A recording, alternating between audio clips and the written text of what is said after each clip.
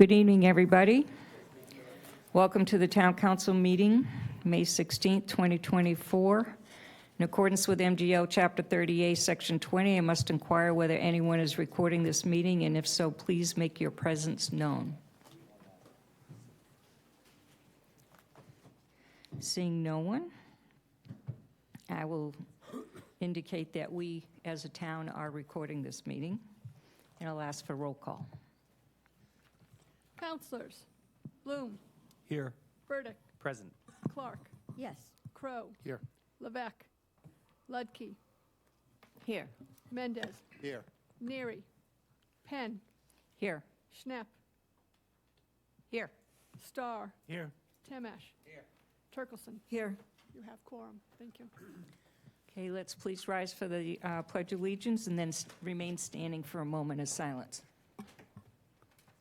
Okay, tonight I would like to have our veteran of the day, Larry Morin, come forward. Larry is a veteran of the U.S. Navy. He was on active duty from 1963 to 1968 and was actually commissioned as an officer on November 22nd, 1963, which many of you will recognize that date. As I say, he was commissioned an officer in the Supply Corps, served in Vietnam and the Far East for 5 years, and then went into the reserve. So, Larry, if you would, please. We pledge allegiance to the flag of the United States of America and to the republic for which it stands, one nation, under God, indivisible, with liberty and justice for all. Thank you.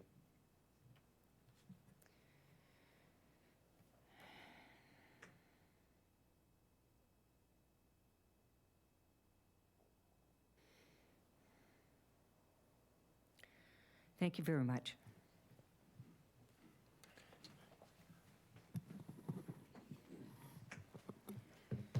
We now take public comment. Please come in, make sure the microphone is on, sign in, introduce yourself, and give us your comments. You have 3 minutes to speak. Thank you, President Penn, councilors. My name is Suzanne Conley. I live in Osterville Village. I know that all of you have received a communication yesterday regarding a draft of signage proposed for Covell's Beach about the presence of extra high voltage cables buried under the beach and now transmitting electricity. I come to you tonight while the signage is in very early draft form because in its current iteration, it is nothing but a corporate commercial full of misleading and false information. For example, it includes a claim that the lines under Covell's are just like the 2 lines that run from Camas to Nantucket. I have said before, and it bears repeating, those lines at Camas carry 35 and 36 megawatts each. The most egregious statement on this draft signage claims that these lines emit, quote, no discernible EMF, end quote. I disagree. At least 3 citizens, including myself, and 1 person with scientific bona fides know better.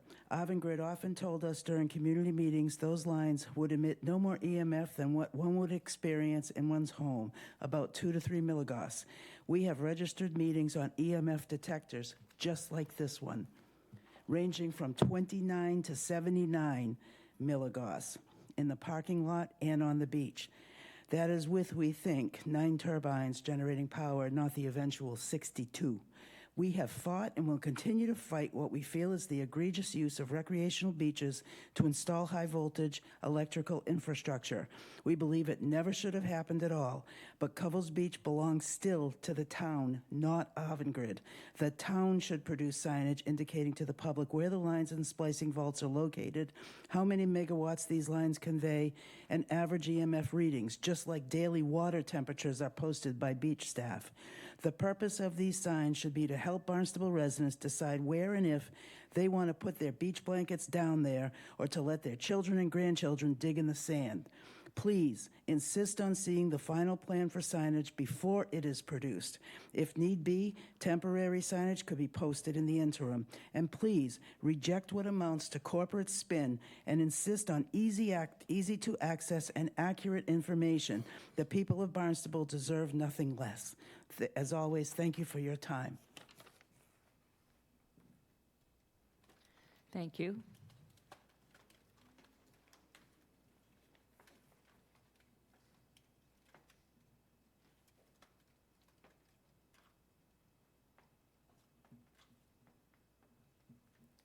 Good evening, councilors.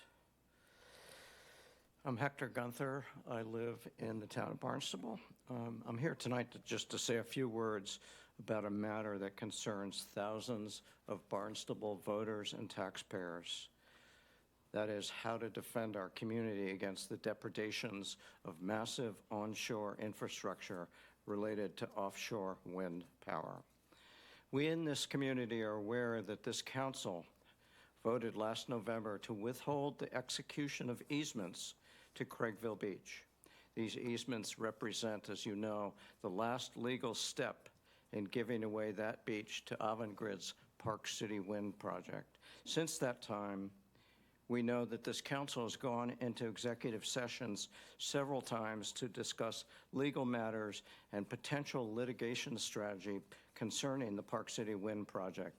What was discussed? We don't know.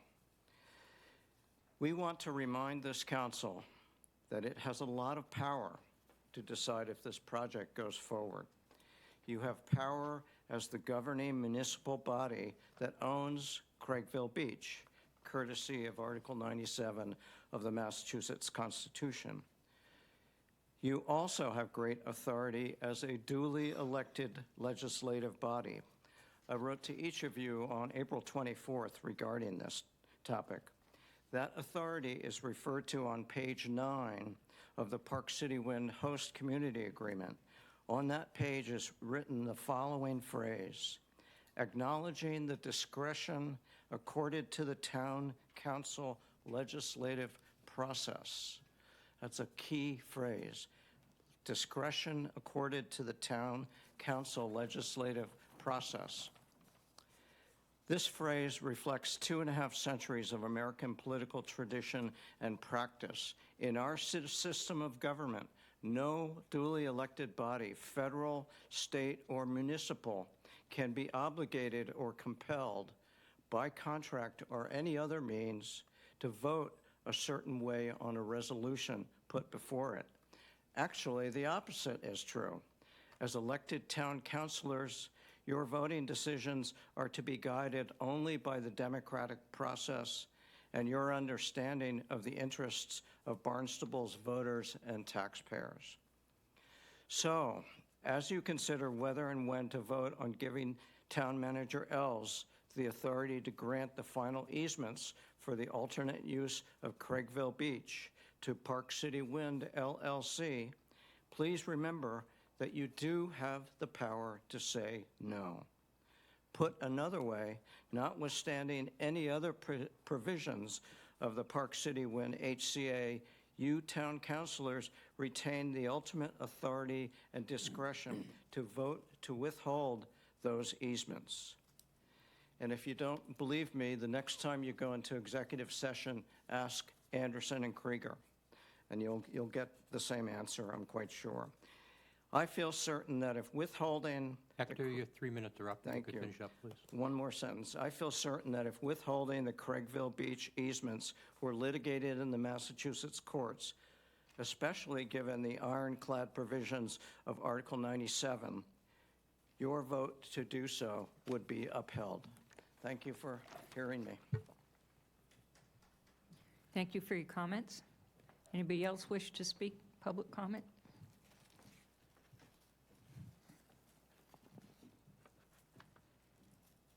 Let the record show, Councilor Neary has joined us.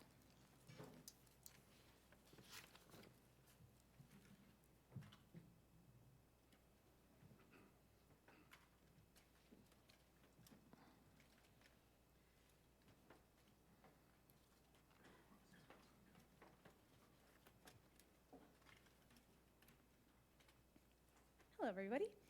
My name is Anastasia Pacella from Marston's Mills, and am I not being loud enough? Is this better? My name is Anastasia Pacella from Marston's Mills, and I have a couple of things to say. One of them is when I was looking through the agenda, I noticed, Councillor Penn, your letter to the commission requesting like studies for transportation, which I'm hopeful that would result in the community getting input on how we could have a more like robust and effective transportation system, which is super exciting. So thank you, I hope. And then the other thing that I wanted to say is that while I agree that town council, this is regarding the town council presiding philosophies detailed at the end of the agenda. So while I agree town council should have a set of governing principles to follow, I would like to ask that town council vote no on adopting these philosophies tonight, because for a couple of reasons. One of them is that, in my view, a philosophy would be more of like a mission statement, some guiding principles, and this mixes that with actual policies.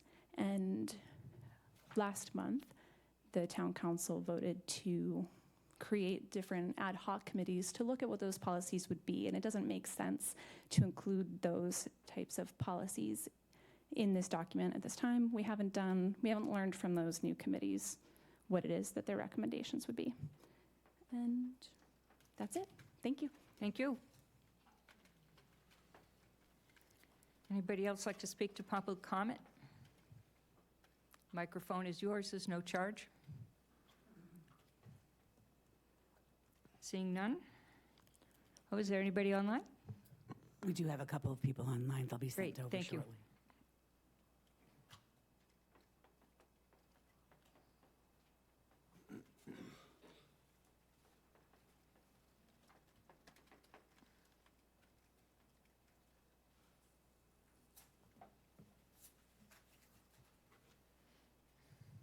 Our first speaker is Grove Harris. Grove, you may unmute. You have 3 minutes.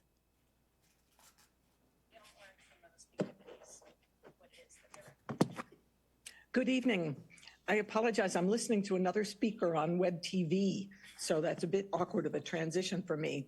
I am Grove Harris, and I live in West Hyannisport, and I wanted to come back and speak a little bit more about the housing situation and request that the committee that's been formed to deal with housing on the Cape, actually, if we could have a huge information session like the ones the town has arranged on water recently, because it's so complicated. There's federal possibilities, state possibilities, chance homes.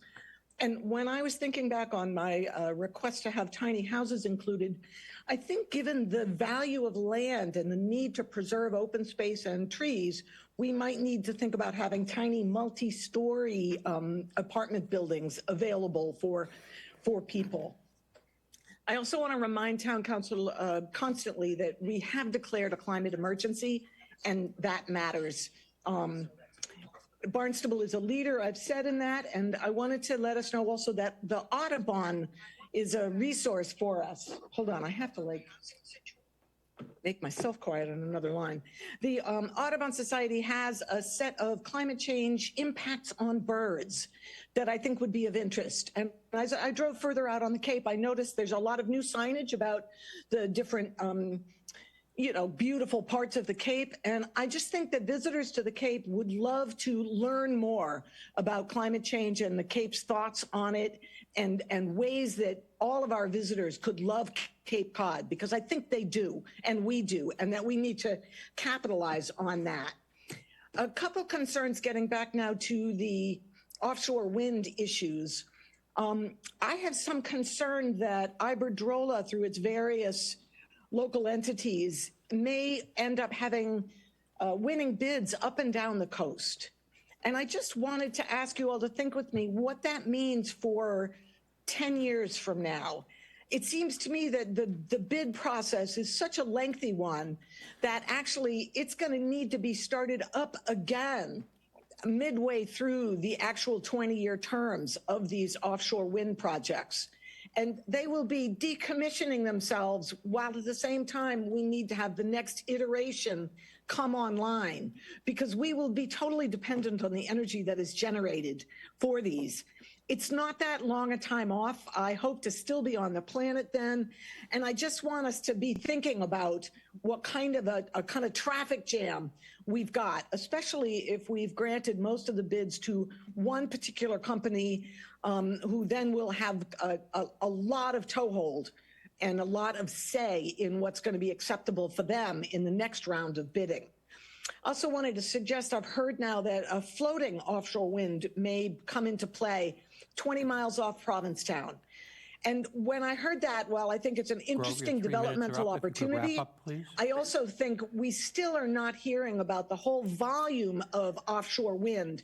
And when we think about the impacts on endangered whales, which I think those whales will be able to avoid a certain amount of wind turbines.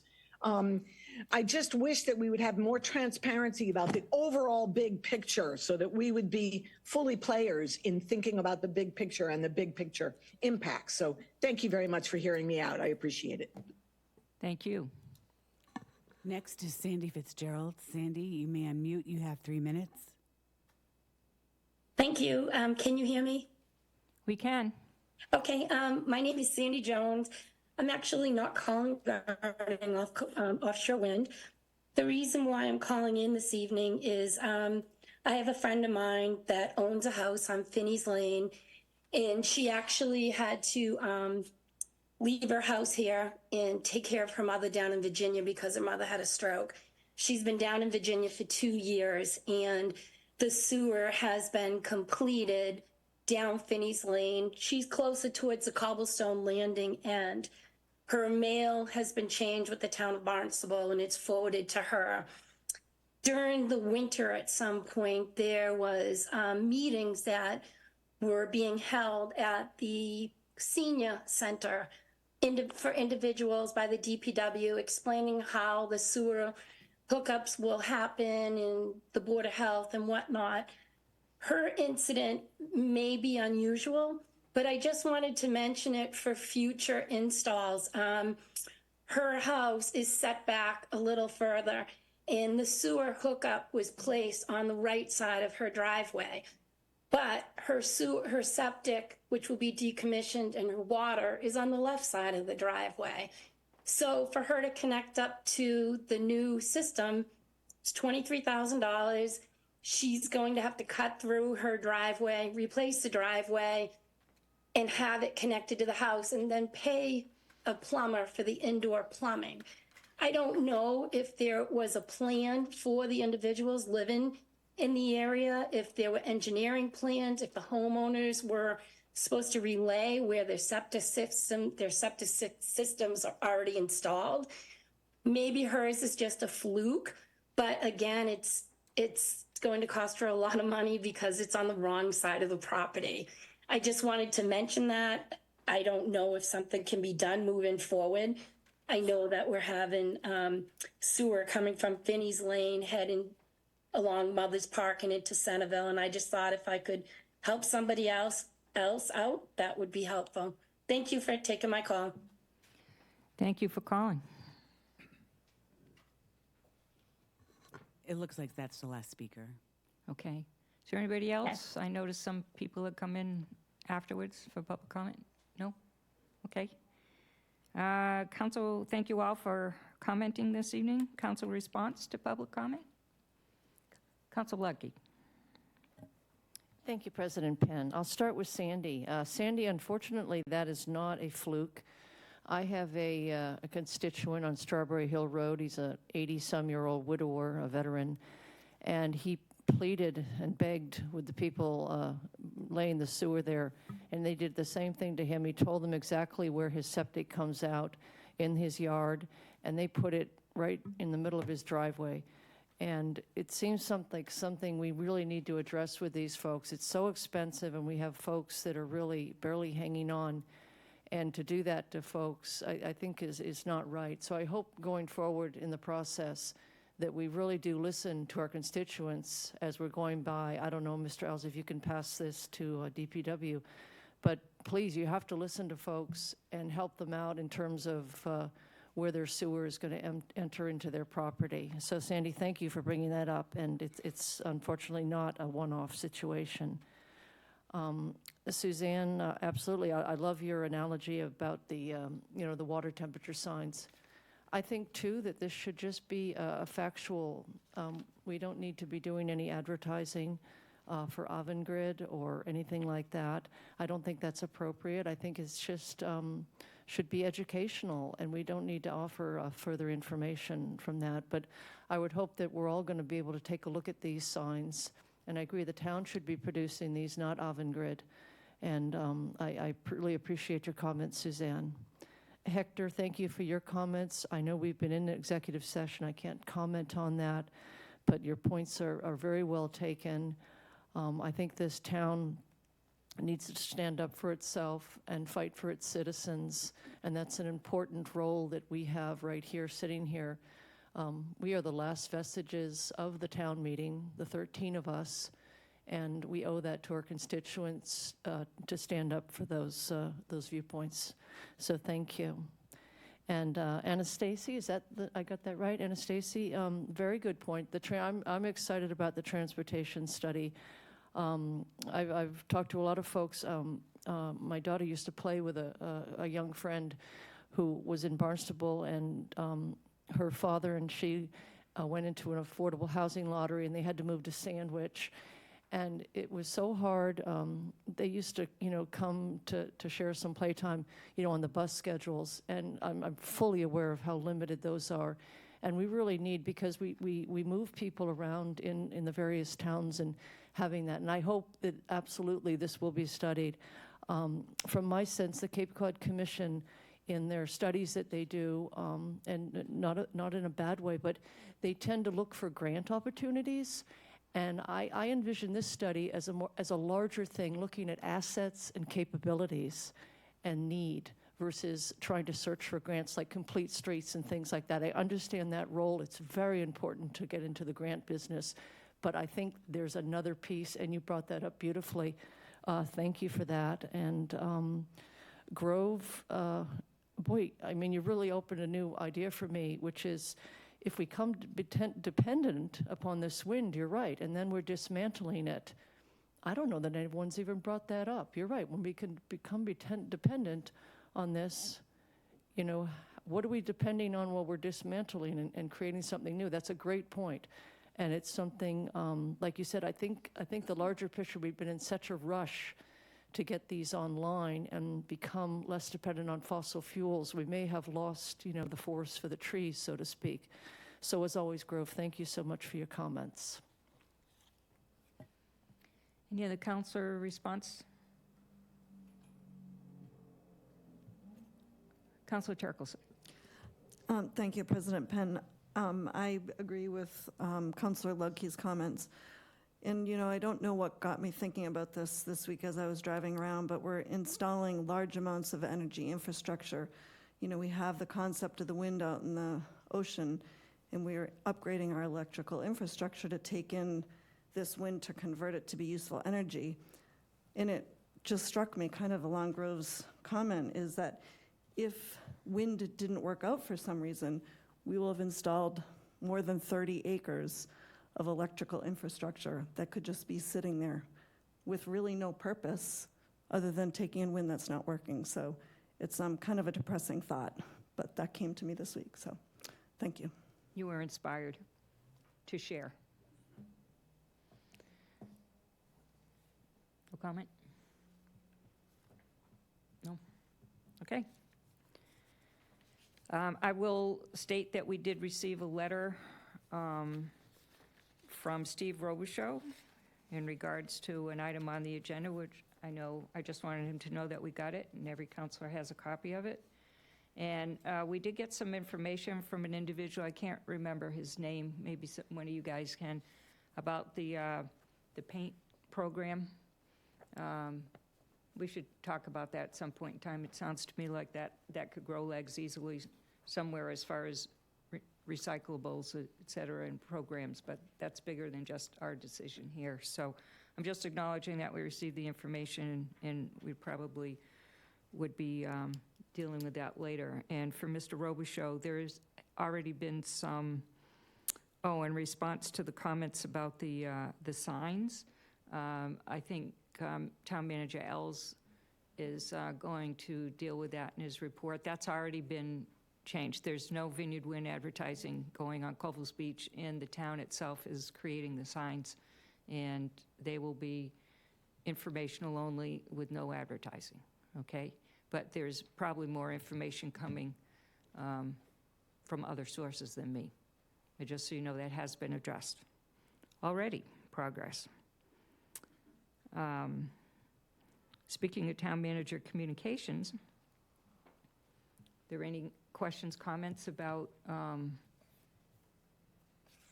Mr. L's report that you would like clarification about?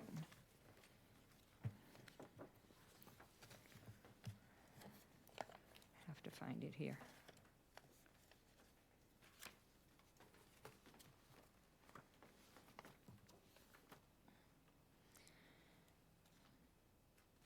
We know that we're in the operating budget season. We're going to deal with some of that this evening. Talked about the EFSB hearing on May 13th. Lots going on here. Councilor Schnapp, did you have comment? Yes. Thank you, Madam President. And Mark, a few questions. I'll just go down the line of your report.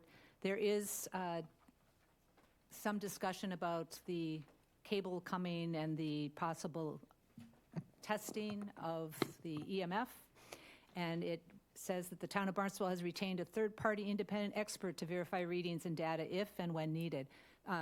Can you name, is that a company or a individual that we've? Well, it's a company. Mark Ells, town manager. It's a company. I don't have the name off the top of my head. They've already been out. We ran a round of tests to make sure that nothing was exceeding any safety standard. The intent would be that the owner needs to comply with their permits and requirements, in this case. Then the state would verify what the owner gathers for data. Okay. And then we would use the third party to check that and verify it. That's kind of the thought process of how to do this. And relevant to safety and compliance, I am still in conversations with the EEOEA, which is the energy and environmental side of the state agency, and talking to the deputy director of government relations. And I'm trying to get a formal letter from them that states that what's been done so far at Covell's is safe and compliant with all aspects of the permitting. They are saying it verbally. They are trying to compile that for us, as well as seeing if the Department of Public Health will come down and look at any issue that our public has, because they should be responsive to this. They permit it, they check it, it's their regulations. That's not the role we should be playing, but we should be able to verify that what they're doing is accurate. Relevant to signage, it will be prepared by Public Works and installed. It is not a promotional sort of advertisement for anyone. In the future, once we have this data available, we want to have some sort of a link to that data. So if our public wants to look at it, but they don't have to do that, we'll have contact information as well. So they can just call us.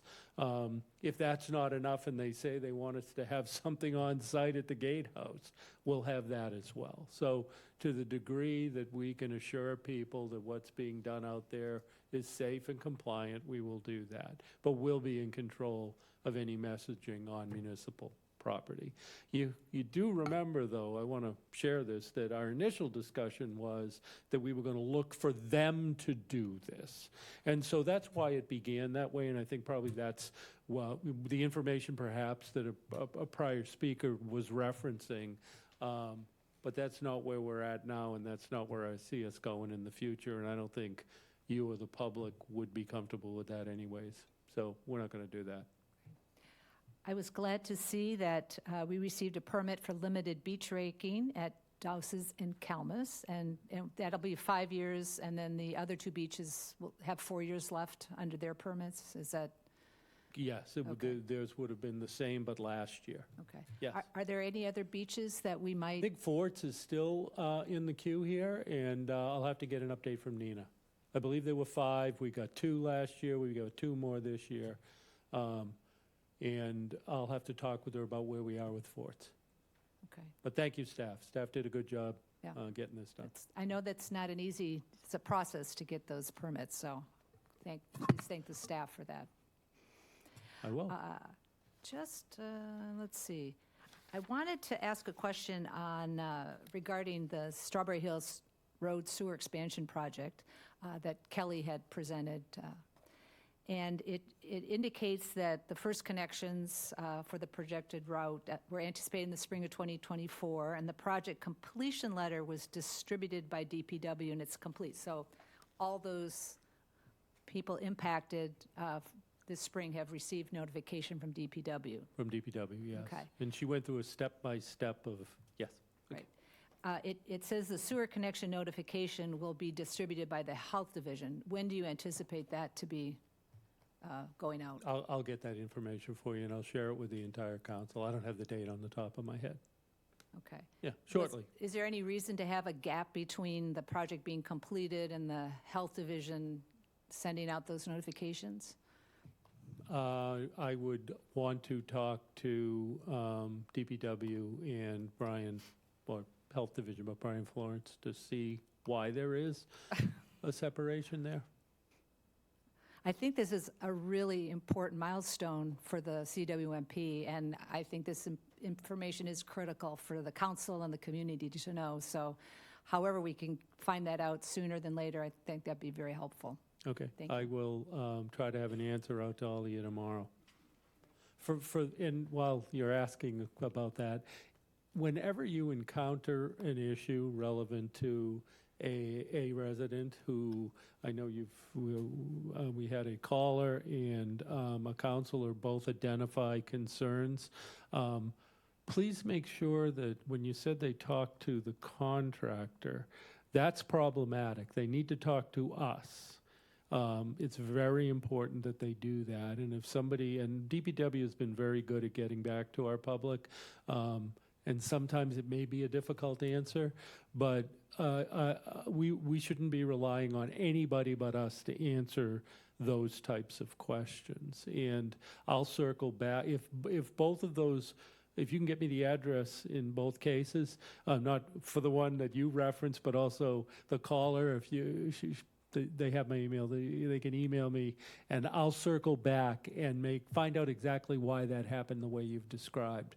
Because I know we do, I'm on Craigville Beach Road, I've already gotten my first inquiry about sill elevations and everything else, and I don't think my section is coming, it's not even under design yet. But, so yes, there is a process where we reach out to our residents, we gather information, we try to work with them so they understand exactly what will occur. We try to put stubs off of the sewer in a location that would minimize the impact on that connection. So I'm a little curious, especially about cutting the driveway, why it would have had to have been one side to the other.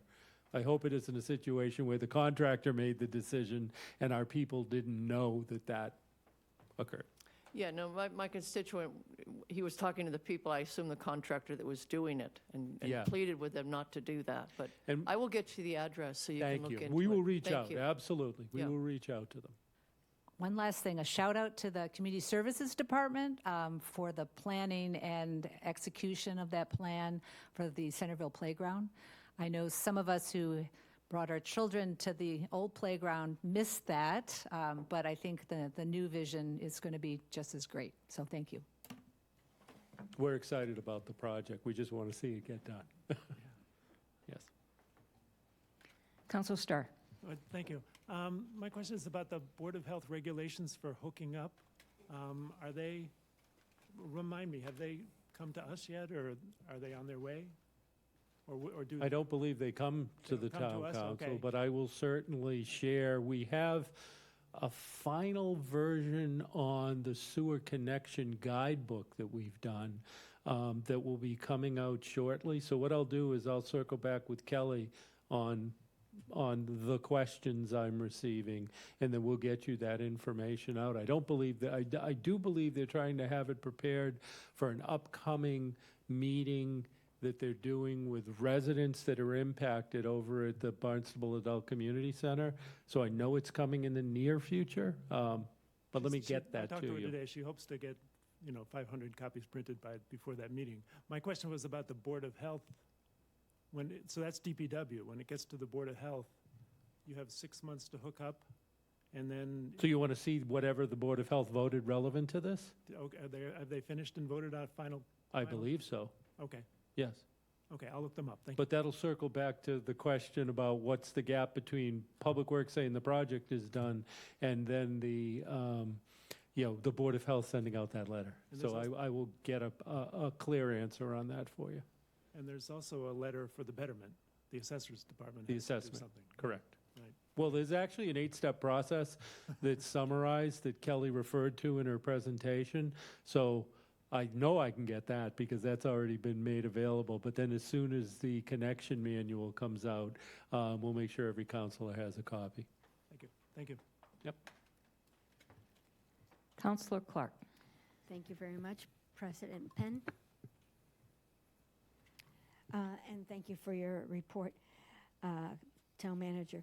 I do want to echo or highlight the fact that Massachusetts Department of Transportation will be hosting the hybrid design and public hearing. On Tuesday is a virtual meeting at 6 o'clock, and on Tuesday, May 28th, and Wednesday, May 29th, in person at the Barnstable County Complex to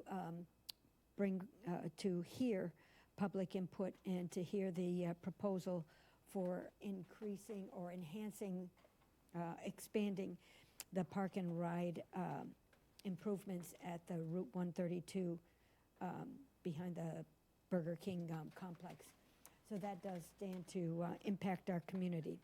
So there's your chance to weigh in on it for anyone who's interested. And coupling on Councillor Schnepp's comment, what was that?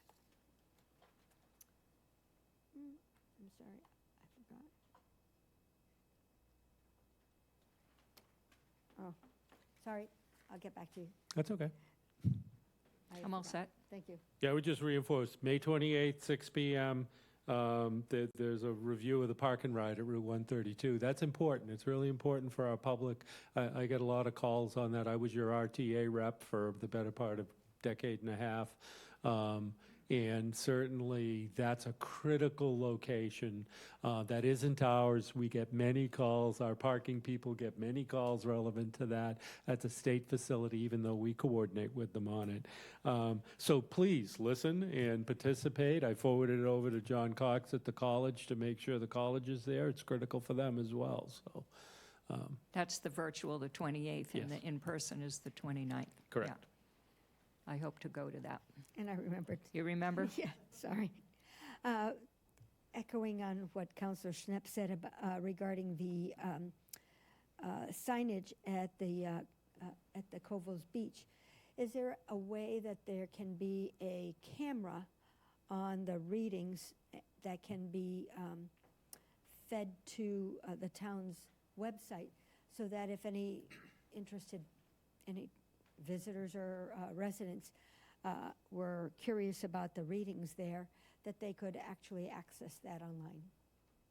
Just I'd have to look. I don't know that there's anything that a camera could view, because I believe it is not a, I believe it is a meter that an appropriate person would go out and take those readings. Not So, a static meter. no, I- not to my knowledge, but I will check that and I will give you an answer. I thought that might give public information that they can get from their home without driving over and feel. Well, technology is a wonderful thing, so let's see what is available versus what is contemplated. And, this is not supposed to, there is not supposed to be any safety-related concern here, yet we hear it regularly, and it is a logical question. So, and the permitting and the modeling leading into the permitting clearly stated that there wasn't going to be. So if there is a concern, which I believe there is, and if there ultimately is a safety issue, we need to know it immediately, and we need to take appropriate response. So, or make appropriate response. My suggestion is this would be, give the public some assurance. Absolutely. Thank you. Well, there has been talk, if I might interrupt, about QR code leading to what the last readings were. And so those are going to have to be somewhere. So those would be available to somebody, which would be the most up-to-date information that we had. Right, but I think I interpreted that as real-time readings, and so I want to look at... Well, that's as real-time as we have. I want to look at what that is, and if it can be done. I mean, SCADA systems, we have them on water and wastewater, and it's constant computer monitoring of how our overall systems are functioning relevant to many things, certainly compliance. So I'll see what we can do. Yeah, the more good information, the better off everyone will be on this issue. Exactly. Yep. Everybody good? I guess we're good. Thank you. Do you want to add anything to the report while you're here? No? Only, I will just point out, while we're talking about public participation, I would highly encourage people, I get a lot of questions about the bridges. And so I am chosen to serve on Cape Cod Chamber of Commerce coalition. It's focused on business. The Cape Cod Chamber of Commerce is focused on business, okay? There are also opportunities for the public to participate in other public comment. I would highly encourage that. Well, I'll try to communicate it in my manager communications, but please look broadly at this and please participate. It's probably one of the most regular questions I get is, what's going on with the bridges? Are we going to have closures? When are they going to happen? I forward everything I get to Lynn Poyant. She tries to reach out to our public and communicate, but my point is, when there's an opportunity for the public to participate, generally, please do so. Many times our public doesn't go to this, and they're busy. I understand life's busy, but this is one that, I'm serving on a business type coalition.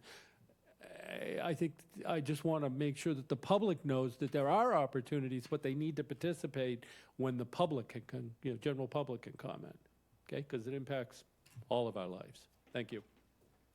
Council Kirk. Thank you very much, President Penn. I know we have a lot of information on our website.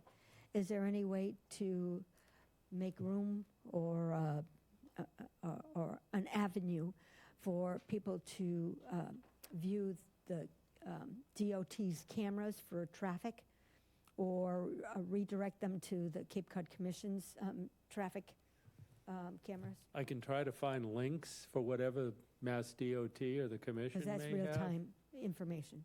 Yeah, I can try to find that, and then we can try to make it available certainly to our public, but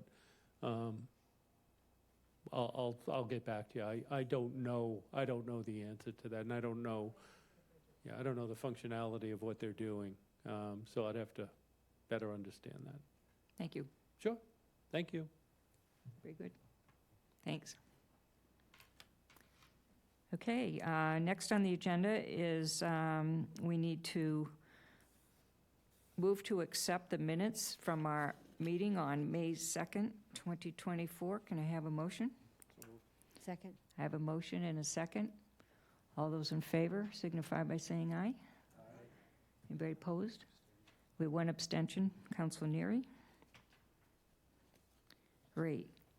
Next, we have communications from elected officials, boards, committees, staff, commission reports, correspondence, and announcements. Councilor Turkelson. Thank you, President Penn. I did send along that paint information to the Infrastructure and Energy Commission because of their role with the transfer station. So just so you know, that's Good to where know. Thank you. So they're in the loop. Councilor Schnapp. Thank you, Madam President. I have two things I'd like to announce. This was also in the town manager's report, but the town of Barnstable will host a public workshop for the Marston's Mills former school site master plan on Wednesday, May 29th at 6 p.m. at Liberty Hall, 2150 Main Street, Marston's Mills. The intent of the public workshop is to continue to garner community input as to the future redevelopment of this site. And this is the third listening session that the Planning and Development Department is providing on this very important planning process. If you can't attend, you're always welcome to reach out to James Kupfer at the Town of Barnstable, and his contact information is on our website. Yesterday, I was very honored to participate in a appreciation day for one of our unsung heroes in the town of Barnstable, and especially in the village of Marston Mills. We recognize Donna Lawson, and I'm just going to read just a few highlights of all the amazing things that she has done in our community over the last 30 years.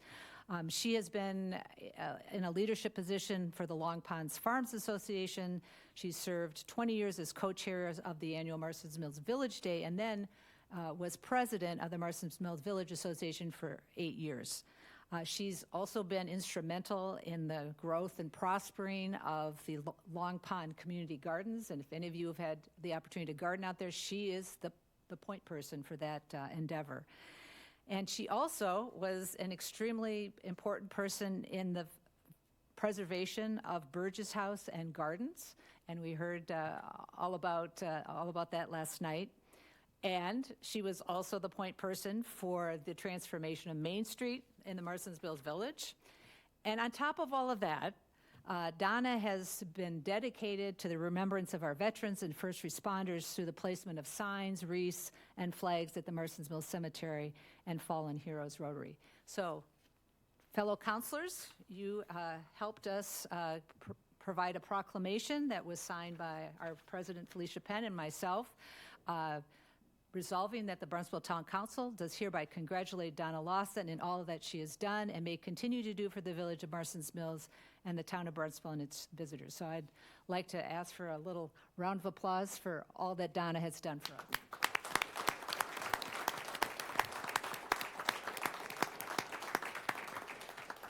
Thank you. Thank you. On top of all that, she's a really nice person.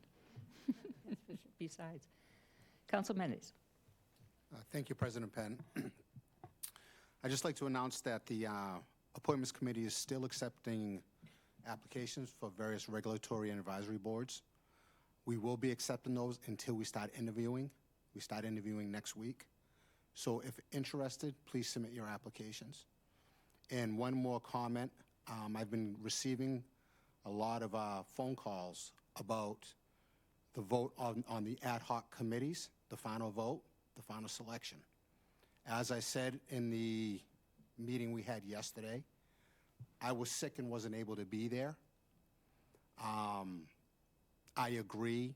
It was done in a clunky way. The voting was done. We had a lot of very well-qualified candidates. The candidates that were selected were very well-qualified. But I do agree that there should have been some conversation and debate, not people just ramming nominations through. So just want the public to know that I hear them. I agree with them. And as I said before, if I was there, it wouldn't have happened that way, first of all. And second of all, it will never happen that way again. So I just want to let the public know that I agree with them and I hear them. Thank you. Anybody else? Councilor Clark. Thank you very much, President Penn. I would like to put in a plug for the town's Open Space Committee, who is spearheading the walking weekend starting tomorrow. And the information on where and when these walks are on the Open Space Committee's website and has been also advertised in the town's e-newsletter. I'm very appreciative for that support. So starting tomorrow, Saturday morning, oops, sorry. Is that Saturday morning, that 7 in the morning? Saturday morning at 7 in the morning is a walk at the Twin Brooks property, but it runs from Friday till Sunday. So here's a good chance for you to have a lead walk. That's defined by time, distance, and with phone numbers, and if you need to, some guidance on where to park and other details for it. So here's a good opportunity to enjoy our open spaces. Thank you. Okay, I have a couple of notes from the wheelhouse here. Next Thursday, May 23rd at 6 o'clock, we're conducting the last in the series of our water quality workshops. The focus of this workshop is surface, freshwater, and coastal resources. Those presenting include Mass Department of Environmental Protection, Association to Preserve Cape Cod, Barnstable Clean Water Coalition, TMDL Solutions, and our own DPW department. As before, the public may watch this workshop either live, either on channels 8 or 1072 for HD, or via the government access channel. You can stream it live from our website. We strongly encourage the public to submit your questions in advance to council@town.barnstable.mass.us or send them to cynthia.lovell@town.barnstable.mass.us. You can start submitting these anytime. If you're asking specific questions about information that requires research, we ask that you submit them at least 24 hours before to give somebody opportunity to get an answer to you. Your questions will be read. We will take them up until noon on that day, May 23rd, but we appreciate them before if possible. Please don't write comments and diatribes, although we know that you're very intelligent and well-educated about water by now. But we'll only read the questions that are submitted. So please submit questions, and we're happy to read them and respond to them even better. And tonight I'm going to announce the council appointments to town council subcommittees. The Rules and Code Review Committee, Council Burdick, Clark, Ludke, Tamish, and Turkelson. Sounds like a bad law firm, I don't know. Just kidding. Committee to review the purpose, composition, functionality, effectiveness of standing committees of the town. Councils Burdick, Clark, Crow, Ludke, and Turkelson. Committee to review and assess zoning and review the town's use of regulatory agreements. Bloom, Crow, Mendez, Ledec, Turkelson. Committee to review and recommend housing policies. I shortened that title. Bloom, Crow, Ludke, Schnepp, and Starr. Committee to recommend policy regarding the town's acquisition, disposition of property, and development of town-owned property. Bloom, Clark, Crow, Ledec, and Schnepp. As per town code, the town council president serves as an ad hoc member of all committees. I have the power to deliberate. I will not be voting. Okay? So the public members of these committees will have a second reading at the next regular meeting of the council on June 6th. Following that, the committees are free to begin to meet and start to do their work. All right?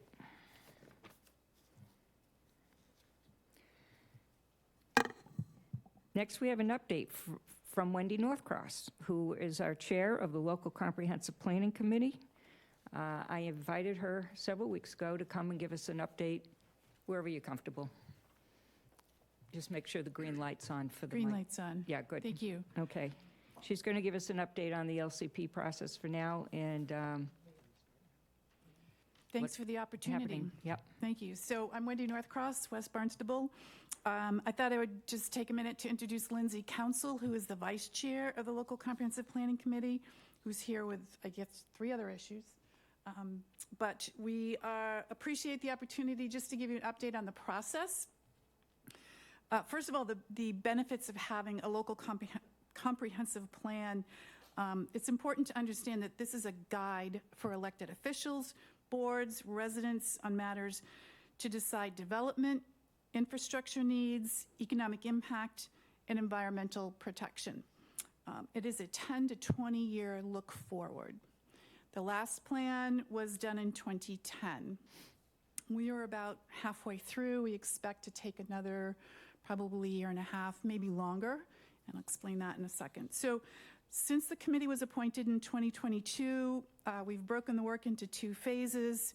We've kept the planning department extremely busy. They're very adept. They've been keeping up with the ask to increase the pace of the meetings because there's a lot to get through. So we've doubled up each month on meeting schedules. The first 18 months was phase 1. That's where we conducted a robust public engagement program. The civic engagement is a big piece of this. This is supposed to be the temperature of your community. We actually asked people to identify challenges and opportunities, and from that we shaped a vision statement.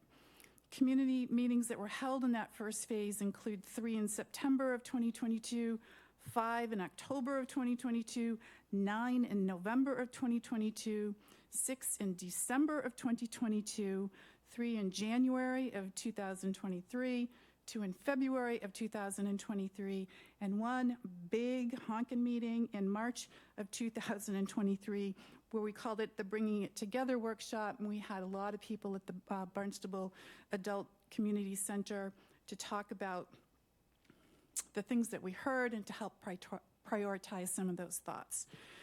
Then we bridged over into phase 2. This is about the same time that I stepped up to chair as Felicia stepped onto the town council. Prior to that, she was the chair of the LCP.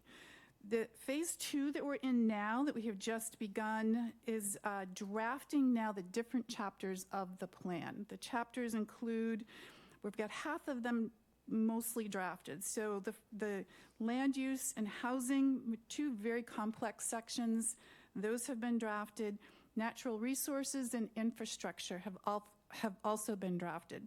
Infrastructure largely encompasses the work that DPW does, and so we're looking at everything that they do that's vertical, and there's so much there, we thought we need a section for everything that's, well, horizontal and vertical. I can do this. Horizontal and vertical. We expect to cycle back to the land use and housing sections after we finish the next half. But we paused after those chapters were done to spend the entire month of April going into the community. We went to all 7 villages by design. We went to the 7 villages, presented our larger goals, the overarching goals from which we develop strategies, and we'll get down to action steps. We just wanted to make sure that we were going in the right direction and we didn't have to make a big pivot, and that people were generally comfortable with these overarching goals, which they were for the most part. And again, that's not too surprising because some of this seemed like motherhood and apple pie, right? So it's hard to disagree, and people were really eager to learn more specifics and have conversations about more specifics. We had structured it so that we just wanted this overarching amount of information and then have people go to get the very specific drafts that had been prepared up until this point.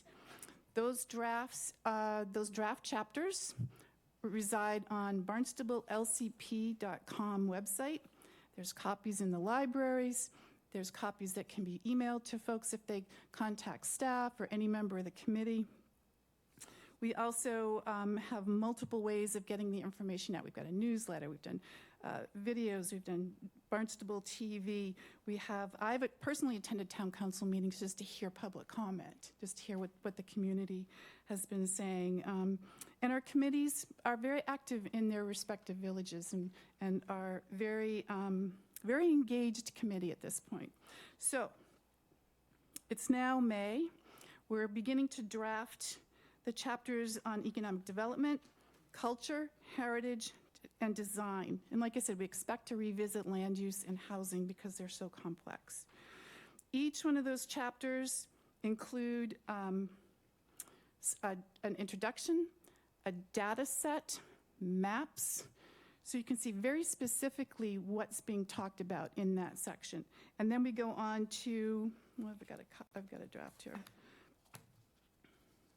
Then we go on to issues and opportunities. We talk a little bit about the past plan and what came out of the past plan, how that has moved our community forward. And then we talk about some of the issues and opportunities for the next plan.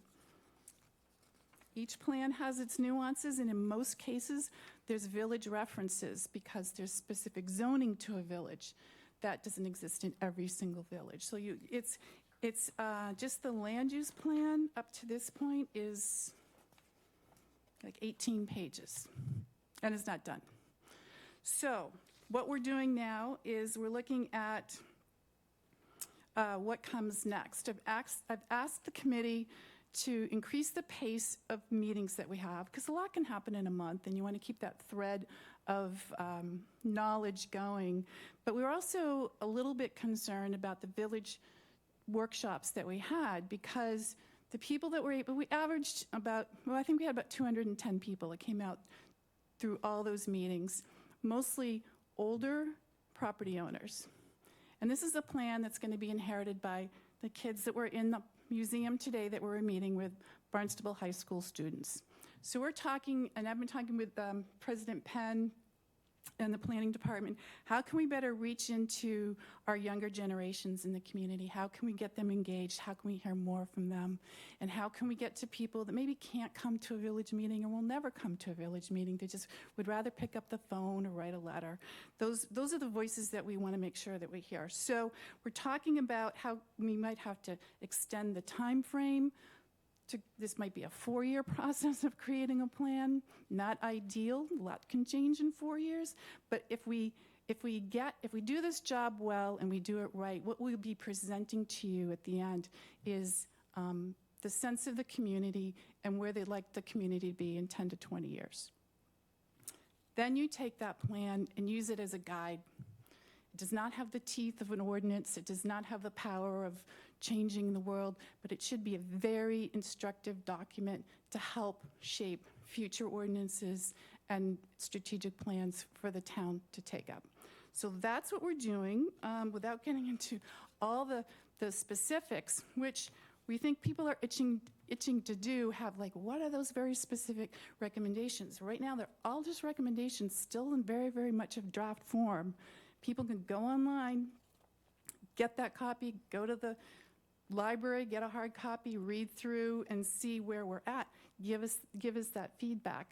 Right today was the last day for public comment from the first few chapters that were drafted, because we want to incorporate that in, get it back to the committee, and talk about that some more. So with that, I'm going to stop and just see if there's any questions or comments or. Anybody? Questions?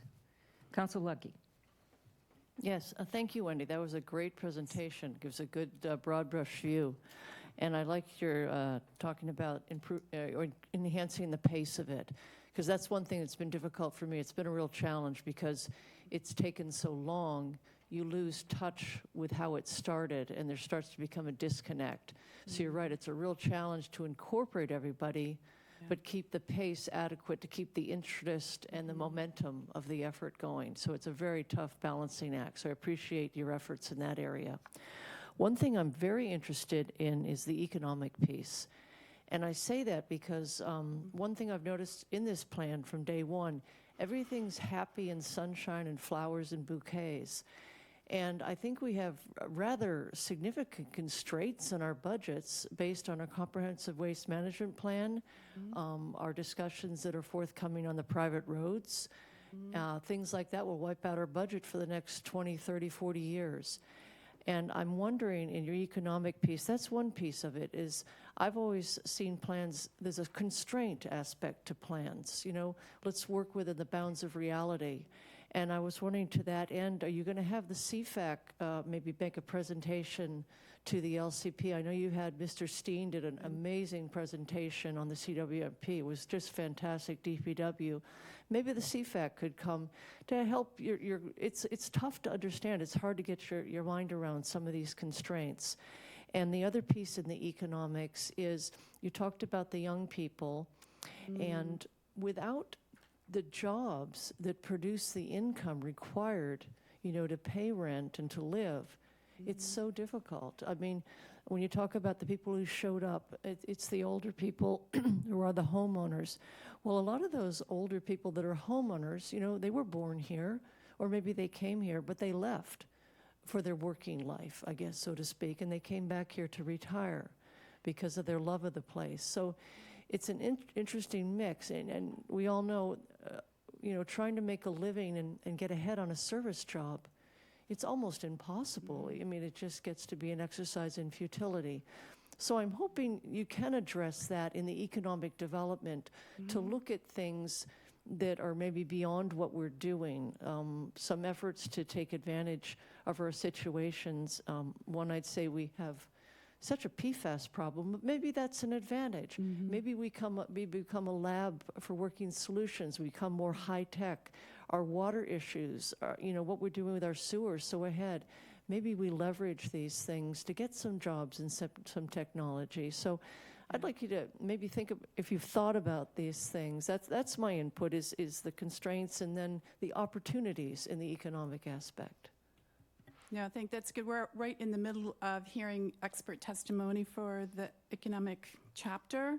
I have a great depth of knowledge about that myself. I can't be at the next meeting, but there is reference in the chapter to the blue economy, which hinges on that water aspect, whether it's dirty, clean, fresh, salt, pond, embayment. It's a huge opportunity for us and requires a greater education, a higher pay wage, but it's going to require some things of our community, like access to the coast. And is it okay to put an aquaculture bed in view of residences? You know, there's a lot of fun. When you start drilling down to those details, that's where the rubber meets the road, and there could be some pushback. But I think that right now we're looking very broadly at what the opportunities are. If you're totally dependent on, actually the largest sector of all economies are regional.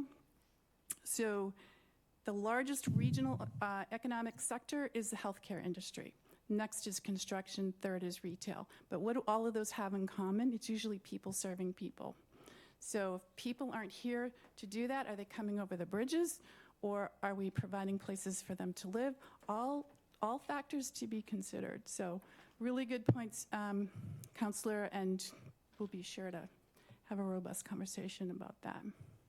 Councillor Schnapp. Thank you, Madam President. Thank you, Wendy. I'm not sure you can answer this question right now, but what are the biggest changes you're seeing from the current plan that we have and what's going to be in the new plan? So I think most people have really understood the water issues, which I think is a great accomplishment because it's a very complex issue. But now most people will agree we have a water cleanup challenge and we have to do it, and it's going to take 30 years. It could take sooner, but it would cost a lot more. And we've heard that. People say we need it done tomorrow. We don't want to wait for a sewering plan for 30 years. You know, we're hearing that. I think that probably the biggest change is the housing issue. Everyone agrees that we need more housing. Very little agreement on what and where. To be continued. Thank you. To be continued. Councillor Neary first, and then we'll go for Councillor Clark. Thank you, Madam President. Thank you, Wendy. Just on the topic of youth, has it been, or could there be a method of engaging possibly the youth commission at the high school level, and then maybe 4Cs and try to tried to, reach out and get some, I don't know, a group involvement in that, those type absolutely. of conversations. I think that we might have be to. an opportunity. I think we have to. And I was speaking with another LCP member today who's saying, let's just go into the high school, or the local schools, charter schools, go over to the college and conduct a charrette, or, just get them engaged. That's how I got into I went to a charrette in this very room 30-something years ago, designed a crosswalk across Main Street, Hyannis on a map, and it's like, oh, that's cool, that'll never happen. Well, it did, and it got me hooked, and here I am, 30-something years later, working on a bigger plan. But it's a very complex community, and I think that we don't live the same life they do. Today we heard from high school students, they want an arcade on Main Street. They don't shop here, they shop online. There's just, their life is very different from ours, so it's kind of obnoxious for us to think that we know, so we have to ask. Yeah. Councillor Clark. Thank you very much, President Penn, and thank you very much, Wendy, for your volunteer service, along with all the other members of the local comprehensive planning committee. I'm just putting in a plug for your current infrastructure survey question, which is available until May 26th. So it's very simple. Go online. There's 7 questions and a space for other if you don't pick. The question is, what are your 2 top priorities for community investment in infrastructure? You have 7 choices in addition to others. It's not very hard. Doesn't take very long. So hopefully you'll get some, and it's in English, Spanish, and Portuguese. So trying to put a plug in for engagement for the public. Thank you. And the results are on the website, barnstablelcp.com. As is the survey, we did a very large survey at the beginning, which shows some interesting trends too. Like, we asked, where do you shop? 28% will tell us, Main Street, 28%'s online, and the rest is kind of spread around. It's probably not the exact number, Felicia, but it's very interesting to see the huge shift to online shopping. Yes, I couldn't do that survey because I want all of those in the infrastructure. So I didn't know which ones to pick. Council Crowe. Thank you, President Penn. Thanks, Wendy, and Lindsay, for all you guys have done in your committee. It's a lot of work and a lot of meetings. I understand that, and I also appreciate what Ms. Maldonado and other people of our staff have been doing for your support. I have some issues, some questions with what's happening, especially with the recent village meetings. And with all the work you've done, the turnout actually the LCP meetings was extremely low. I think you mentioned that before. It was less than 0.5% of Barnstable residents. Yeah. And based on the estimates from the planning department, I actually did the numbers with the help of Elizabeth over here. Actually, the turnout was 0.40886417532096% of the total town of Barnstable population. That's extremely low turnout. Approximately 17 participated in Centerville, maybe a dozen in Hyannis. There were about 60, by my count, in Osterville. It was a good turnout. But largely had no interest in the Post-it note process that you put forward. And most of those notes were left on the table. True interest was expressed to hear the actual substance of the draft plans, specifically, as was advertised, and then have an in-depth discussion on those community issues and concerns. My question to you is the first question is, my point is 0.5% is no measure of public sentiment at this point. And it appears a process redo is needed. What is your plan to do so? Or to rejigger those meetings and do them again where there's a lot more turnout, or maybe in a larger venue, because I don't think you make any conclusions from what you've got. No, there's no, I don't disagree that was it wasn't a disappointing turnout. It just was not representative of our community. And we were looking specifically to test goals. We had offered people to bring in any kind of comment. Everything's online, everything's transparent. But you got to read through that stuff.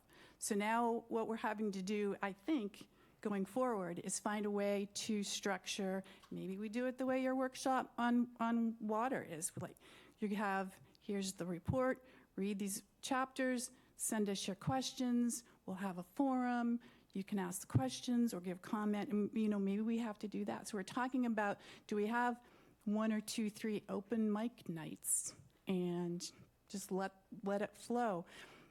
We still have to make that effort to go find different segments of the community. We went to the villages, went to the village associations, said you can go to anyone you want, but it's pretty much everyone went to their own village. And we heard where our village is different, we want different things, yet we heard sidewalks, traffic speed, safety. We heard the same things from the different villages. So, for the most part. So yes, we're talking about, do we go into the high school? Do we have more meetings? We have already scheduled another let's see. We have scheduled in September, the entire month of September, to be back out in the community. Now, how we structure that will probably be different than what we just did. And we're having those conversations now about how to do it. Okay. I noticed that when it was advertised, I think you had the chapters that people can go and look at online. I think I think people were sort of interested in hearing your synopsis of each of the chapters prior to the meeting. At one of the evenings, and Wendy, you explained that the LCP committee members there would report what was communicated as feedback from the village. Yeah. I think you call it the village screen. Yeah. I'll point out 2 issues with that I have. First, the numbers were so low, the feedback cannot be a reliable measure of the sentiment. Second, people from Centerville came to Osterville, people from Osterville went to Hyannis, and so on, as people were told they could attend any meeting they chose. What is your plan to accurately measure village sentiment considering this circumstance? Well, we're building the Barnstable plan. Yeah. And it will have village nuances because there are different zoning and regulations. Actually, there's different zoning in different parts of the town. Hyannis probably has the most dramatic difference, but there are sections that don't apply across the board. But we were out there at a much higher level, Councilor Crowe, to say, here's the goals. Are these going in the right direction? And if you have any other comment, we'll take it now. So it's an iterative process, and we're not even halfway through the phase 2 of the actual written documents. When we drill down to action steps, those will be some really interesting meetings, because that'll be even more specific, like what and where. Right now, we're still, do you want clean water? I mean, I'm just using an example. Do you want clean water? Do you want less roads? Do you want more beaches? Yeah, I understand that, and I think it'll be a sticking point on this being a overall document and not specific to each village. And I think was some of the issues that were brought up when this was first brought forward with the town manager and others about getting rid of the actual village plans and going this direction. Because I think it's a one-size-fits-all. It's going to run into some issues with some people. Well, we're not done. Yeah. We're not done. Okay, and the other question I have is, many of my constituents let me know they did not feel they could comment on land use chapter because they were asked to comment on that use without knowing on what the land part was. The public deserves to land and use to be visible at the same time before they're asked to give an opinion. Do you have plans to redo the public comment opportunity with detailed maps on the properties proposed for development?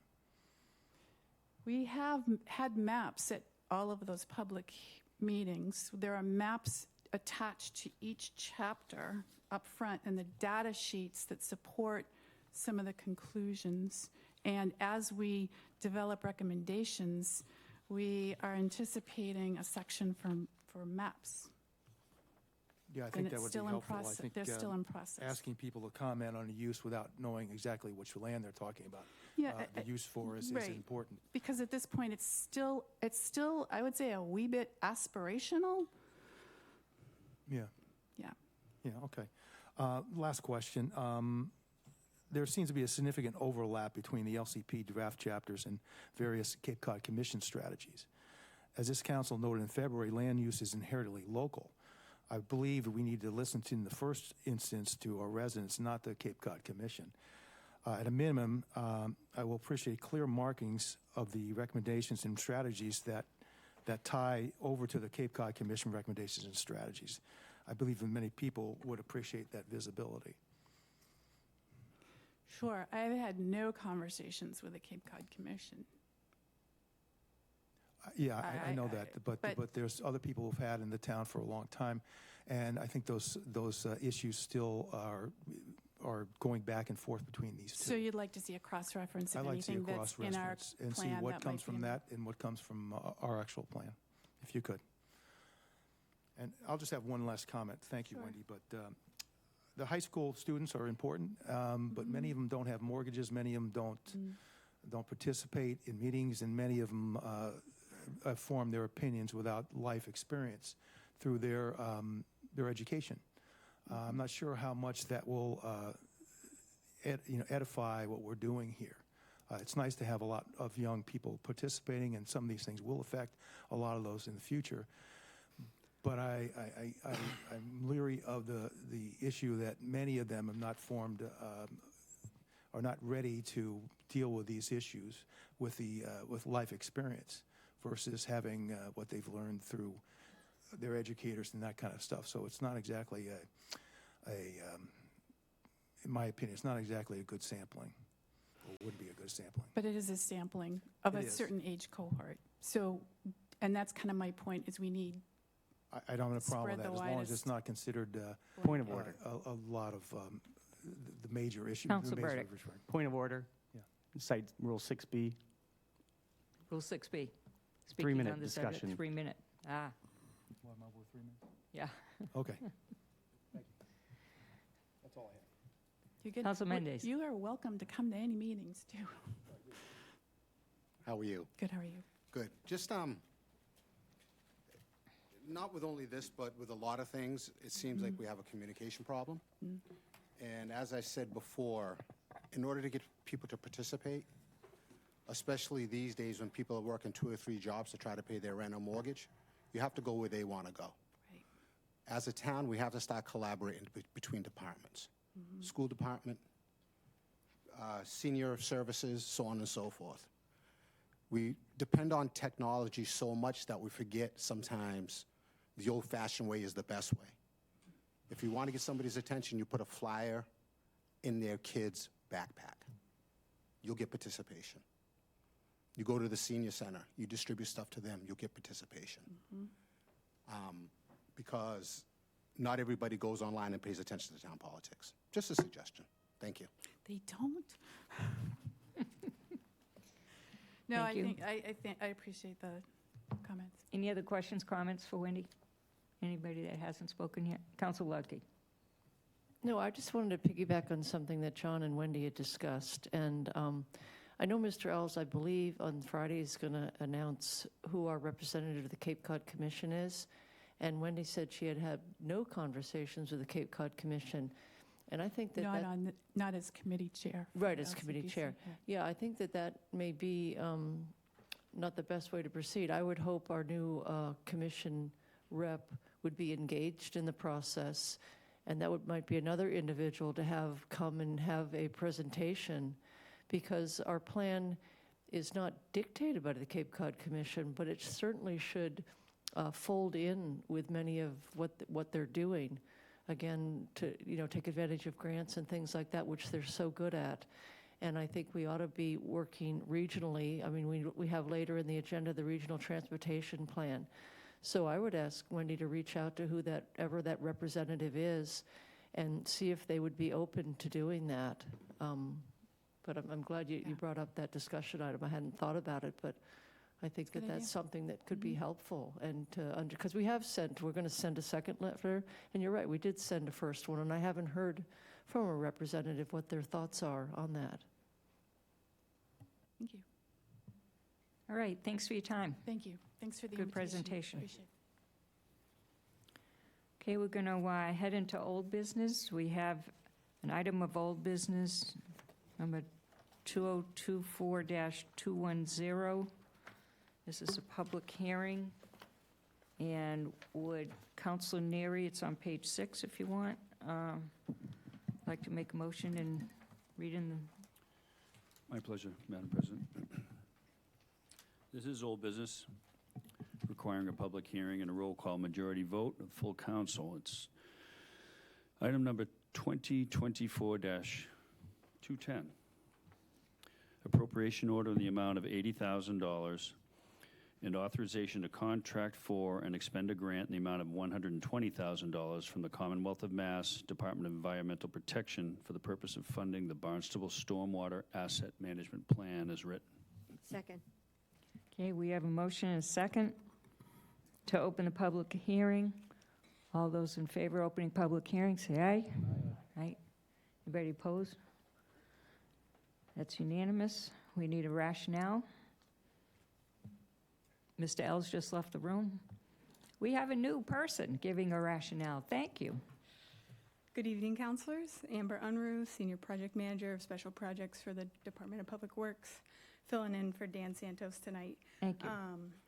So for the rationale, this project will fund the evaluation of the town of Barnstable's existing town-owned stormwater culverts for the purposes of developing an asset management plan.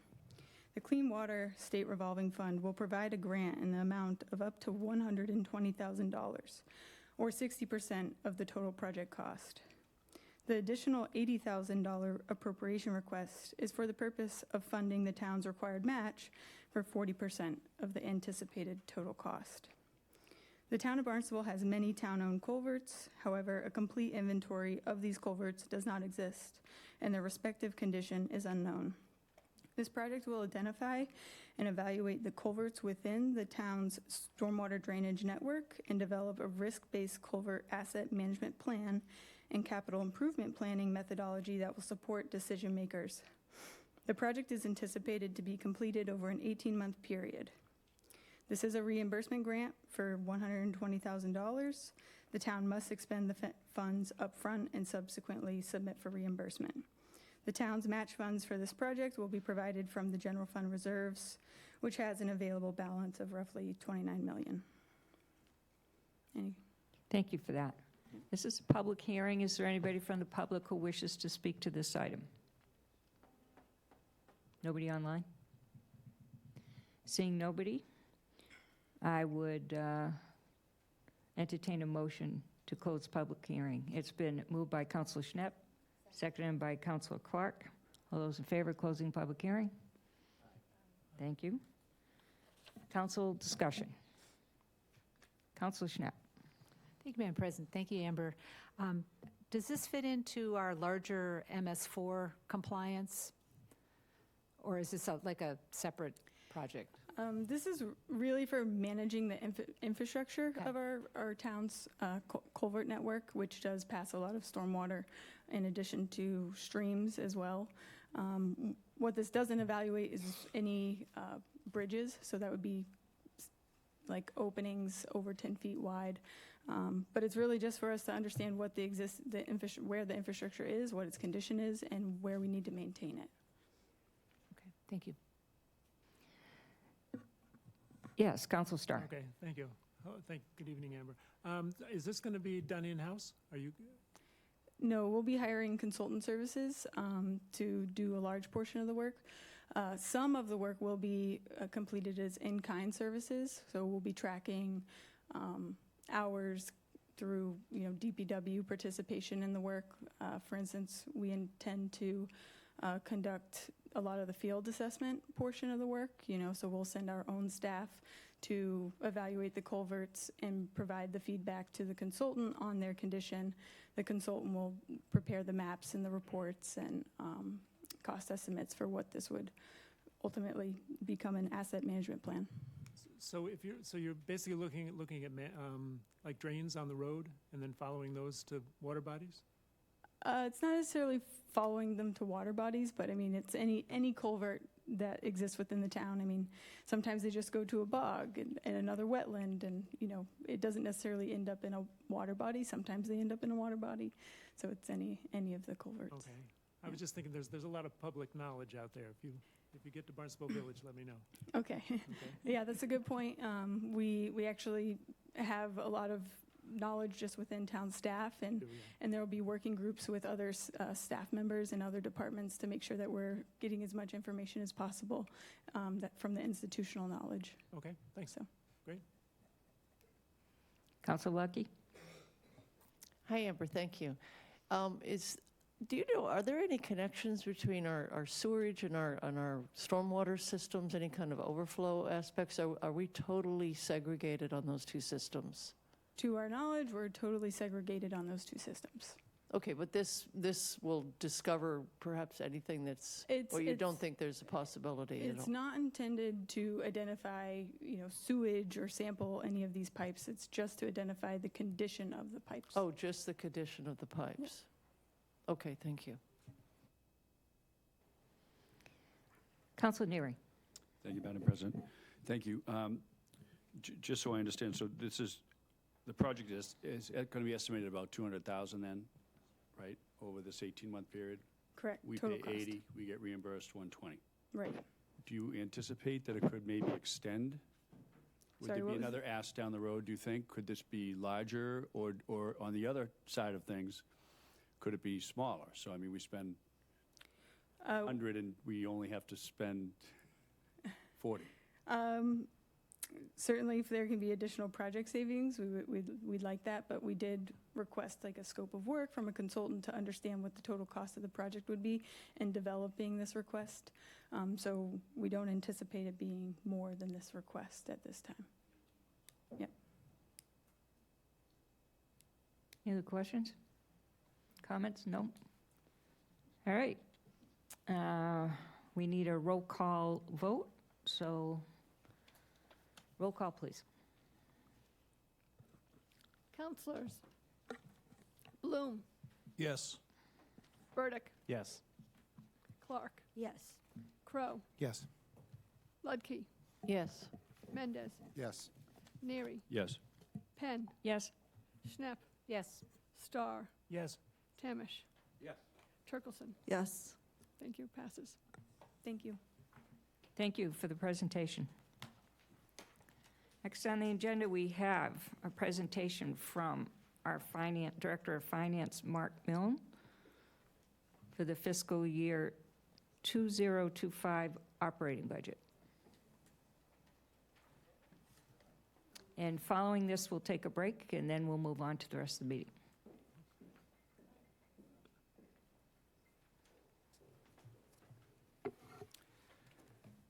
Thank you, Madam President, and good evening, councilors. Good evening.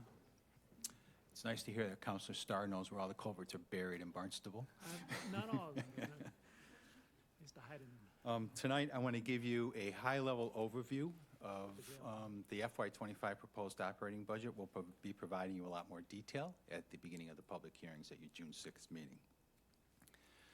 So, the town's general fund operating budget is increasing $16.2 million over the current fiscal year 24 approved budget, or 7.6%.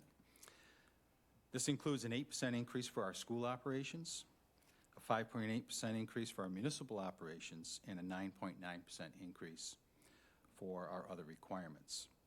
The amount of the tax levy set aside for abatements and exemptions is increased by $200,000 and represents less than 1% of our tax levy. Department of Revenue recommends anywhere from 1% to 2% be set aside. To fund this budget, the tax levy is proposed to increase $5.2 million and is within the constraints of Proposition 2.5. This includes an estimate of $1 million in new property tax growth. Other taxes, principally motor vehicle excise, are projected to increase $600,000, and state aid is currently projected to be about $200,000 more than the fiscal year 24 amount and is based on the governor's local aid proposal. Local receipts are budgeted at $4.3 million more than fiscal year 24 amount. This is primarily due to strong permitting, licensing, and fee revenue as activity levels remain strong, and an increase in interest earnings on cash deposits and renewable energy revenue from the town's solar installations. Chargebacks to our enterprise funds for general fund support are increasing $400,000, and a total of $6.6 million in general fund reserves, $6.2 million in general fund reserves will be used to balance the budget. When developing this budget, the following priorities were taken into consideration. First was to hold the tax levy within the limitations of Proposition 2.5, and we have. Second was to continue to preserve the town's financial integrity. Third was to maintain and enhance services in the areas of education, public safety, elections, and responding to Freedom of Information Act requests, investments in services for our seniors and families, and improved communications. Fourth was to be more competitive in the areas of employee recruitment and retention by supporting new collective bargaining agreements that enhance wages and benefits, principally health insurance, for our workforce. Lastly, we continue to direct more funding to the capital side of our annual budget. This budget continues to preserve our strong financial foundation as it incorporates conservative general fund revenue estimates for local receipts. This provides the town with more budget flexibility and the ability to respond more quickly to changing economic conditions. We continue to maintain strong reserve levels, even with the amount proposed to be used to balance the FY25 budget. Over the past several years, we have created several stabilization funds which allow us to more aggressively address our capital program without a substantial negative impact on the operations side of the budget, the ability to provide utility rate increase mitigation, and to address the town's other post-employment benefits liability. Finally, our comprehensive set of formalized financial policies and practices contribute to the strong financial foundation.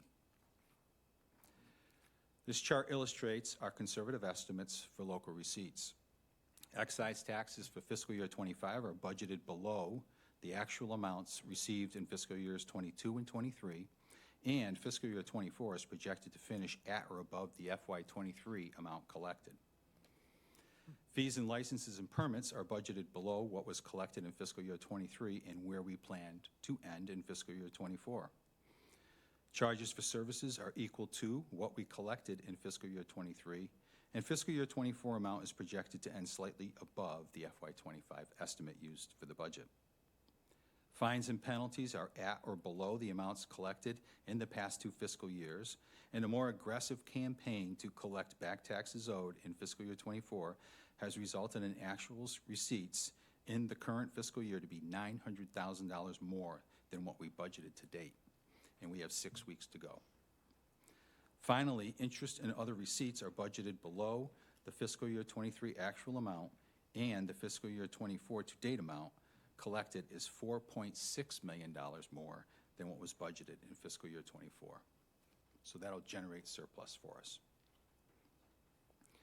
The town's general fund and enterprise fund reserves were last certified on July 1, 2023, and totaled over $72 million.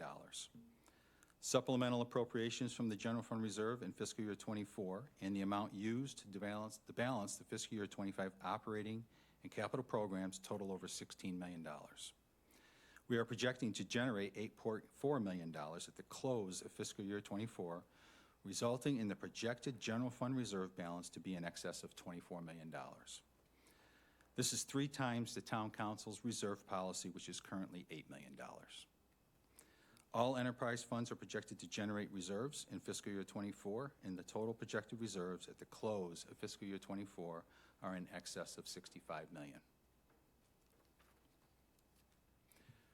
The town has several other reserves listed here that supplement its capital program, provide utility rate increase mitigation, augment funding for operations, and accumulate assets to address employee benefit obligations.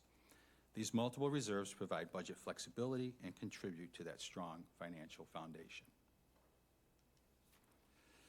These next 2 slides categorize enhancements incorporated into the fiscal year 25 proposed school department budget. I won't read every single one of these budgets, but basically 4 main categories. Enhancements are made in these 4 key areas, including mandated services and core instruction, strategic initiatives, enhancements to school operations, and addressing contractual obligations. Next, in the category of public safety, the budget includes additional investments for more sworn officers, partially paid for with a COPS hiring grant we were awarded this fiscal year. The final year of a 3-year commitment for a complete hardware technology refresh at the Barnstable Police Department, new tasers for all sworn officers that incorporate the latest and safest technology, a body cam program for the entire workforce, the continued funding for the replacement of vehicles, and an additional $125,000 for officer training, which should provide for additional training opportunities beyond the required minimum. The proposed budget also includes a new position in the town clerk's office that will assist with elections and managing the ever-increasing Freedom of Information Act requests the town receives. Also included in the budget is the continued annual funding for the cost of hosting our Munis enterprise resource system on the internet and the annual maintenance cost associated with a new backup appliance to improve the security of our network servers against cyber attacks. If you recall, you recently appropriated funding to fund these initiatives, and we've put that into the base budget going forward. The budget also moves the funding for a transportation program at the Adult Community Center from a grant to ensure its continued existence, as well as additional funding for our summer leisure program that hundreds of our community's children participate in each summer. We are also providing $30,000 in funding for contractual translation services, and this model is replacing a position for which we have been unable to hire, saving the town money. We are also adding a new marina supervisor position, which is mainly paid for by the Marina Enterprise Fund, and 4 additional positions for the continued implementation of the Comprehensive Wastewater Management Plan. The town's general fund capital investment is proposed to increase by $1.1 million to $16.2 million, which will allow us to continue with the general fund capital program that includes public road improvements and $16 million in new borrowing authorizations for the next 5 years for municipal and school facility enhancements and other improvements. About $1.5 million is repeated for vehicle and equipment replacements, mechanicals, and technology. The total increase in general fund operations budgets, excluding other requirements, is $9.3 million, or 7.2%. The largest dollar increases are for our largest departments, naturally, including the schools and police. These 2 departments also have some of the largest percentage increases, as the budgets include the previous mentioned enhancements. The Public Works Department has one of the smallest percentage increases, as we have budgeted $300,000 in vacancy savings due to the high number of current vacancies in that department. This is a budget practice we incorporated in fiscal year 24. For the last several years, we have consistently realized these vacancy savings, so we're taking advantage of that opportunity. This pie chart illustrates that over 90% of the operations budget dollars, excluding other requirements, are concentrated in the 4 departments, which include schools, police, public works, and administrative services. The other requirements section of the proposed budget is just under $74 million and is increasing $6.6 million. More details on this area of the budget begin on page 371 of your budget document. Employee benefits make up a majority of the increased cost in this area. The budget for active employee health insurance includes funding to increase the town's contribution from 50% to 70%. The health insurance contribution for retirees remains the same at 50%. The total increase in the cost of active employee health insurance is over $3.4 million and includes funding for an 8% rate hike in premiums, moving from 50% to 70% for town contribution, and migration. More employees are expected to join the plan, and other employees may elect more expensive plans. Other increases in employee benefits include an increase in the town's retirement assessment, an increase in the retired teachers' health insurance assessment, and retirees' health insurance costs due to rate and participation increases. Capital program investments and school assessments are the next largest increase. And page 354 of your budget document provides more line item detail on this budget. These pie charts illustrate the distribution of costs in this area of the budget and how it has changed with the proposed fiscal year 25 budget. Essentially, employee benefits has become a larger piece of the pie and is approaching 50% of the total cost in this area of the budget. Here are the direct operating costs for each enterprise fund, showing the dollar change and the percentage change over the approved fiscal year 24 budgets. These costs do not include the indirect cost for which each enterprise fund reimburses the general fund for, and totals over $3.7 million for all 9 enterprise funds. The largest increase is in the Water Pollution Control Fund. That includes the funding for the Comprehensive Wastewater Management Plan, which has new positions and new loan payments incorporated into the proposed budget. Here's the projected tax levy for fiscal year 25. Again, it's founded within the limitations of Proposition 2.5, and includes an estimate for new tax growth of $1 million, and incorporates the 2 voter-approved exclusions, one for our share of the Cape Cod Commission's assessment, and the other for our share of the Regional Technical High School debt service to construct their new facility. The projected tax levy is $5.2 million more than the fiscal year 24 levy, for a 3.6% increase. Finally, assuming a 5% growth in the town's overall assessed values for fiscal year 25 and a continuation of a 25% residential exemption, the projected tax rates for fiscal year 25 are less than the FY 24 rates. The median tax bill impact is about $6.80 per month for a residential property qualifying for the residential exemption, and about $10.66 a month for a commercial property. This excludes fire district taxes, as each district approves their own tax levy, and whether or not to invoke a split tax rate or a residential exemption at their respective district levels. The Town Council has no authorities over these decisions. That concludes my presentation, and one final note that I'd like to mention this evening is we had our ratings call with Standard & Poor last week. We're about to issue a $33 million general obligation bond next week for multiple capital projects, and we were awarded a AAA rating once again. Very positive outlook, a stable outlook for the town of Barnstable, and that's good news for us. So with that, thank you, and we'll provide you, of course, more details beginning on June 6th with the public hearings. I'll be happy to answer any questions. Congratulations on the rating. Thank you. Yeah, well done. Okay. Any immediate questions, or can they be used for next hearing, or you want to go now? Okay. Council Lucky.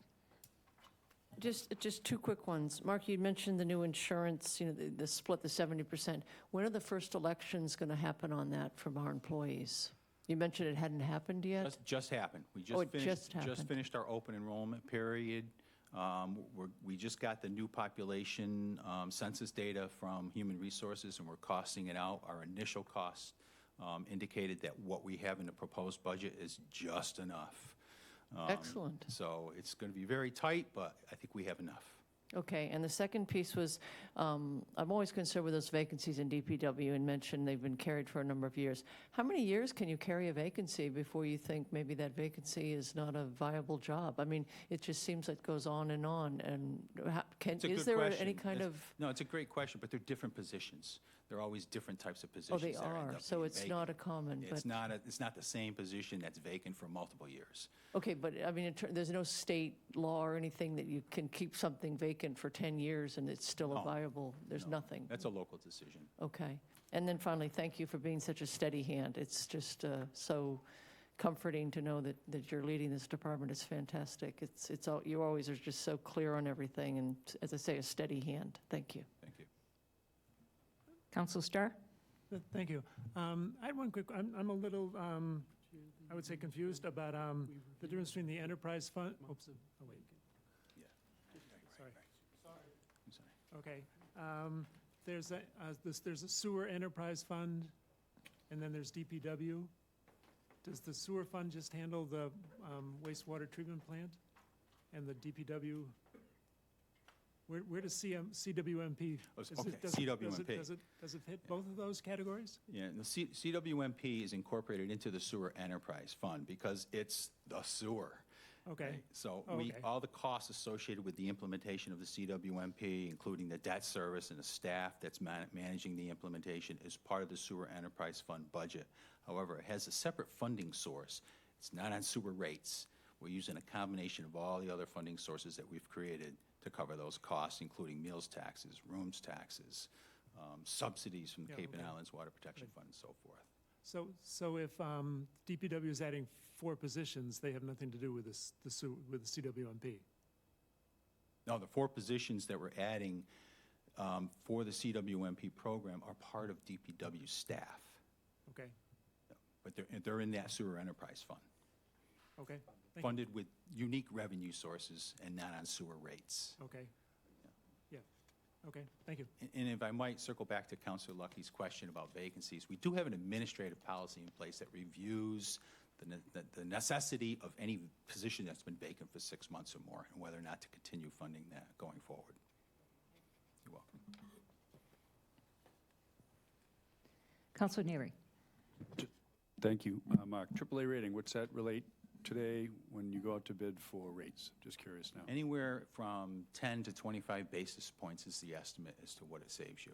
So, 0.10, 0.1% to 0.25%. So, yeah. Yeah, so we could, instead of a 4.25% 20-year bond, we might get it at 4%. And I think we're going to be probably just north of 4 with the way the current market is these days. Everybody else good? Oh, Councilor Schnapp. Thank you, Mark. I'm looking at the general. Is your mic on? I'm looking at the Thank you. general and enterprise fund reserves. And the very first line is general fund. And we have a certified reserve on 7/1/2023 of 32 million, and we have a projected balance on 7/1/2024 of 24 million. And, there's activity in between that reflects not only the fiscal year we're completing, but I guess your projected use of reserves in the next fiscal year. Right. Is that how you get to that? And yet the balance isn't this year, it's in 24, so. Yeah, that's the balance that we project will be certified as of July 1, 2024. And so we'll have $24 million to use for our 26 operating and capital budgets. Okay.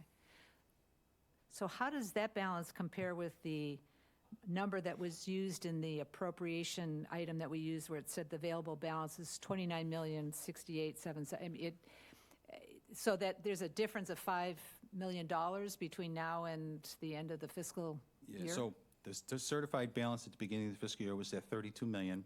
We used over $3 million to date in appropriations for supplemental appropriations Okay. fiscal year 24. That's why it's currently at 29 million. Okay. And so now, and then we're going to use 6.2 million to balance the operating budget for 25. Plus we just finished the capital program, which used about $4 million more. And so those are all factored into these numbers here. Okay. The trend looks like it's going down. So it's curious to we're being very aggressive with our capital funding, which is good. And so I think this would be an interesting thing to see over time. I mean, just looking at this snapshot, it's hard to know what the trend has been. But That's a good point. But we have record high reserves right now. We don't want to be in the business of just generating reserves for the sake of generating reserves. Right. So we're trying to be more aggressive with our capital program. We're trying to maintain services. A lot of the money that's being used to fund the fiscal year 25 operating budget includes funding for the school department from those reserves to continue several grant positions that were previously funded under emergency school aid that we received for COVID. And they want to keep those positions in place, so we're going to use some of the reserves to continue with those services. And with the increase in health insurance, we're using some of those reserves to help offset the increased cost for health insurance so as it won't impact the rest of the operating budget. If we were to not use the reserves, we'd have to cut the operating budget someplace, but we're in a strong reserve position so we can maintain our services and do these enhancements. okay. Thank you. You're welcome. Councilor Tamish. Does the school department have an independent reserve account, or is that just rolled into the general fund? It's part of the general fund reserve, Counselor.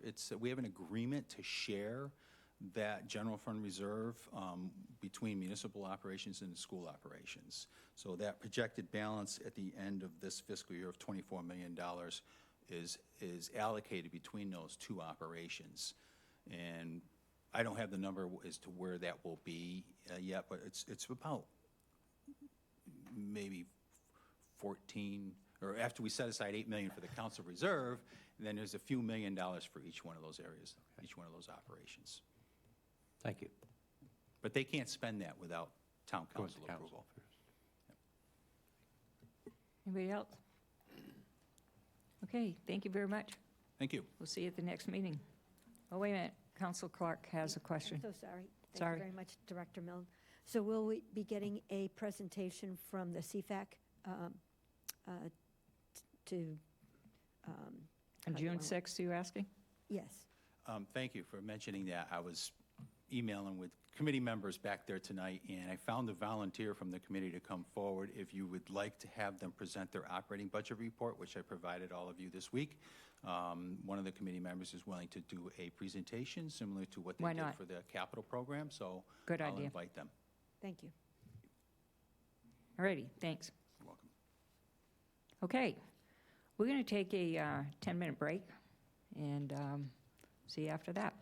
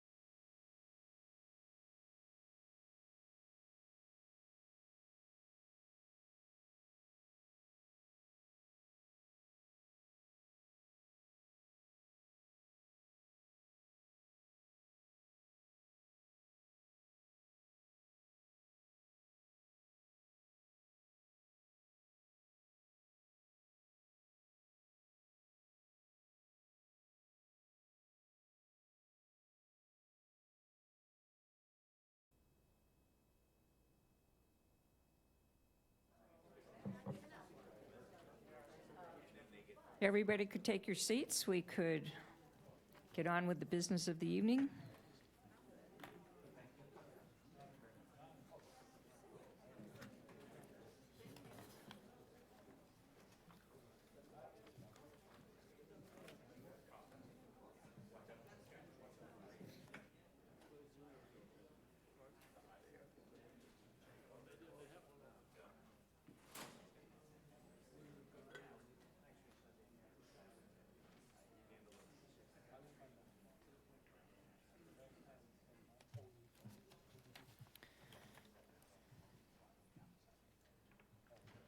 All right. Waiting for Councilor Clark. I think we're going to start. Okay, so just before we get to the consent agenda, we have a new direction to take here that's called the Rule of Necessity.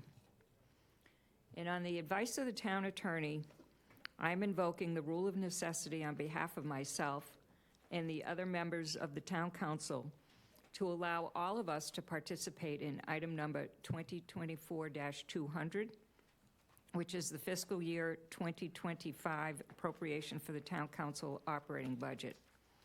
Under the town charter, the town council is required to adopt the budget, and it is the only town body that is authorized to do so.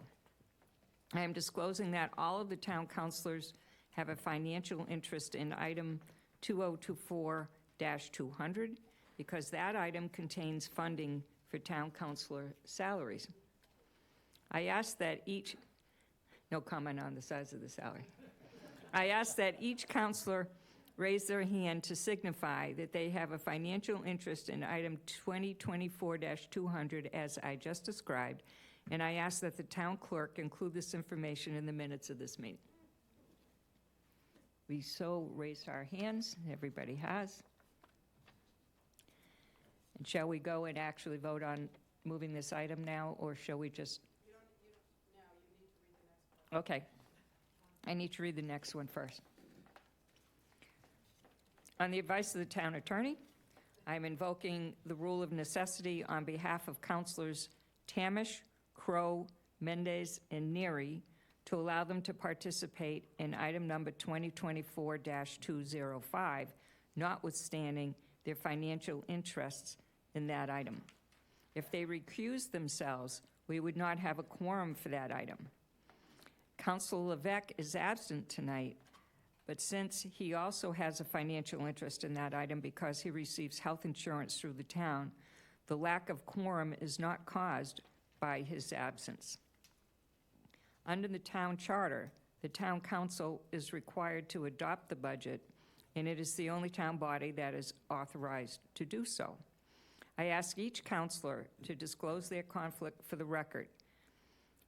So councilors Crow, Mendez, and Neary should each say they receive. They need to say it. Yeah, I'm just telling them. Oh, they know to say it? Okay. I, Paul Neary, participate in the health program for the town of Barnstable. I, John Crow, participate in the healthcare in the town of Barnstable. I, Jeffrey Mendes, participate in the healthcare for the town of Barnstable. I, Craig Tamish, as a retiree, participate in the healthcare for the town of Barnstable. I ask that I actually participate in the. You do? As a retirement from the teachers. But you get yours through the state, though, right? Aren't you in the GIC? That's right, yeah. That's right. Yeah. No, you're good. Okay. Not through the town directly, that other one, the big one. Yes. I ask that the town clerk include this information in the minutes of this meeting. All right. So we're going to take item number 2024-200. Oh, we can do them now, okay, because we just disclosed. I'm sorry, guys. This is new. What you just did allowed everybody to participate, Notwithstanding that's happening, okay. So now we have a consent agenda proposed vote to refer items 2024-185 through 2024-204. No, 207. through 207 as written, to individual public hearings to be held on each item at Town Council meeting on June 6. I need a So moved. motion and a second. Okay. And that's majority vote, correct? All those in favor? Thank you. Yep. And I am, for the sake of time, because we have a presenter here who lives in Falmouth, going to take something out of order. Item number 2024-222.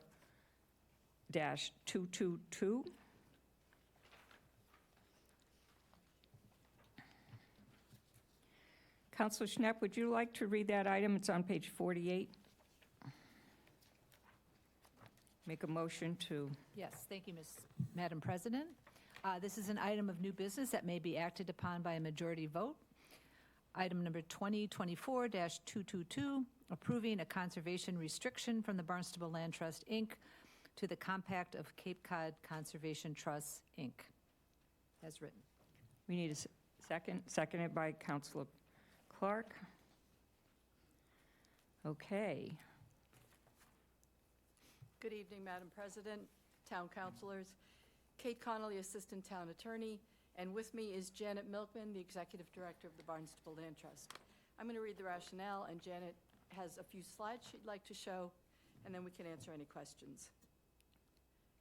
This item would authorize the Town Council to approve a conservation restriction to be granted by the Barnstable Land Trust to the Compact of Cape Cod Conservation Trust over approximately 4.5 acres of land located at 178 Wheeler Road and a portion of 150 Wheeler Road in Marston's Mills. The land is shown as Lot 1 and Lot 2 on a plan of land entitled Plan of Land of 150 and 178 Wheeler Road. You may recall voting on another Wheeler Road property earlier. That was a conservation restriction on a related lot, Lot 3. This land is to be purchased by Barnstable Land Trust from the Wheeler Realty Trust with a closing scheduled in June of 2024, so coming up quickly. The fee interest in Lot 1 will be acquired utilizing in part assistance with the Executive Office of Energy and Environmental Affairs Conservation Partnership Grant Program, which requires, pursuant to Section 2A of Chapter 286 of the Acts of 2014 and Section 2A of Chapter 102 of the Acts of 2021, the conveyance of this conservation restriction. BLT has also included Lot 2 in the conservation restriction for the purposes of preserving the property in perpetuity, predominantly in its natural, scenic, and open condition. A special use area on Lot 2 is reserved for residential use with the intention of using the existing dwelling for staff and other housing. The town seeks this authorization to approve the CR to be granted by the Barnstable Land Trust to the Compact of Cape Cod Conservation Trusts, as noted, to meet the requirements of the EEA Conservation Partnership Grant Program and to meet BLT's purpose of preserving the property in perpetuity, predominantly in natural, scenic, and open condition. This item would provide the Town Council's approval of the CR as required under Chapter 184, Section 32, and would authorize the Town Council President on behalf of the Council to execute a certificate which would be part of the CR to evidence the Town Council's vote of approval. Separately, the conservation restriction will require the approval of the Secretary of Energy and Environmental Affairs, and the Barnstable Land Trust is working with the Secretary's staff on finalizing the CR. And I might also note that the Open Space Committee and the Conservation Commission voted to recommend approval of this conservation restriction. Thank you. Janet? Thank you, Kate, and good evening. Please talk into the mic. Just a reminder, you did see this, but it was probably 8 or 9 months ago. So this is a property, a total of 10 acres. You're voting on the second CR. You already approved the first CR, the second piece of it, the second half of it. The whole 10 acres is on Middle Pond in Marston's Mills. And if you go to the next slide, you can see how the property is divided. And the piece that you already dealt with last time was Lot 3. The piece that You're asked to approve the conservation restriction on our lots 1 and 2. This is an incredible property. If you go to the next slide, the last undeveloped property on Middle Pond. It's the spawning grounds there for the herring that come up through the Marston's Mills River. Also home to an endangered species and just a beautiful, mostly undeveloped woodlot. Adjacent to Fuller Farm, and if you go to the last slide, this is a 22-acre farm that Barnstable Land Trust owns and will be the locus of the trail that will allow access, public access, to the Wheeler property. And you can see sort of on the right-hand side, the mode trail parking will be at Fuller Farm and access to the Wheeler property from Fuller Farm. So that's all I'll say tonight, save a little time, but just ask for your support for this conservation restriction. Thank you. Any questions, comments? No? All righty. I'll just say we're lucky to have this partnership with Barnstable Land Trust and preserve that property. Yes, it's a wonderful idea. So, having no discussions or questions, we'll take a vote. And this is just by majority vote. So all in favor of approving conservation restriction? Nobody opposed? It's unanimous. All that work, it paid off. Thank you very much. All that paper, yeah. Thank you.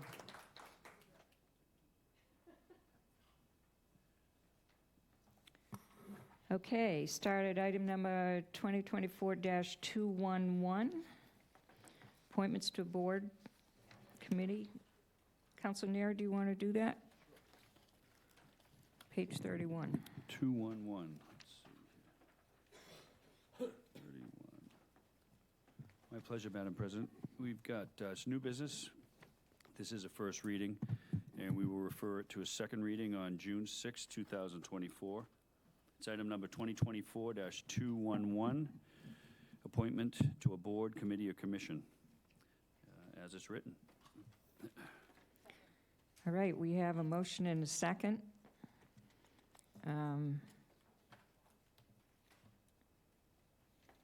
We need a rationale. I think we should just vote to move it to a second hearing, right? Can I ask a question first? Sure, you can. Is the Youth Commission going to meet again before the end of the year? I mean, so is this really, she's going to be on next year? 25.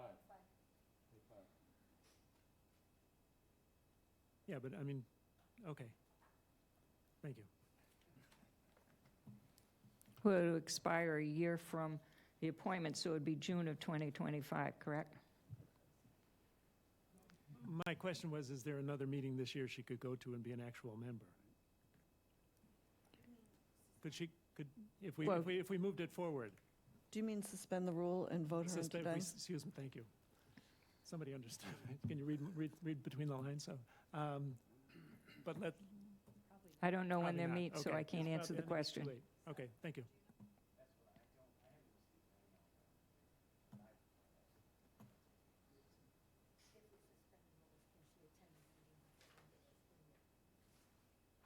Well, our meeting is before the end of the school year, our second reading, so she would be appointed before the end of the school year. It's June 6th. But I think what he's saying is if we voted her today, if there's a meeting before even 6/6, she could go. Because it's 5/16, there might be a meeting between 5/16 and 6/6 that she might be able to attend. Well, I would entertain a motion to suspend the rules. Suspend the rules and move this tonight. Okay, motion and a second to suspend the rules. So first we have to vote on suspending the rule.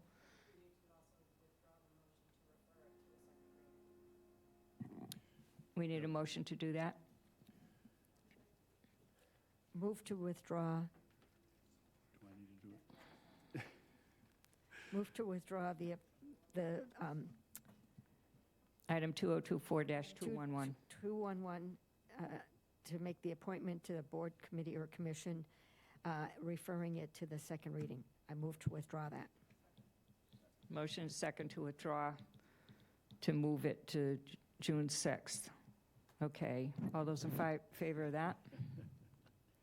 All right, that's unanimous.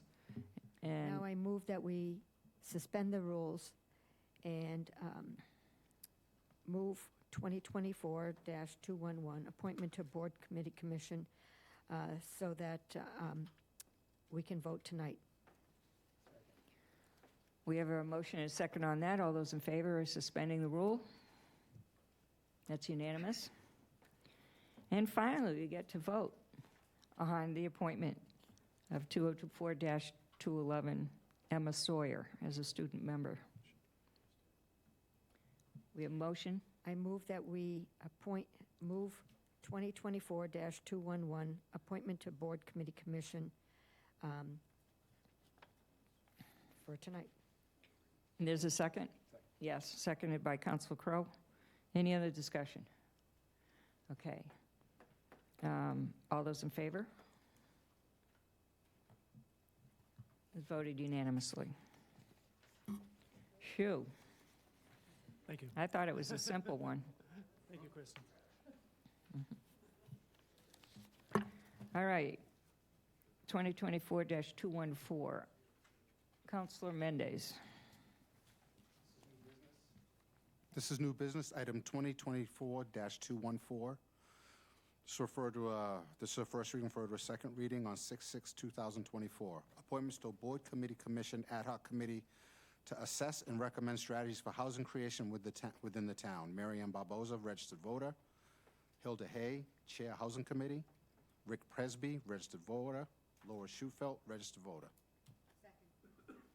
So there's a motion and a second. All those in favor of moving this for second reading? Aye. That's unanimous. Anybody opposed? Great.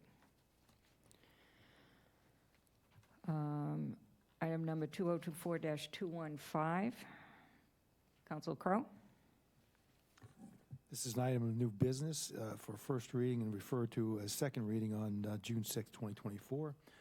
Appointments to a Board, Committee, Commission, Ad Hoc Committee to review and assess zoning and review of the town's use of regulatory agreements as written. Motion and a second. All those in favor, say aye. It's unanimous. Thank you. Item number 2024-216. Councilor Tamish. Okay, this is new business, may be acted upon by a majority vote. Item number 2024-216, authorization to contract for and expend a fiscal year 2024 grant in the amount of $7,500 from the Massachusetts Department of Environmental Protection for the purchase of one light-duty electric pickup truck as written.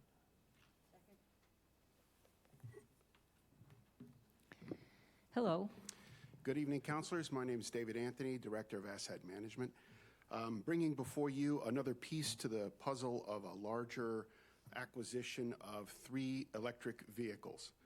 You have previously approved grants that we have received for portions of these vehicles, and this grant and the one that is coming next are very similar. They're from the Electric Vehicle Incentive Program through the state. This is the final $7,500 towards one, but it is $7,500 towards a light-duty pickup, and you will have another item on your agenda later to come up with some supplemental. The bottom line in all of this is that out of a cost of about $120,000 to $130,000 for 3 vehicles, we're essentially going to have to pay about $13,000 total. So we've been able to leverage 90% of the cost of these 3 electric vehicles acquisition through grants, through the work of Sean Hogan, our environmental and sustainability manager. I like to keep him fresh so that he can keep getting us new grants. So I'm here to present tonight. We kind of miss him, but we love you too. Are there any questions, comments for Mr. Anthony? Councilor Lucky. Yeah, I was just curious, what does a light-duty truck do? A light-duty truck is a very small entry-level pickup truck. It is essentially, it drives a couple of people around. You can put some lightweight stuff in the back. It's not quite the same as, say, for example, a six-cylinder Tacoma that you could attach a trailer to and kind of use as a utility vehicle. This is going to be an electric charge vehicle that will support some of the initiatives in planning and development moving forward, and it just gives the capability of being able to carry materials and tools as opposed to your typical electric vehicle sedan that is more for just passenger use.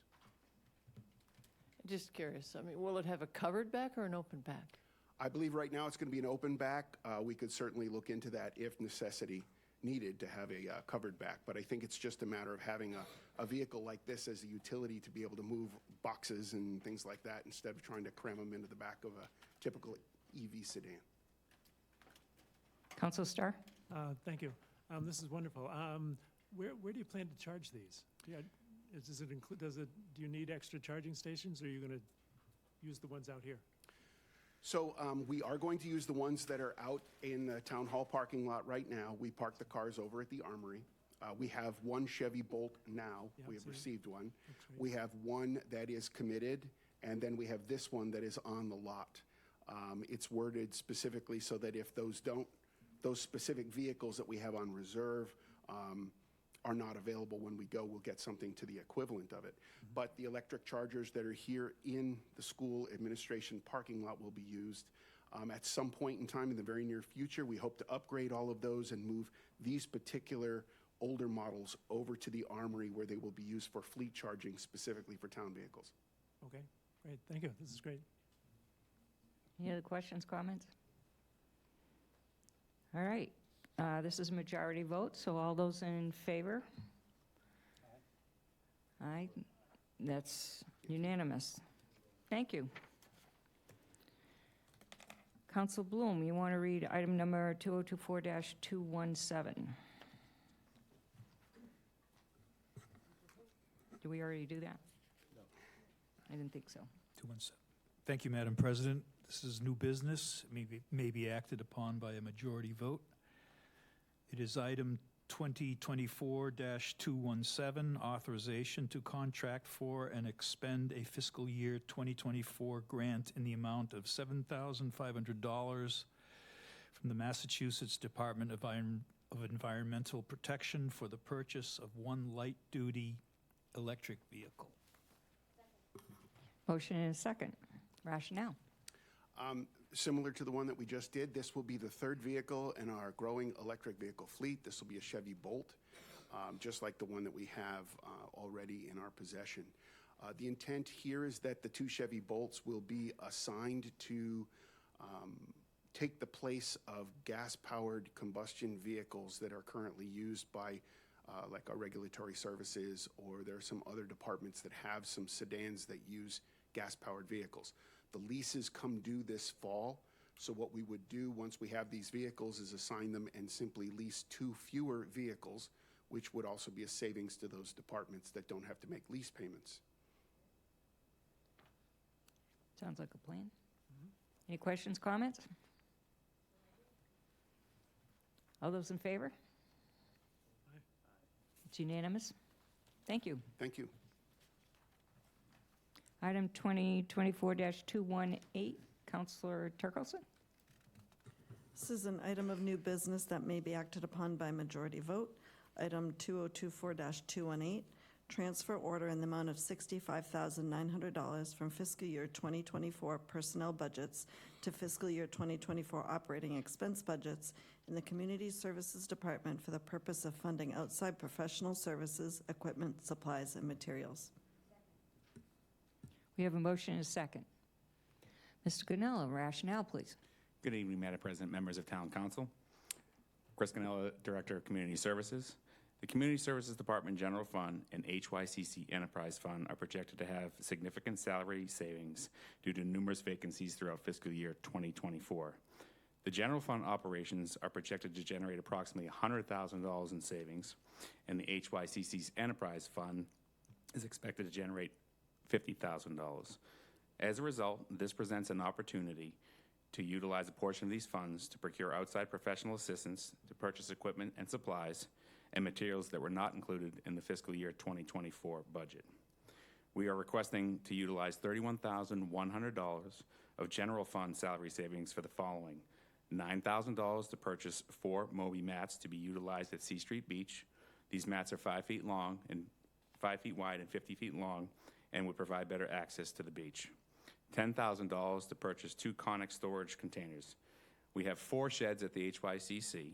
These 2 ones would be the start of replacing those sheds that store a lot of the equipment and supplies that need for recreation in HYCC. The sheds that we're trying to remove now are over 20 years old. We're also looking to purchase a replacement copier. It's over 10 years old at the HYCC, used for recreation, for programs, and for administrative.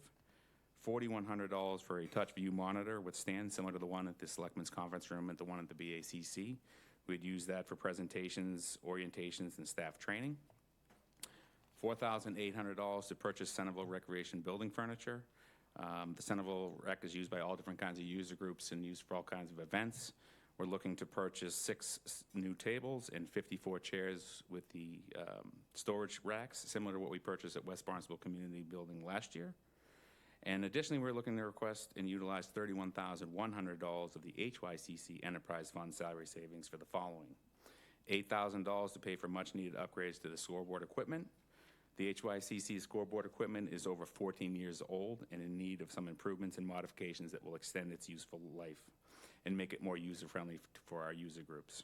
Specifically, we would like to purchase 4 new panels to operate the scoreboards, which provide upgraded Wi-Fi Blue technology, which transmits signals better throughout the HYCC.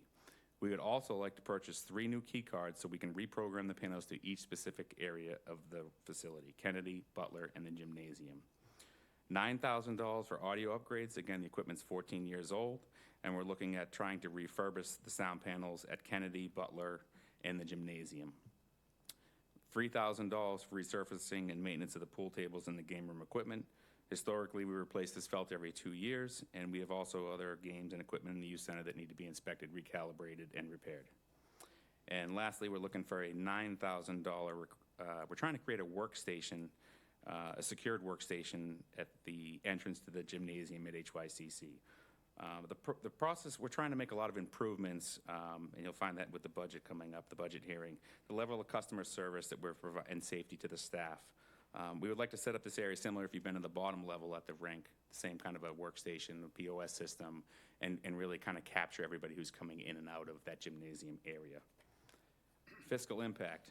By approving this transfer request, Community Services can utilize FY24 vacancy savings to improve our operations immediately and reduce future budget requests.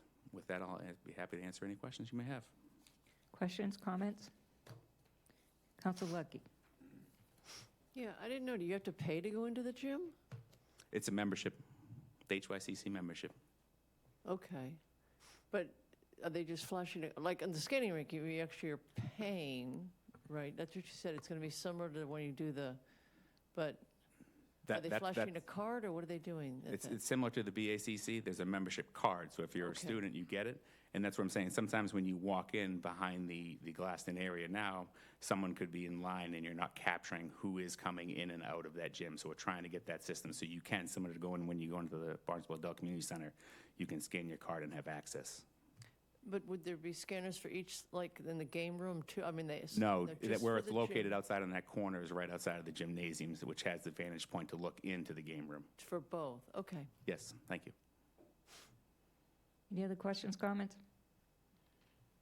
All right. This is a majority vote. All those in favor? It's unanimous. Thank you. Thank you. Good luck. 2024-219, Council Ledec. This is an item of new business. It may be acted upon by a majority vote. Item 2024-219, authorizing the acquisition of an easement for sewer purposes at 1481 Iyannough Road in Hyannis. Good evening, councilors. Tom LaRosa, First Assistant Town Attorney. This item would authorize the acquisition of an easement for sewer purposes from the owner at 1481 Iyannough Road in Hyannis. The easement would be acquired at no cost to the town. For frame of reference, 1481 Iyannough Road is where the Mary Lou's Coffee is located. The existing septic system on the property is failing, and the property owner is has approached the town about the possibility of extending the municipal sewer system to service that property. That sewer is planned as part of Phase 1 of the CWMP, but it wouldn't happen on a timeline that would work for the property owner. So the property owner and the town have worked out an agreement where the property owner at the property owner's expense, no cost to the town, would extend municipal sewer system from a point on the other side of Iyannough Road at Old Strawberry Hill Road, utilizing the pump station that was similarly constructed by Cape Cod 5 a few years ago at no cost to the town. The sewer would be extended underneath Iyannough Road by directional drilling, so the roadway wouldn't happen to be opened up. And on the Mary Lou's property, the property owner would install a sewer system, municipal sewer, designed, approved by our DPW, and in which the property owner would then connect his property to the system. The municipal sewer, after it's constructed and accepted by the town, would become the property of the town, and that is the need for the easement on the property. It's a 20-foot wide easement that would be along the edge of Iyannough Road. So the entire extension from the pump station to this property would be at no cost to the town, and from that easement area, the town would be able to further extend sewer to the other properties along Iyannough Road when we're ready. That is, if the council approves this item, we would plan to execute an agreement shortly with the property owners so that they could move forward with the work. Thank you for that. Questions? Councilor Tamish. It certainly sounds like a win-win for the town and the property owner. Mary Lou's, I'm sure, has quite a bit of effluent that currently goes into a Title V or whatever it is there, and probably into shallow ponds. So, I think environmentally, everyone would like to see the property on sewer rather than a new septic system. Absolutely. Any other comments, questions? Councilor Ludwig. Yeah, I just have a question.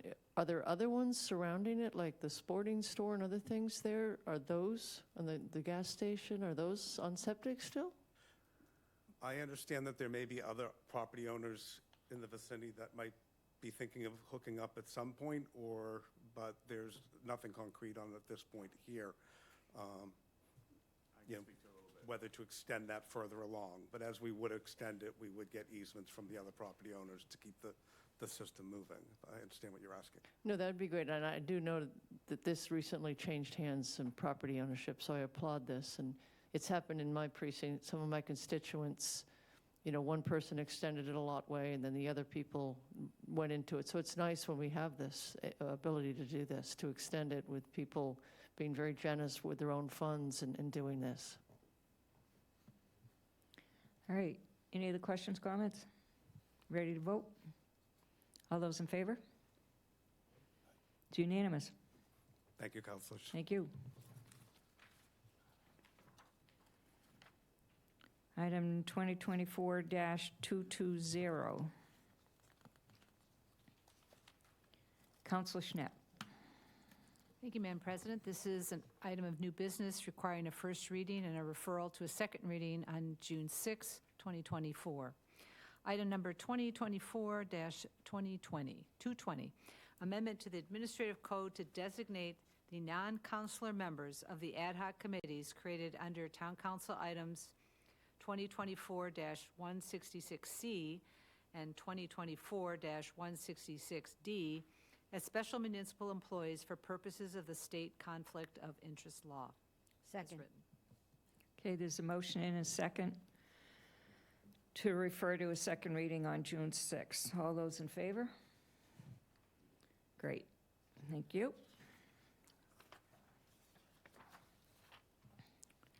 Item 2024-221. Council Starr? Thank you. This is new business may be acted upon by a majority vote. Number 2024-221, resolve approving the Beano application of the Cotuit Nursery School Incorporated, as written. Second. We have a motion and a second. Give a rationale. Good evening, councilors. Karen Nober, Town Attorney. Cotuit Nursery School has submitted the attached application for approval by the council to operate a one-day Beano or bingo game on July 18th. And under state law, before they may be granted a license by the State Lottery Commission, they have to obtain approval of the application from the Town Council. So that's what's before you tonight. Any questions, comments? Council Lucky? Could this be something that the local comprehensive planning committee could do to generate some more folks coming to theirs? No, I'm serious. Is this I mean, it seems like a fun way to get people more engaged. Well, the law applies to certain types of organizations, so I would have to see if they would actually fall within that. I suspect they would not, but we could check. Okay, all those in favor? It's unanimous. Thank you. Thank you. And we already did this one.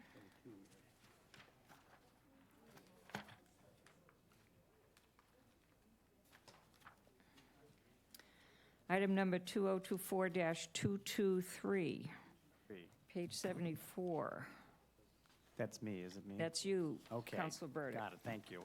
This is an item of new business and may be acted upon by majority vote. Item 2024-223, transfer order in the amount of 223.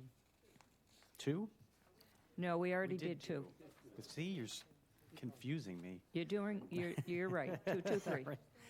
Transfer order in the amount of $13,500 from fiscal year 2024 Planning and Development Department operating expense budget to fiscal year 2024 Planning and Development Department operating capital budget for the purpose of funding the acquisition of a new electric vehicle.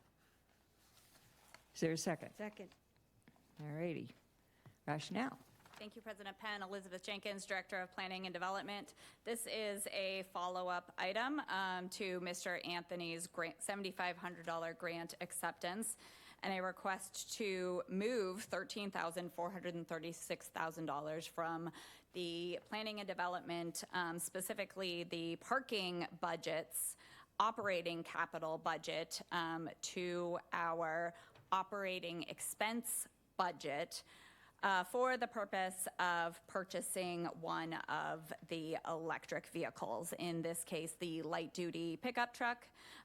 This $13,000, which again is within our existing budget, will leverage the initial $29,000 grant as well as tonight's $7,500 grant, and will replace one of our Camry leases that we currently pay $425 a month with a vehicle that we own, and this will be used by our parking management division, as well as the remainder of planning and development staff, specifically in support of the 3-year grant that we are currently administering to plant 2,400 trees in the environmental justice areas in downtown Hyannis. Will certainly be nice to have an extra vehicle. I shouldn't say an extra vehicle, a vehicle more equipped to be able to support staff who are implementing that project. Thank you.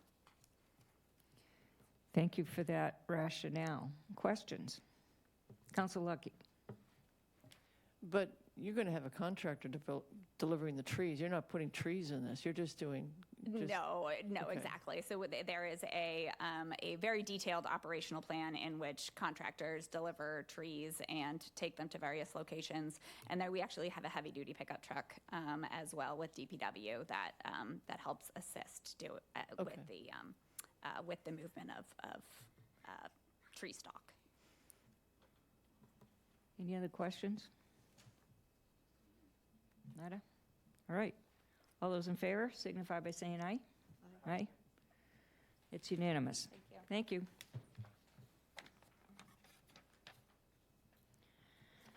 Item number 2024-225. Council Neary. My pleasure. This is new business, and it may be voted upon with a majority vote. It's item number 2024-225. It's a resolve approving a letter requesting that the Cape Cod Commission undertake a regional transportation study. As Second. written. Okay, so letter and a second.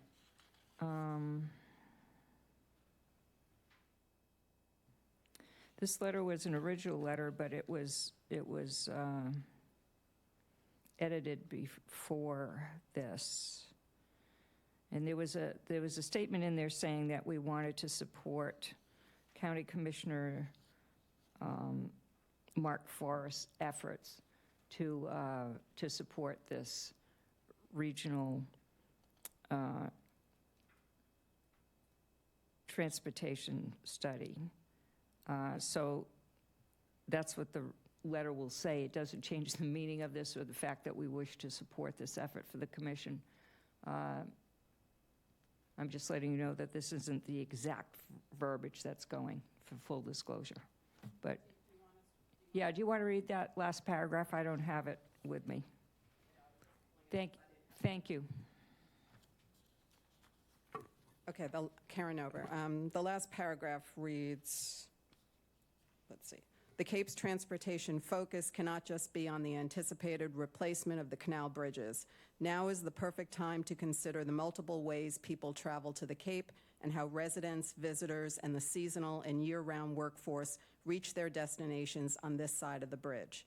Barnstable joins with the efforts of County Commissioner Mark Forrest and appeals to the Cape Cod Commission to undertake a regional transportation study in a timely manner. We offer our cooperation and assistance in this effort. Thank you. Any questions? Councilor Schnapp. Thank you, Madam President. Is there any more background information on our desire to support this? Such as?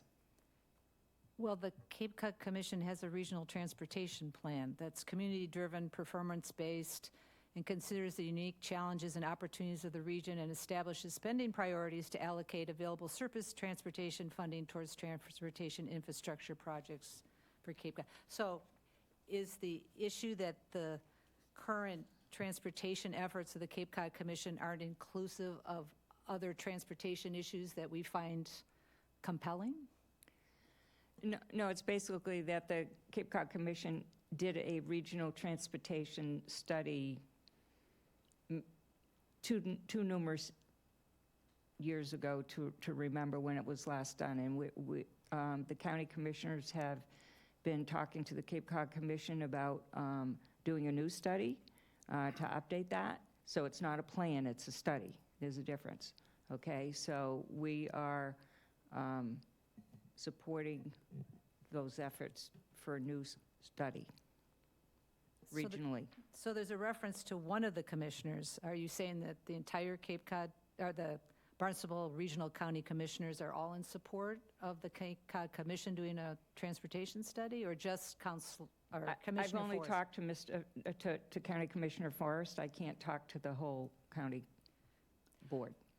If you want me to wait and see if they're all in favor, I'm happy to do that. Well, actually, a lot of times we have Christie come and present before the council, and I would really like to know what is already being done at the Cape Cod Commission on transportation issues.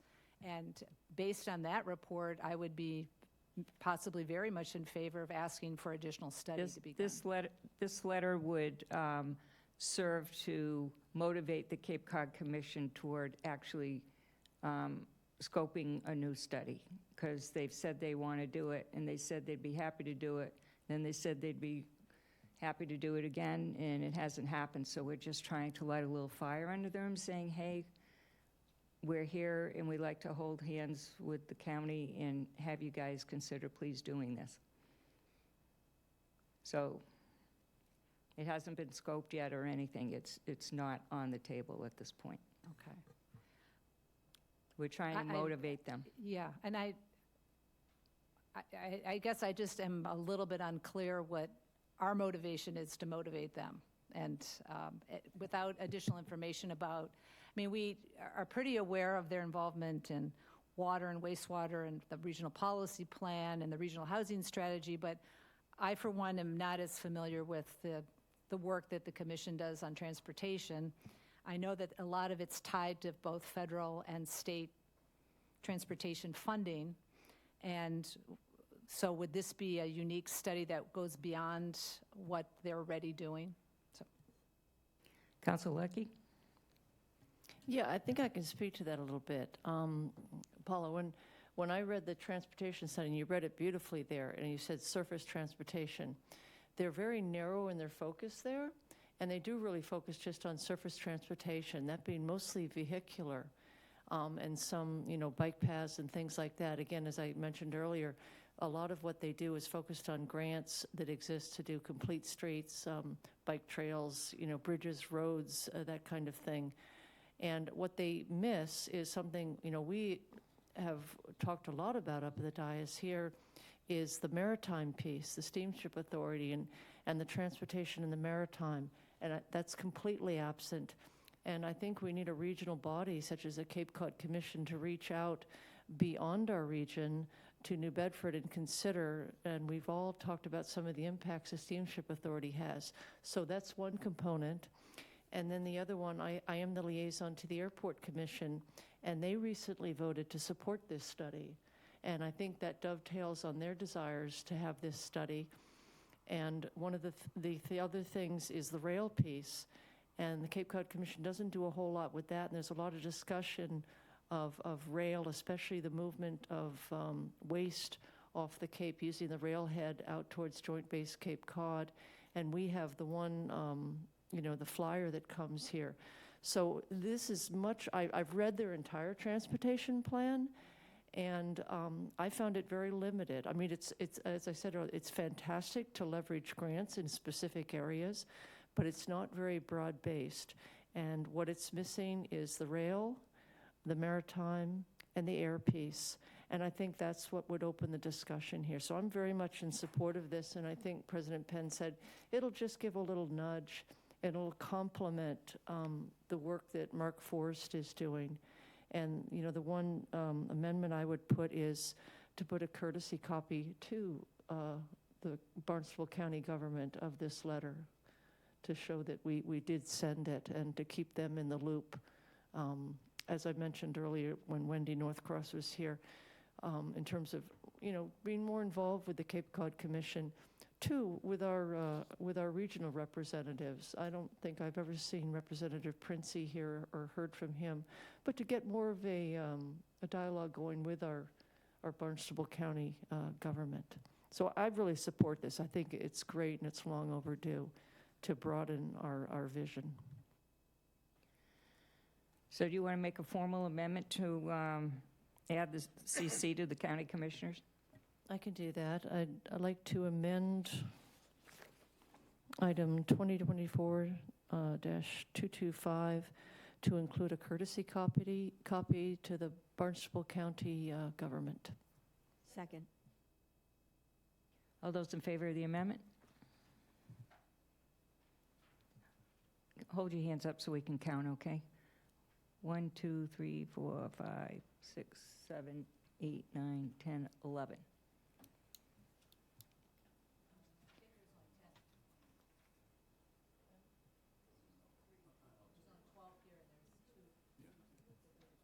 Oh, okay. Did you get who voted no? Yeah, it did pass. Okay. So the amendment passed, and then we have to vote on the item, do we not? Yeah. We're still in discussion, Yeah. okay. If I may, Madam President? Councilor Neary. I guess I'm not really a fan of, lack of a better word, letter bombs. Has anybody spoken with the executive director on our council, or has anybody spoken with the director? I'm going to assume that's a no. So, my thoughts are, I believe... Well, to correct the record, I spoke to Christy several months ago, okay? 6 months ago. Regarding- Okay, just very cursory, hey, I understand you guys are going to do a transportation study, what's happening with that? And I did not get a specific answer that indicated that it was something that was happening, I'm just, or in the pipeline even.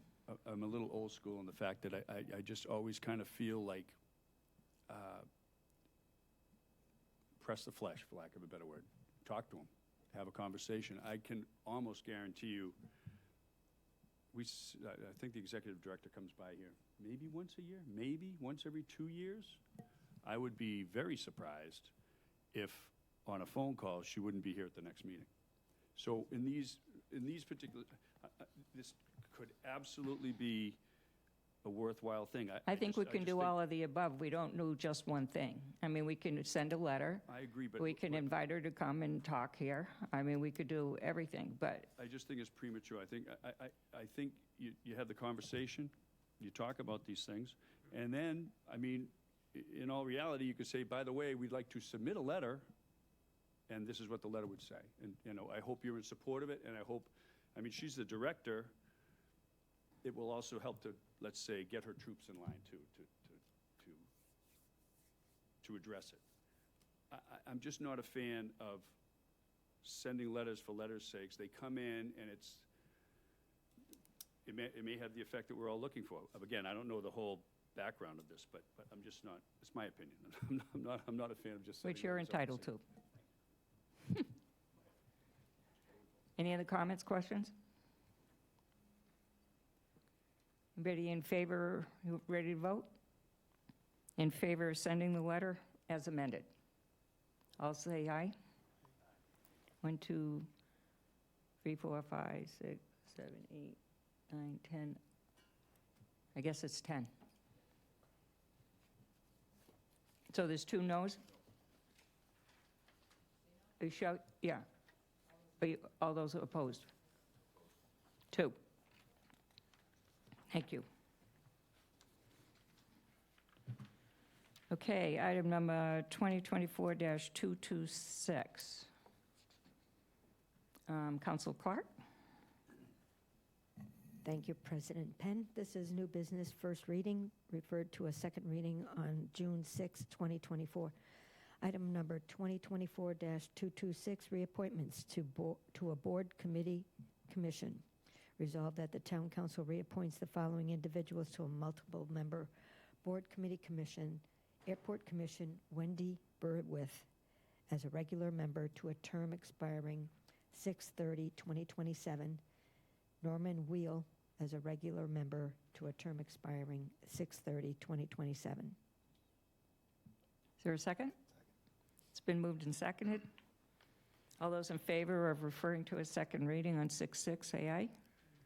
That's unanimous. Thank you. Next item, 2024-227. Council Mendez. Thank you, President Penn. This is new business. May be acted upon, majority vote. This is item number 2024-227. Declaration of common usage of the private ways of School Street and Old Mill Road. Motion is second. Rationale? Thank you, President Penn. Karen Nober, Town Attorney. Chapter 339 of the Acts of 2014 authorizes the Town of Barnstable to make expenditures to maintain and improve one or more private ways within the town to ensure the safety of the general public upon a vote by the Town Council declaring such roads to be private ways of common usage by the general public and upon an appropriation therefore. Common usage is defined in the special act as a road or any portion thereof that has been commonly used by the general public for a period of at least 20 consecutive years for travel directly from one public road or area to another public road or area.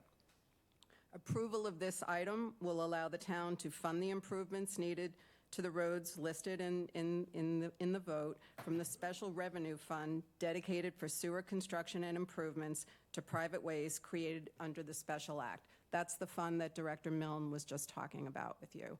And at your April 25th meeting, you approved the appropriation.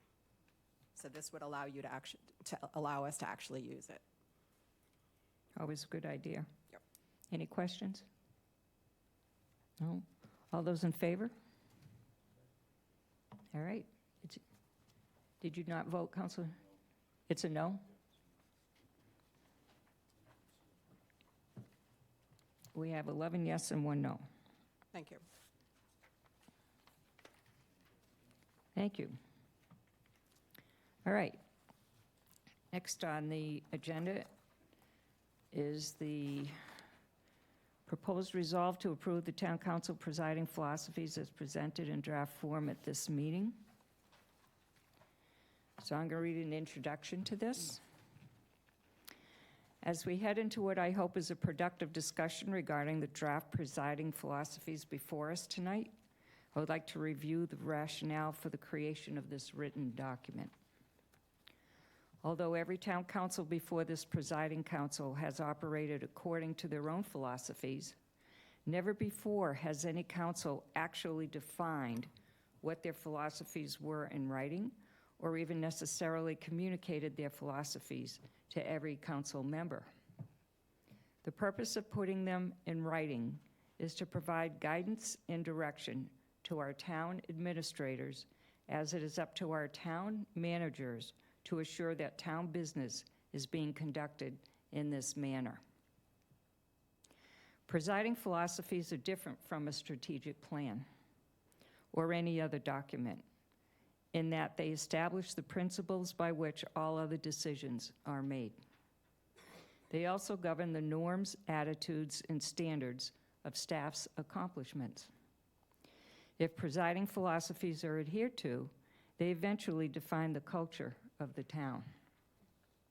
In this case, these philosophies are written to assure balance and equity exists throughout. Those are nice words, but what is meant is that all taxpayers and visitors, regardless of vocation or economic status, are treated equally and are represented equally. As we all know, it is the council's job to set policy and the administration's job to implement it. In our meetings with the town managers, we learned that a written philosophy would be very welcome. We will discuss this document paragraph by paragraph, but before we begin, I'd like to ask if the town manager would like to make any comments. And while he's on his way here, I'd like you to know that the town attorney has reviewed this document, has no concerns within anything contained within it.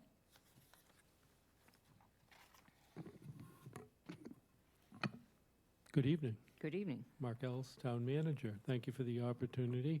I'll begin by saying this outline, as I perceived it when I originally saw it, was brought to me by Town Council leadership, myself, Andy Clyburn, Assistant Town Manager, Vice President Tamish was there as well, and truly viewed this as a outline that the President of the Town Council was communicating to me as Town Manager, that she was very much looking for balance and equity in the way that we engage our public, and to make sure that under no circumstances that one group was weighed more heavily or less than any other group. And I certainly thanked her for the effort in defining that. I think some of what was in the original document was detailed and related to a recent issue that had arisen, but I didn't view it that way. I viewed it as a broad communication from Town Council leadership that staff needed to be balanced in its approach. I think that, you know, I've been your town manager now going into my 9th year. This isn't the first time I've had these types of discussions with town leadership. And I don't expect it'll probably be the last time I have these types of discussions. And that's good, because communication is what this is truly all about. I don't have any problem with the document as it relates to balance and equity. I think this clarifies what your expectation is, and it would certainly be my objective in managing our staff to make sure that we do things in that manner. And I certainly don't want to be in circumstances where we feel as though, whether it's perceived or real, so feel is a bad word, whether it is perceived or real that we don't have balance in our approach. So this clarifies that. And again, I don't have any problem with that clarification. The detail, I will turn over to the president of the council, certainly, and the council as a whole to discuss. I know that there have been modifications from the original version that I think, better refine this into a working document.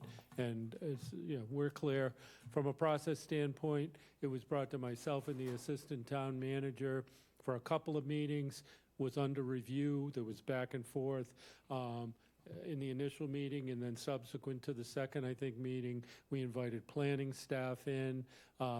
Through that process, we began to engage Attorney Nober. She participated, and most recently, I've engaged Brian Florence, just because some of the nature of this relates back to each of those respective departments. So staff has also provided input. Thank you. Any questions? Thank you.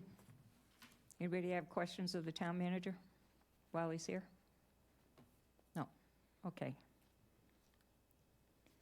Okay, so just so you know who had input in actually writing this, and we've already heard about the back and forths. Planning and Development had a very early version of this, and they actually, the last bullet on the first page and the top part of the second page was basically written by them as feedback to the basic outline that they had received before. The downtown Hyannis part has been modified since you first saw the document, so I want you to notice that. So we'll start at the beginning. The first paragraph. I'm going to read the paragraph and we'll discuss, and if you want to make changes, et cetera, we can do that, and then we'll go on to the second paragraph, okay? Councilor Schnapp, did you have something? Yeah, is the first paragraph the introductory paragraph or the first bullet? No, the introduction. Okay. So it says, Town Council seeks to set policy that is grounded in balance and equity while proactively facilitating the future well-being of our community. The characterizations outlined here are meant to bring clarity to and set the stage for a community that serves everyone in a fair and equitable manner with a focus on quality of life for our citizens and visitors. This document sets a new direction.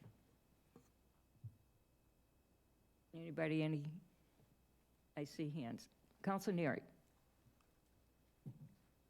Thank you, Madam President. I've been on the council for 6 years, and this, I guess, confuses me.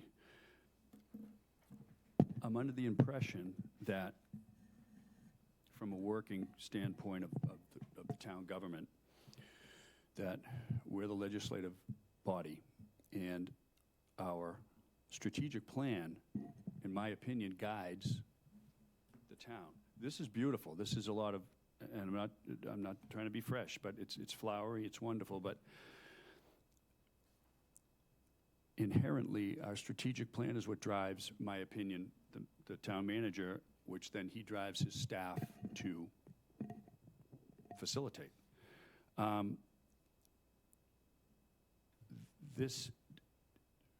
It's not one section of it. Frankly, it's almost the whole section of it, in my opinion, seems to be trying to change or modify or maybe address possibly certain areas of our strategic plan that we're not happy with.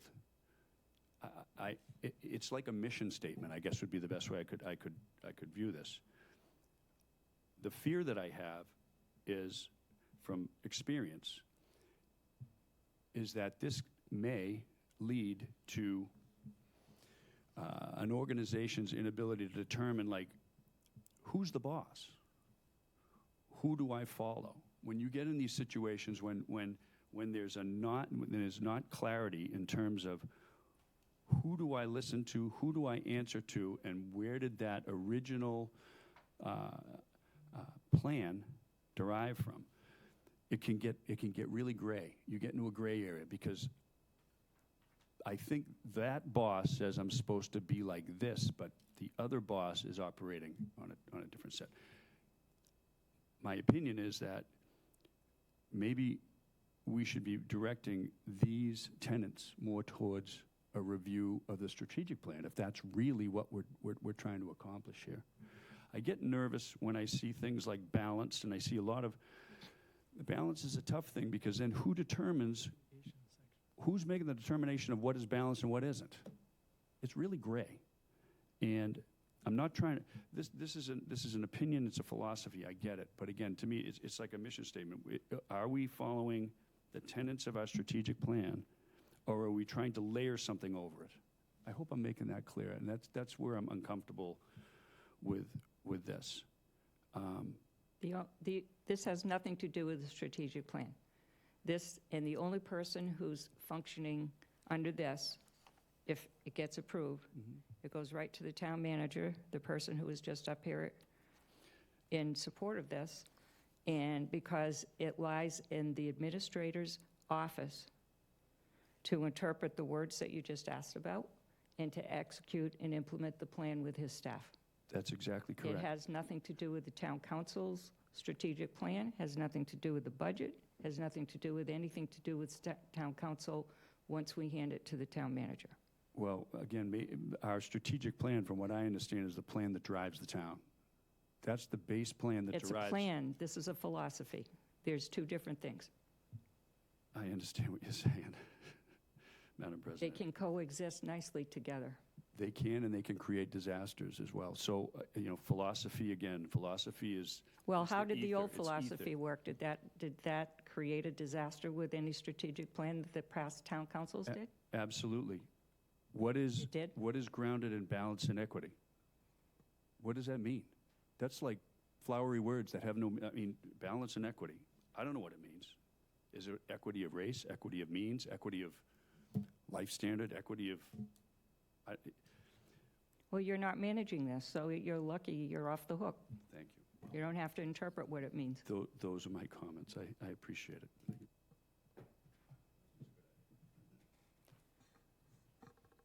Anybody have anything else on the intro? Council Knapp. I'm going to take a further step from Councilor Neary's comments and wonder if it really is the business of the council to create a philosophy. And we are all elected. I saw that face, President Penn, I hope which so. did not appear to be very respectful of my comment. I'm listening. Thank you. Since you're the primary author of this presiding philosophy, it has not been a group effort, and we are now being presented with it tonight, and we are being asked to discuss it in whole and in specific items. We are all elected officials. I believe we bring our own personal philosophy to how we approach this position. And I respect everyone's philosophy on this dais. And I know that some of you have a different philosophy on certain issues than I would. And even to the extent of how I define balance and equity. And I'm fine with that because I think how this comes together and how we debate issues and reach decisions, whether they're consensus or not, is that we're informed by our philosophies and we're brought forward various things, ordinances, items, and at that point, our personal philosophies come to bear. Whether it's deciding about form-based code, whether it's approving a budget item, that's where philosophy comes in for me, because I can't imagine that we, as 13 members, can come up with a collective philosophy that we would then hand over to our town manager. So, again, there's a lot of concepts in here that I probably wouldn't have any issues with, and some I feel already exist in the way that our town operates. The document setting a new direction gives me a little pause, again, being on the council for a number of years, that there's many things here, especially those things contributed by the planning department, that are operating policies. We have certain ways that we consider zoning amendments. We have certain ways that we communicate to the public. Now, there can be some adjustments to that, but to include that in a philosophy, I don't know, that seems to be an operating principle that already exists. So again, my bigger argument is whether this philosophy is something that is necessary, or if it needs to come out in a different manner. So, Councilor Starr, did you have comments? Thank you. I have to agree here with Mr. Neary that this, basically what's here is already in the strategic plan, and there's a communications section, and this maybe rewrites it a little bit, clarifies it a little bit.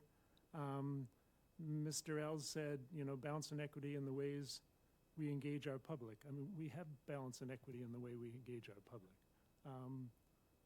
So I don't. I think this is sort of incomplete. I'm not really sure what it's supposed to do. I would rather take a look at the strategic plan. I don't know what anybody else thinks. Speaking to everybody here. This is not for the town council, it's for the town manager. I'm Okay? speaking to the rest of the town council. Thank you. The strategic plan is for the town council, by the town council. This is for the town manager. Does anyone else think this is incomplete?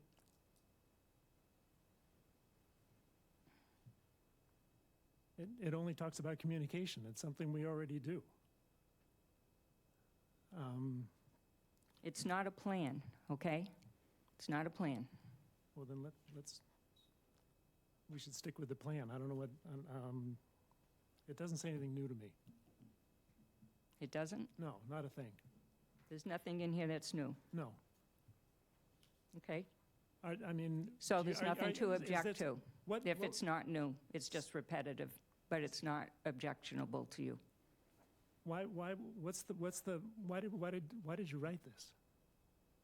Why is it? I wrote this because okay. You didn't, can I ask him, let me quit. So is it a response to the way the form-based code was passed in the town? Has nothing to do with the form-based code. Okay, go ahead. So why did you write it? I wrote this because I asked the town manager one time about an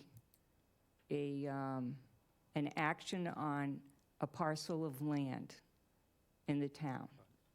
And the town manager answer to me was that would require a change of philosophy. And I asked him at some point thereafter, is the philosophy in writing? Well, he told me what the philosophy was at the time that backed up his answer to me, his response, okay? And he said, no, it's not in writing. So after I was elected president, one of the first meetings that we had together, I asked him a question about, could you explain to me what the town philosophy is on this, and that, okay? Because I didn't know it. And if it's not in writing, what is it? And so Councilor Tamish was there also, and assistant town manager was there. We all had a discussion about what the previous philosophy was, who it came from, and it came from past town council leadership, okay? Yeah. And then we had a discussion on the outcomes of those philosophies and how the departments were operating under those philosophies.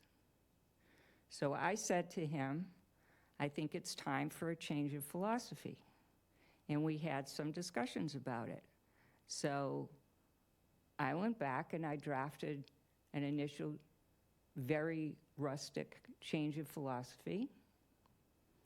And to say that it wasn't done by a group and that I wrote this is incorrect. It was done by a group of 1, 2, 3, 4, 5. Some input from planning and development. The entire planning and development staff was present at a presentation. So it was done by a group input, okay? There was lots of feedback to this.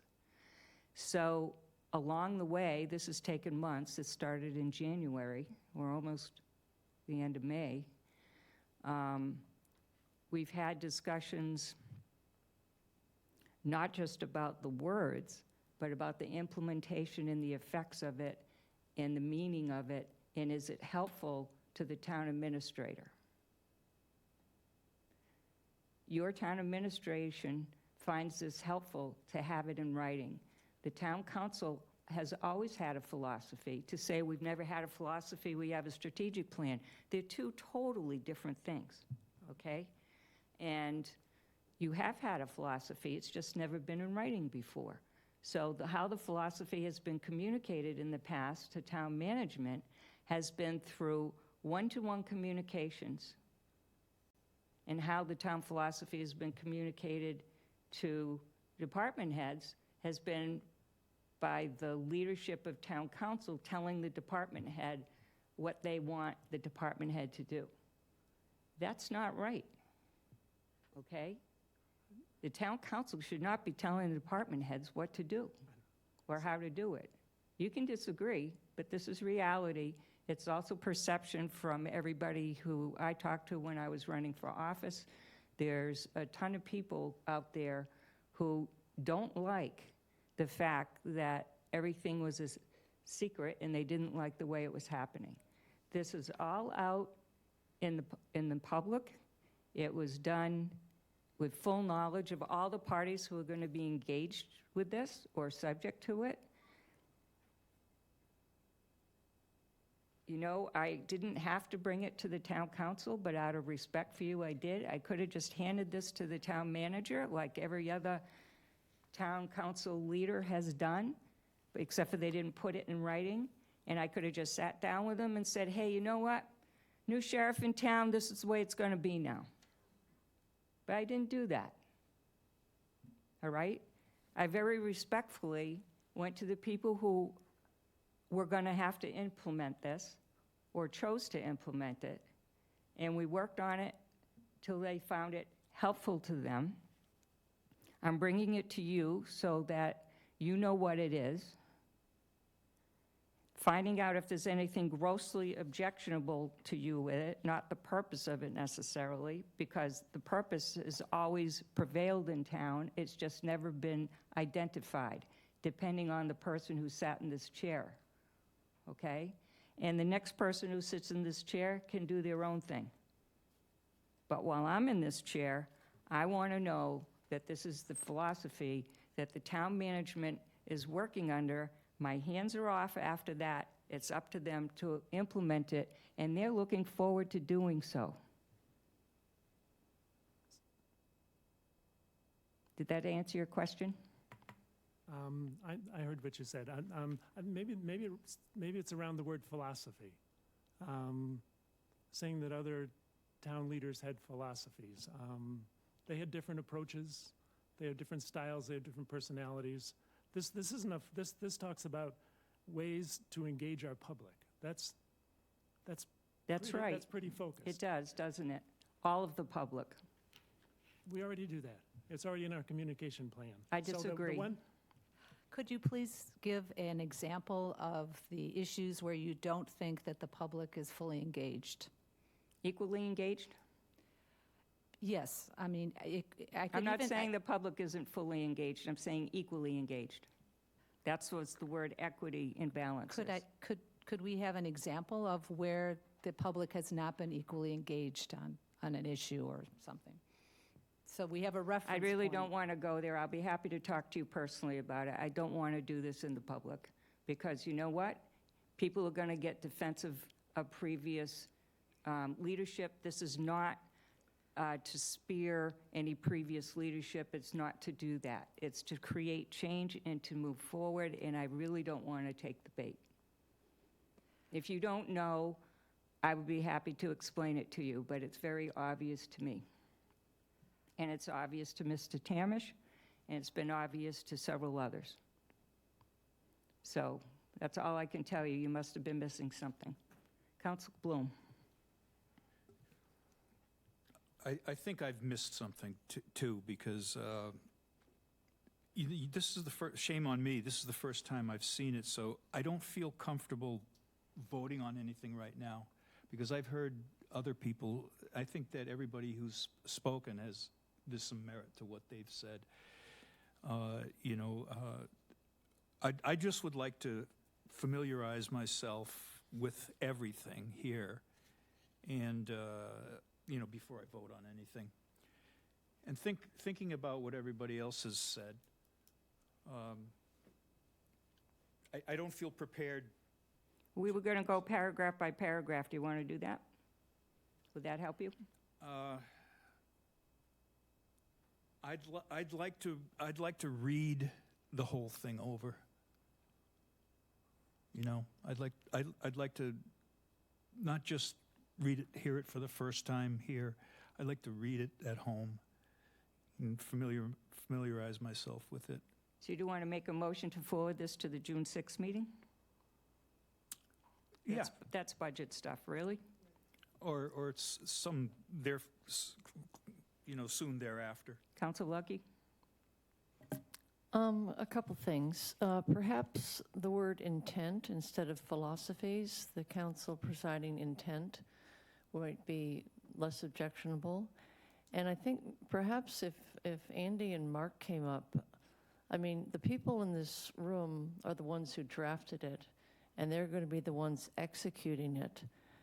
And I think if their comfort level is at a point where they're happy with what they have drafted, and Elizabeth is over there too, Brian is there,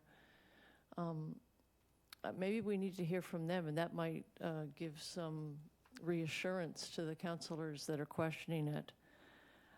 I'm fine with it, and when there was question, what is balance and equity, and I think it's nice to be a little bit open on that, open to interpretation. You can't define these things too much, but I think it's fine, and I would encourage those folks to come up here and tell us if they're comfortable with this. I mean, I'd like to read through it tonight. I think that the public deserves that. I'd like to continue as you propose to read through the paragraphs. Okay. Council Burdick? Just to what Betty said, I don't think we should bring any of the town staff into this particular debate. I don't think we should invite them up for their opinions on this topic, just for their comfort and ours. That's my opinion. Council Starr? That was just what I was going to say. I think we need to decide this up here, and this is a message for them. They supposedly they've looked at it and are okay with it. What are they going to say? So let's keep going, I guess, and go through it. Council Clark? Thank you very much, President. Can't hear you. Oh, sorry. Can you hear me now? Yes. Thank you. Thank you for taking the time to put this down. I have had past conversations with the town manager, and respectful ones, and I have also heard a reply saying that would be a change in philosophy. So I voted for you. And the town manager works for us. So for the first time, I'm in my second term as a counselor, and there was no previous philosophy that was written down, and when I was told that would be a change in philosophy, quite frankly, I didn't know a change from what. But I took it for what it's worth. I'm one of 13. So I think it's helpful to have a document that's written, and when you're no longer president, there will be another philosophy. So I understand that to have it written is helpful for me as a colleague to know what's the game plan, or what's the big picture. And I know it's different from the strategic plan, which I have participated in since I've been elected. And we have 7 or so other plans: local comprehensive plan, open space and recreation, historic preservation, housing production plan. So there are a lot of so-called bosses or ways we take direction, and they are used more or less depending on who's using them. But I think this is a good guiding document, and it's brief and to the point, and it's amenable. I support that. Councilor Tamish.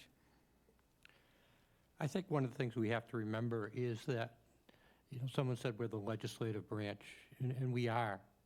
But if you look at the organization chart of the town, you'll see that the town manager works for the town council. We're answerable to the voters, but the town manager is answerable to the council. He works for us. And as any employee, he wants direction. His direction has always been verbal before from town council leadership. And as someone said, it's going to change. Different presidents, different leadership styles, whatever. This, I think, is an opportunity for the entire council to help establish, whether you want to call it a mission statement, whatever philosophy, whatever you want to call it. It's an opportunity for the entire council to have a voice in that direction that's given to the town manager. And I think that's been lacking in the past. You may not agree with everything that's in here. You're certainly going to have an opportunity to agree or disagree on each of individual bullet point. But I think it is helpful to a manager to know exactly what is expected of him, that he then can pass on to his staff as far as how things should be. And the balance thing is huge for me.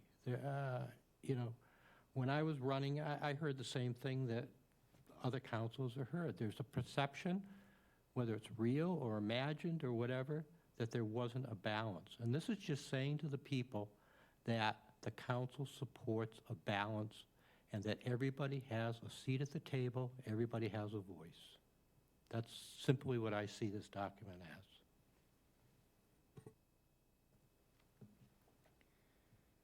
Councilor Crowe. I have to agree with Councilor Tamish on what he said, and a number of others, is that there's clear direction that comes from each council management and has been differing over many years. Those of us have been involved in the town for that long, and see what issues are, or what direction the town is being pushed in versus another. And I think, as has been said, those directions, or those that have been determined out of the public view. And I think that's what I ran on, is transparency, to understand where we're coming from, and that all members of this community, lay people, business people, anything else, have the same access to the to decisions that are made on a general basis, that they have the ability to participate. And it seems, whether it's a fair statement or not, that in over the years, I'm not just talking about the last council, but before that a lot of decisions were made out of the public view about our direction and where we're going as a town. And this is as straightforward and out there as possible. I think we can all discuss each aspect of this document, but it lets the public know and have a say in what's going on in our town and which direction we're going for, whether it be development, whether it be land planning, whether it be environmental, whatever. So I think this is actually a very, very open way of looking at this that hasn't been done in the past, and I'd like to see it implemented in a way that the rest of us, all of us, have a say in this document, and then we come to an agreement. So, thank you. Thank you. I'd just like to give you an example of why this document is needed, okay? If you go down to the fourth bullet point on the first page. The town will be proactive in developing town-owned properties and acquiring blighted/abandoned properties for redevelopment for small-scale affordable housing projects, open space and/or passive recreational needs. Town policy regarding land acquisition and disposition, including the use of eminent domain if and when expedient, will be considered to realize these objectives. Okay, if we don't pass this document, then the Committee on Land Acquisition and Disposition, that is a Town Council subcommittee, right, will not have legs and will not exist, because this is a new philosophy for the town, okay? So this is why a new philosophy is in. We could not do this now. I would actually reverse that and say that the purpose of these ad hoc committees is actually to explore a number of these things that are laid out in this philosophy. And you're kind of shortchanging these ad hoc committees if you dictate something right out of the gate, because the acquisition and disposition should have the freedom to debate and come back to the full council with recommendations for acquisition and disposition policy. I agree. I think there should be something that communicates. This does not set policy. What? It doesn't set policy. It just allows that committee to discuss any policies they want to discuss. Because without this, you can't discuss it. Generally, you create committees to formulate policies that come back to the larger body. Exactly. I hope the committee does that. So this philosophy is a little bit more specific than you might want to be for the ad hoc, for that particular committee. I think you should let the committee come back and just the first thing, the town will be proactive in developing town-owned properties, blah, blah, blah. Without this philosophy, that committee cannot do its work, okay? The town has What I'm developed telling you town-owned is properties. the town's philosophy doesn't allow the town to be proactive. That's what I'm saying to you. I don't agree. I don't agree. I don't agree that the town currently doesn't have the ability to consider developing town-owned properties. The Affordable Housing Trust has looked at several properties in which to allocate funds to develop for affordable housing purposes. Councilor Turkelson. Obviously, I'm new here, so I'm catching up to speed, and I don't know a lot of the institutional knowledge and the history here, but I'm just curious, Councilor Schnepp, what is the current philosophy of the town, and where would an average resident or a new town councilor actually find what the town's philosophy is on developing town-owned properties and acquiring blighted and abandoned properties for redevelopment? Because I don't know what that is, and I've been here since December, so shame on me, but I think the point, just let me finish. Yeah, I think the point of this speaks to exactly what you and Councilor Starr were saying, is that there is a philosophy that operates, but we don't know what that is because it's not written down. And maybe we disagree with the philosophy, and I think that President Penn is giving us the opportunity to discuss the bullet point, but having it in writing actually helps us chart the course. We're a political body. And the politics is what determines what we do. Small p, big P. And so at various points, and so this is a political move to try to develop certain standards that then would be communicated to the town staff. And it's being done in a way that I feel is, too much of a, I don't want to say cram down, but it just doesn't feel like when we have other mechanisms to have more fulsome discussions about developing town-owned properties and acquiring, which, I'm not necessarily opposed to. I think we already do some of that. But we now have a mechanism with our ad hoc committees, so that seems like this is a good bullet point for them to wrestle with and bring back to the full body. So, I think I said earlier, philosophies aren't necessarily things that are, that we come with our philosophies, we negotiate, we try to, get our philosophies, moved forward, depending on who's our fellow counselors and how we get what we want for our constituents.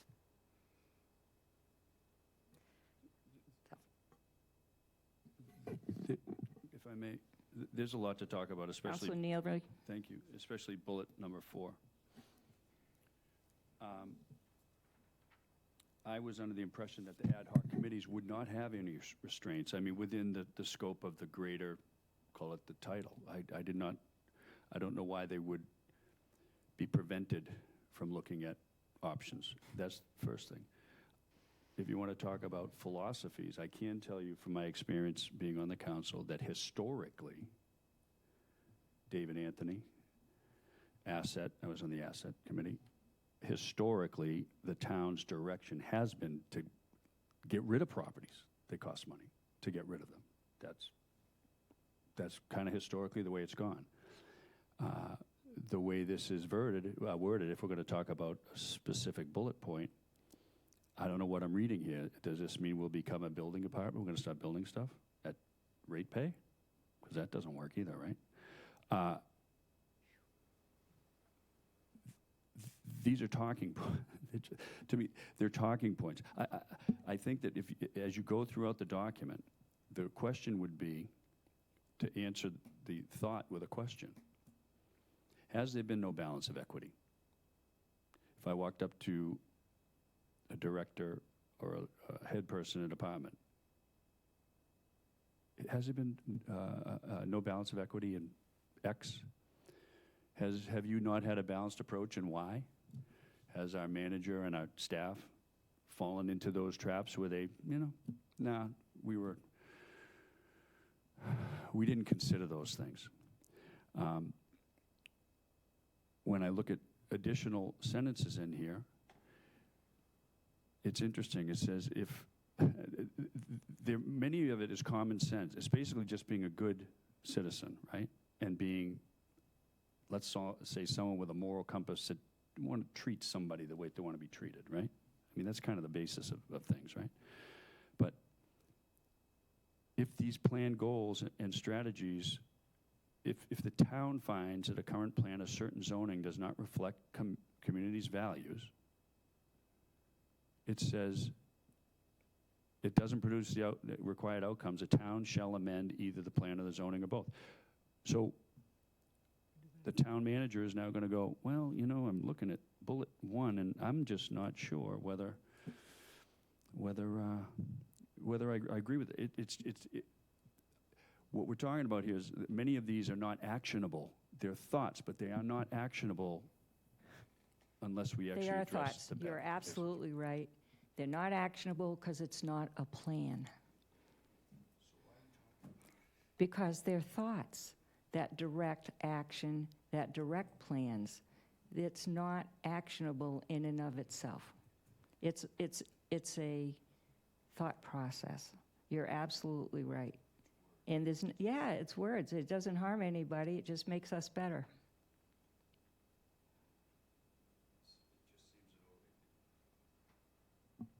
It seems like a layer of unnecessary. I see on here, the town staff will develop and present the town council a 3D plan, virtual actual. Why not? It's a good idea. And then it says, so there's no question as to what will be built where.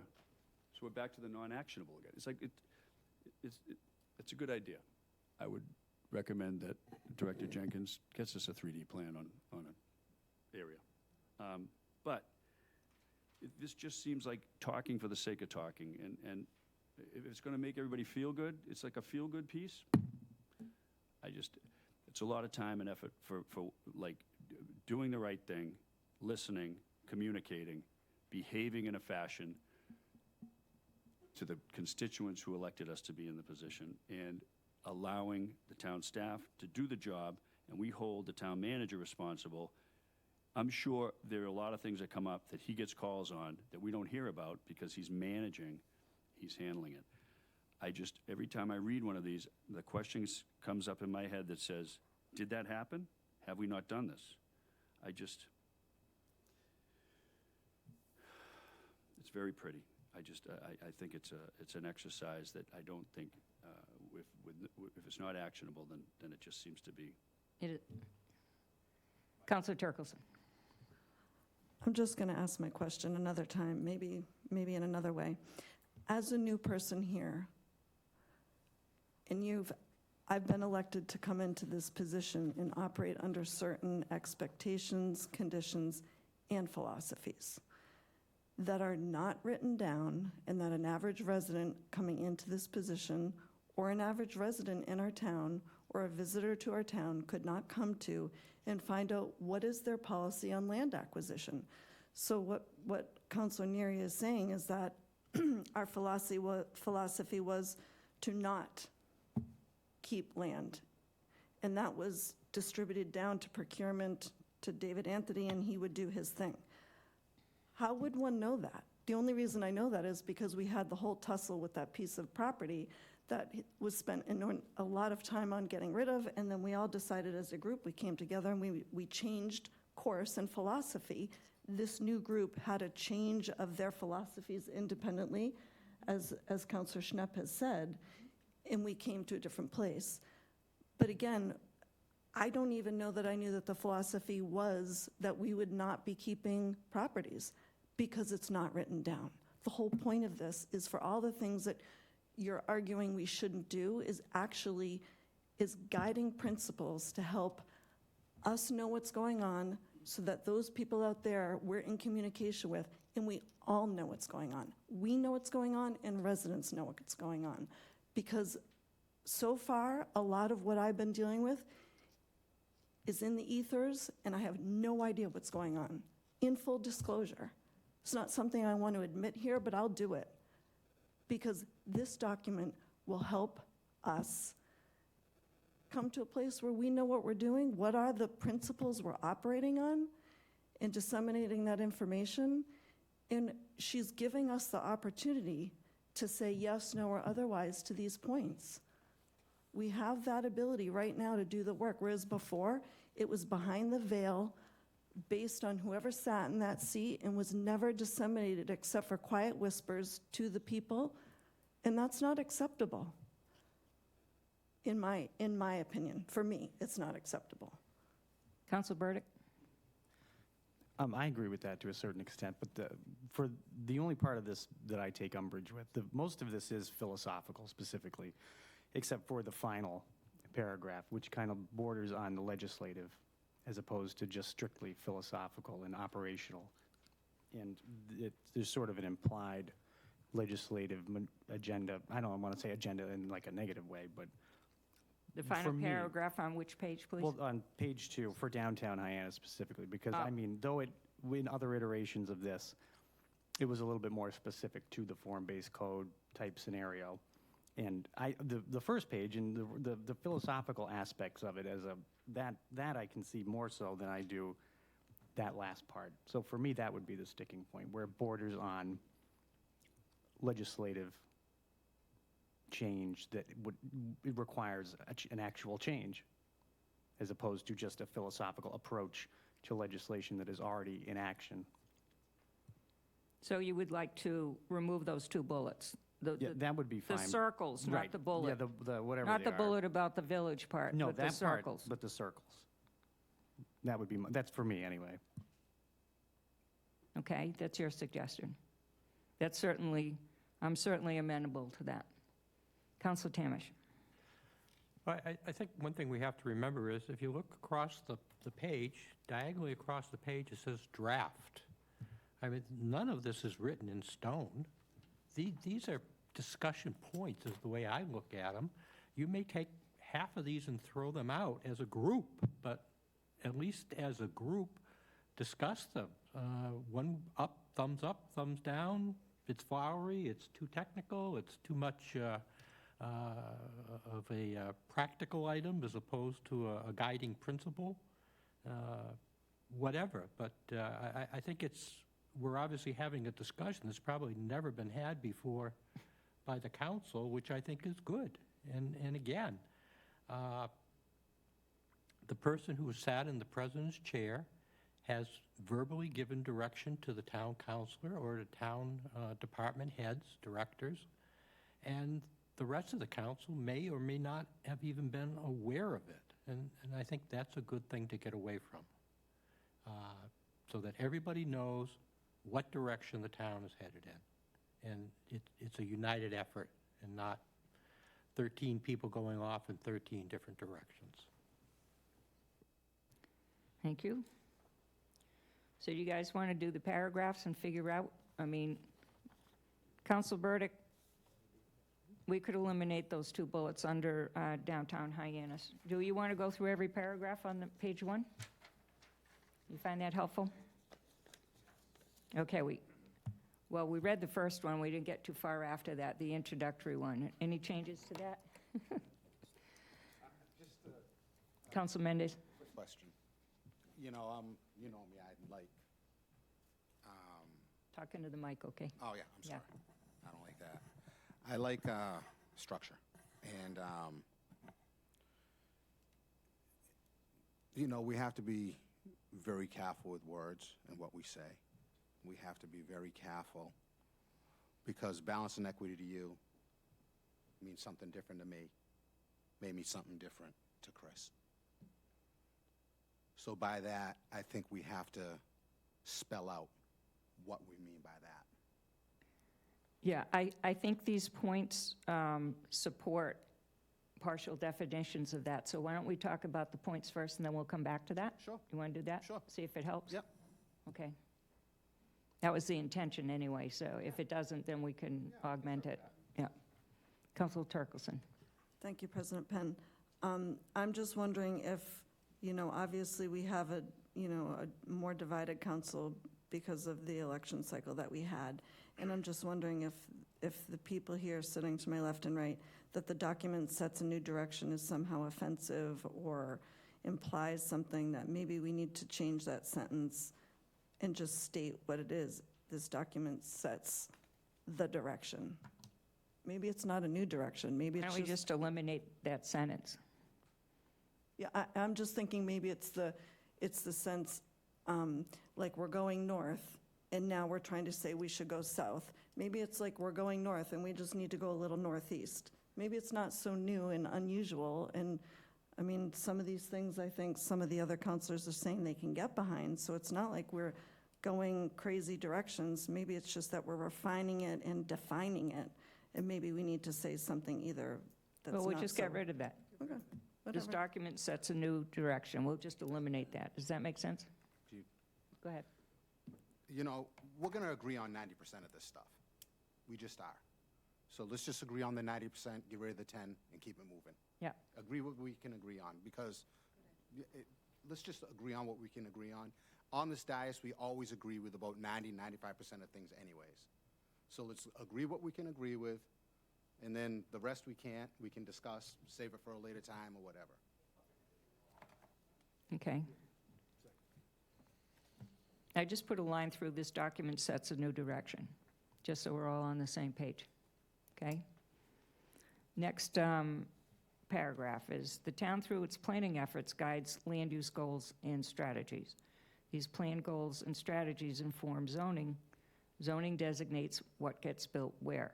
If the town finds that a current plan or certain zoning does not reflect the community's values, or if it is not producing the desired outcomes, the town shall amend either the plan or the zoning or both to reflect the community's goals more accurately and effectively.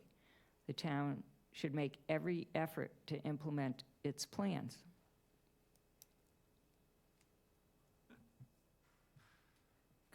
Seriously, I just like the very last sentence there. The town should make every effort to implement its plans. Do we want to clarify what town means? Yeah. Is it Town? town staff or town administration? Is it town council? Is it, I'm not exactly sure who the town is. If it's all of us together, but if we want accountability. No. Okay. We just want philosophy. Council Starr. Thank you. Is the assumption that this isn't happening now? That we don't reconsider zoning, that we hadn't had a zoning committee, that we haven't had public meetings for zoning, we haven't No. accepted zoning? So what is this, how does this change anything? This is what we do now. Councilor that's my opinion. Terkelson? That's my philosophy.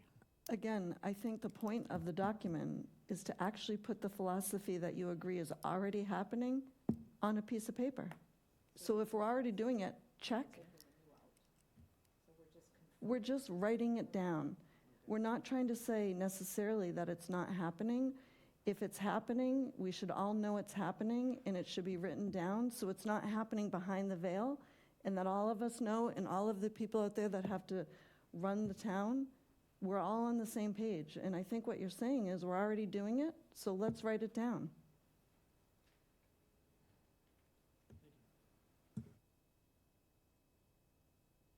Everybody okay on this language? Or you just want to say the town should make every effort to implement its plans?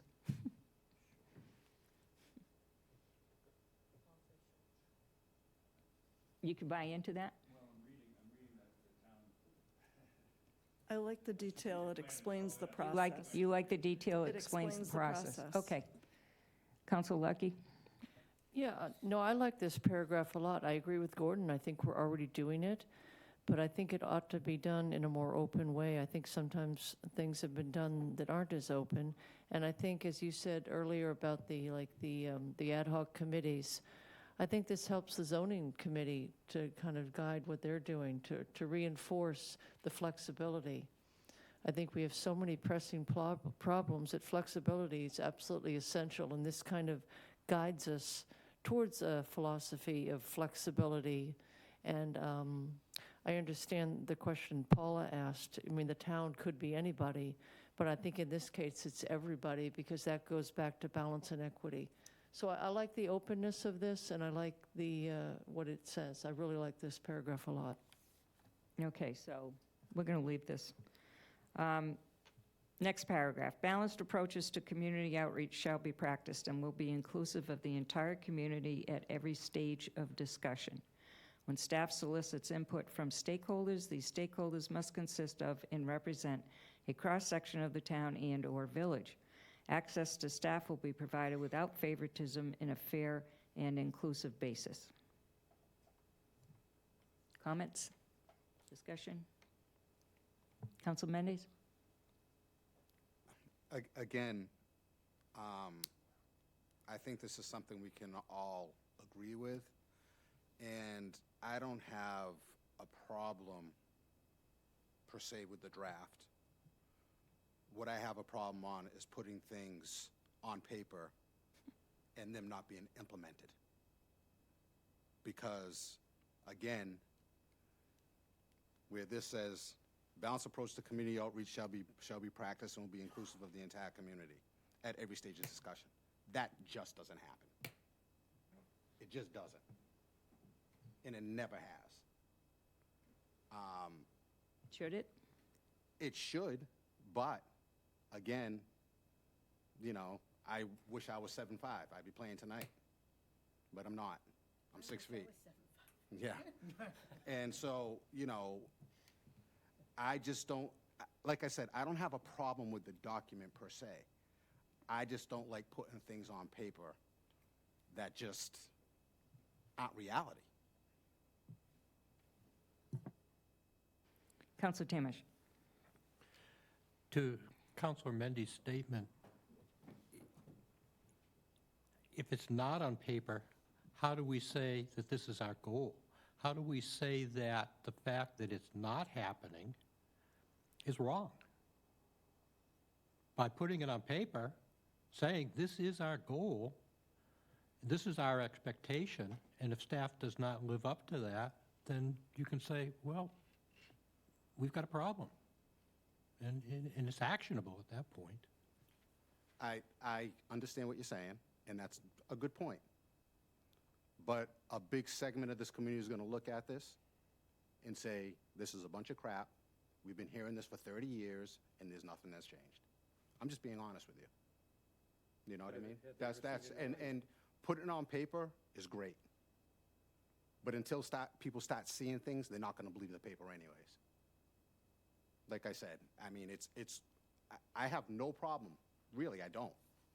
But I'm just, playing devil's advocate. And that's just, I don't like putting things down that just aren't realistic. That's all. Goals are great, but goals have to also be realistic. Councilor Turkelson? Thank you, President Penn. Maybe by actually stating it out loud in writing in a community, it actually brings us to task and requires us to do something about 30 years of it not being done. It's been a lot more than 30 years. Well, yeah, more than 30 years of it not being done. Second of all, we've been hearing this for generations. It's been put on paper. This isn't the first time that it's been put on paper that something like this was going to happen. It falls on deaf ears after a while. It's just a piece of paper. And like I said, I don't have a problem with the philosophy. I don't have a problem with it. I'm just telling you my feeling about it. That's all. I see it as a call to action. Councilor Lucky? Yeah, I just wanted to kind of echo what we've said here, that I see this as being aspirational, and there's nothing wrong with aspiring to something. I would take out, because I don't like words like this, I would say access to staff will be fair and inclusive. I don't like the without favoritism. I think that's just kind of a leading word that I think is uncomfortable. I think fair and inclusive would satisfy this.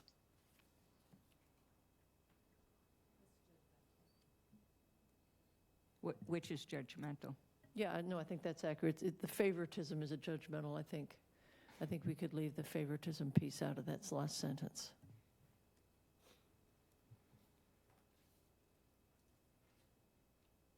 So Okay. can you give us the sentence So you're saying suggestion access again? to staff will be provided in a fair and inclusive basis? Exactly, just like that. And I think the discussion we had earlier tonight, particularly between Councilor Crowe and Wendy Northcross, spoke to this exact thing and spoke to what Jeff is bringing up. It's incredibly difficult to do this, but we should always aspire to do it. Okay, let's go on to third paragraph. Our villages are regulated by local zoning that sustains each village's unique qualities and character. Zoning is implemented to preserve, I'm sorry. Go ahead, Janet. Excuse me, I just want to clarify, we took out without favoritism. Without favoritism, and we changed into on. Okay. Our villages are regulated by local zoning that sustains each village's unique qualities and character. Zoning is implemented to preserve the current and future health, safety, and welfare of our villages. Zoning shall specify redevelopment and new development that is built to scale within each village and reflects that village's history and character. Like Gordon says, we already do that. Councilor Lucky. I would agree with Gordon, we already do this, and also I would look back again up in the first, we should every effort to implement our plans. It was incredibly clear when we collected the data in phase 1 of the local comprehensive planning process that the villages were paramount in people's minds, and in that case, that was our largest cohort of people participating in that process to date. So I think this is a really good one to have in there, and it does speak to how people feel in our town. Any other comments? Okay. The town will be proactive in developing town-owned properties, we already kind of looked at this, and acquiring blighted, abandoned properties for redevelopment for small-scale affordable housing projects, open space, and/or passive recreational needs. Town policy regarding land acquisition and disposition, including the use of eminent domain if and when expedient, will be considered to realize these objectives. So, as Councilor Schnepp was saying, town policy regarding land acquisition and disposition, that's what's going to be decided by the subcommittees, okay? This does not state the policy. This is waiting for committee work to support it. Councilor Neary. Thank you. I would recommend that everybody reads the strategic plan. Housing, goal, identified needs, develop, promote, and monitor townwide initiatives for income equitable, affordable workforce, senior and rental housing to meet the needs of the residents and increase the overall quality and quantity of housing in Barnstable. Review zoning issues identified by the Council, Planning Board, and the Zoning Board of Appeals to determine how to best achieve housing goals. Zoning and regulatory changes, proactively engage stakeholders with influence over this issue, review the housing production plan to support the goal, work in partnership with developers so they can take advantage. All of these things that we're talking about are in our strategic plan. So that's a document. Again. That's the plan. It can contain whatever it wants. This is a philosophy. This is not a plan. If we're repeating it and we're saying this is part of our philosophy, all we're doing is strengthening the strategic plan. President Penn? Yes, Do you think we could take out including the use of eminent domain we can. if and when expedient? We can leave that up to committee to decide or no. So the parenthetical phrase, including the use of eminent domain if and when expedient, is being removed, Janet? Okay.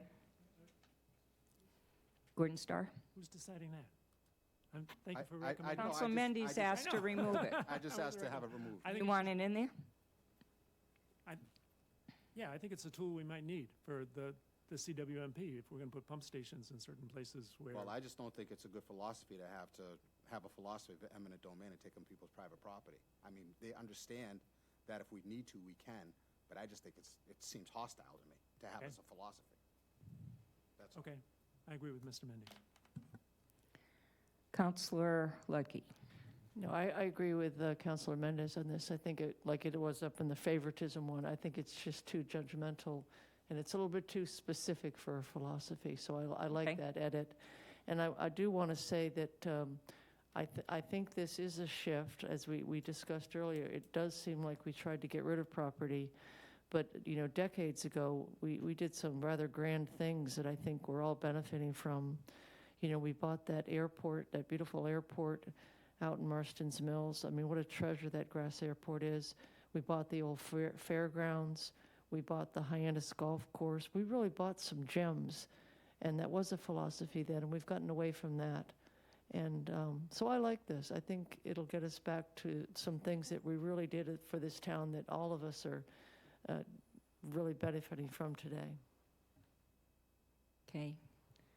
Councilor Starr. Thank you. This is the only topic where I've heard the town manager say that his understanding is based on an understanding from a previous town council. Does this change town policy? Are we changing town policy here? Is that what that says? Town policy will be considered?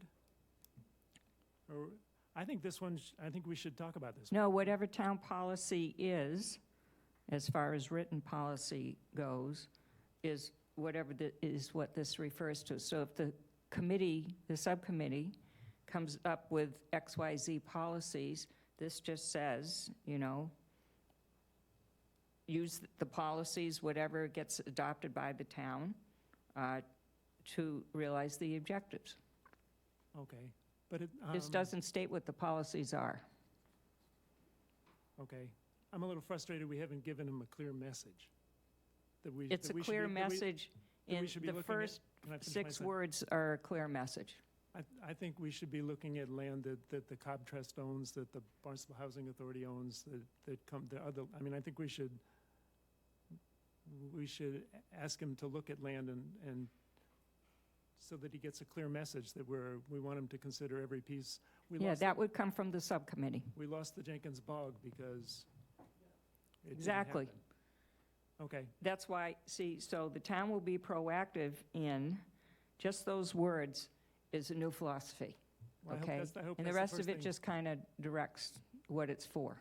I hope that's the first thing the committee considers and brings back to us as soon as possible. Thank you. There you go.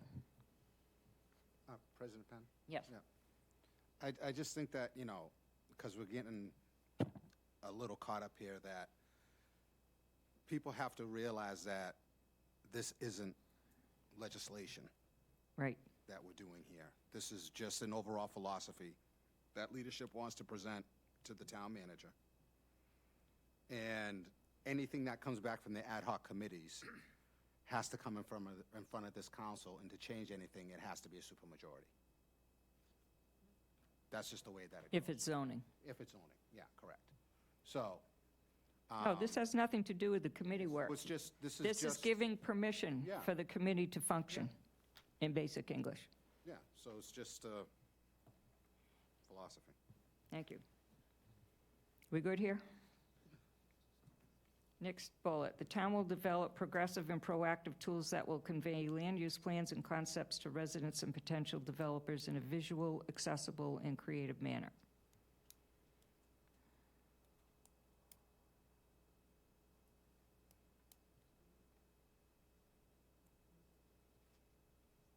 Comments, questions? Council Lucky? This one I really like because particularly when, some of our bigger developments go before the Cape Cod Commission, by the way they do their processes, they are required to put blinders on and just look at that one proposal. And I like this because it does open up a broader view, because the impacts come from successive development into creating the whole. And if you're just, independently looking at one at a time. So I think this is really a different philosophy that would be really nice to inform our holistic vision of what might happen.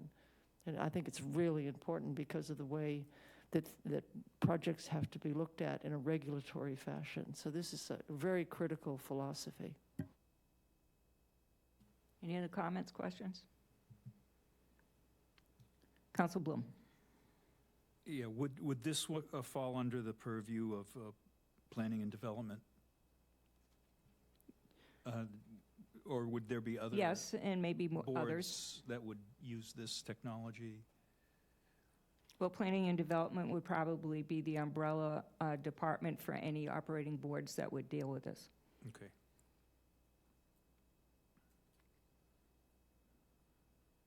Okay? Yep. So no changes here? The town will seek input from residents, businesses, and investors on an equal basis to inform the town as the town establishes policies, regulations, and programs to encourage vibrant main streets and village centers in every village. Town staff will develop and present to the town council a 3D plan, virtual or actual, for each proposed zoning change, so there is no question as to what will be built where, its scale and long-term effects on the village is, if it's plural. Councilor Turkelson.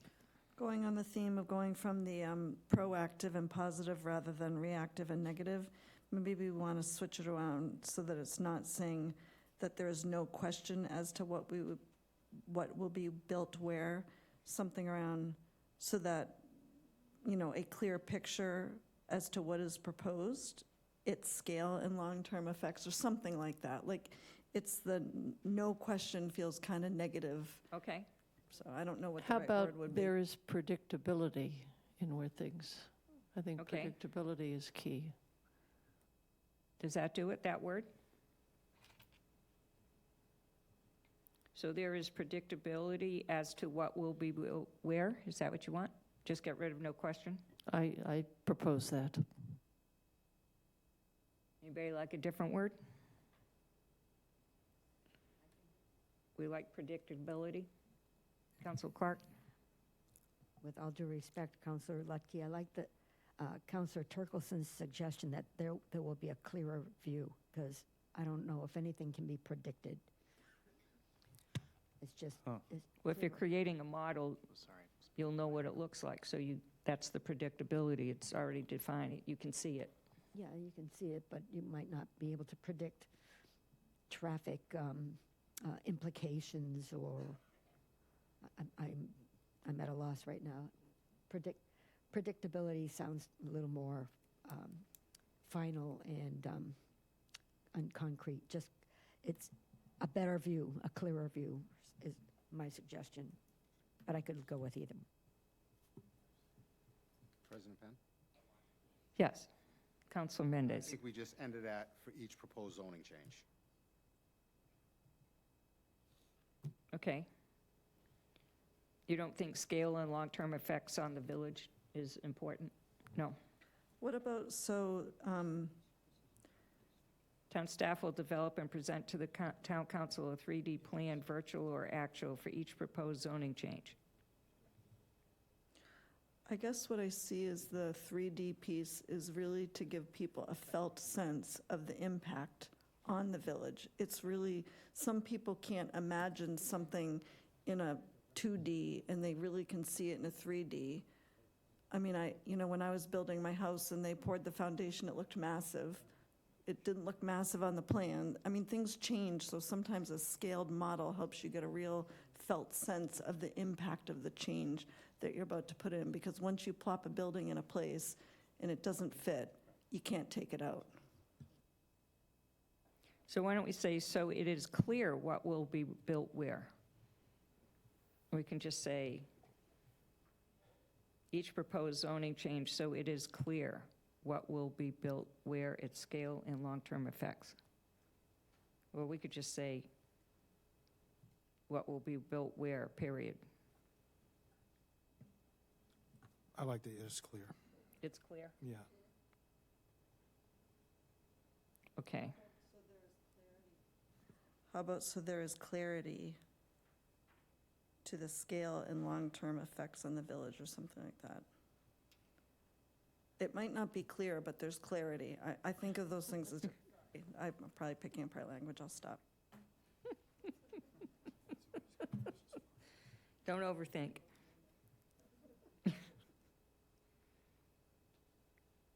Why don't we just change it to town staff will do da-da-da-da-da. For each proposed zoning change, so there is clarity to the scale and long-term effects on the village. fine. Did you get that, Janet? So what are we doing now? There's clarity on scale and long-term effects on the village.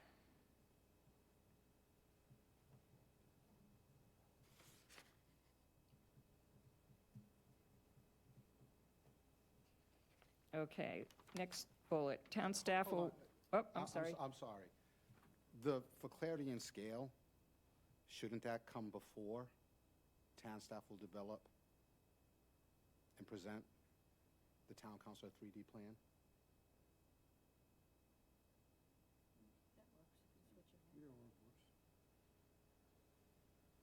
Oh, you want to move that in the beginning Put to it- justify as to why they're going to do this? Yeah. Is what you're saying? Okay. At This is, least to me, that, I mean, it doesn't matter either way, but at least to me, that seems the way we should do it. Yeah. so there's clarity on scale and long-term effects on the village. Town staff will develop and present to the town council a 3D plan, virtual or actual, for each proposed zoning change. That's how it reads now. So we made it backwards. We reversed it. We did, that's how it started. In the interest of clarity? Fine. Are you okay with that? In the interest of clarity? And we don't have to say and scale, because it scales later in the paragraph. So just so that, In the interest of clarity, speaking of clarity, in the interest of clarity and long-term effects on the village, town staff will develop and present to the town council a 3D plan, virtual or actual, for each proposed zoning change.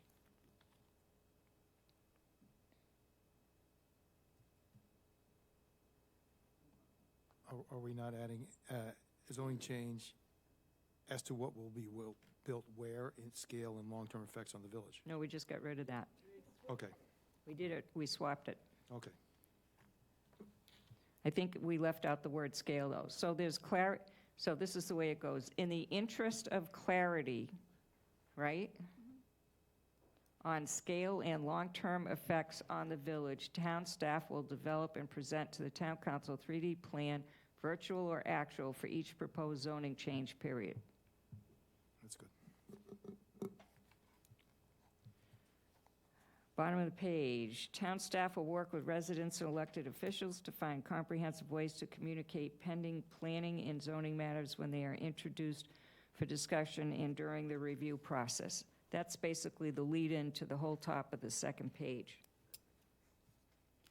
And you're right, this does exist now. Councilor Tamish. This is somewhat related, but let me just give an example. I was just conversing with Councilor Bloom. Today at site plan review, a plan to demolish Ray Sprinkle building on Barnstable Road, I don't know if everybody's familiar with that, was put forward, and construction of 4 3-story, multi-story housing units with parking lots, landscaping, and lighting were presented to site plan review. If I hadn't read the agenda for site plan review, I would have known nothing about it.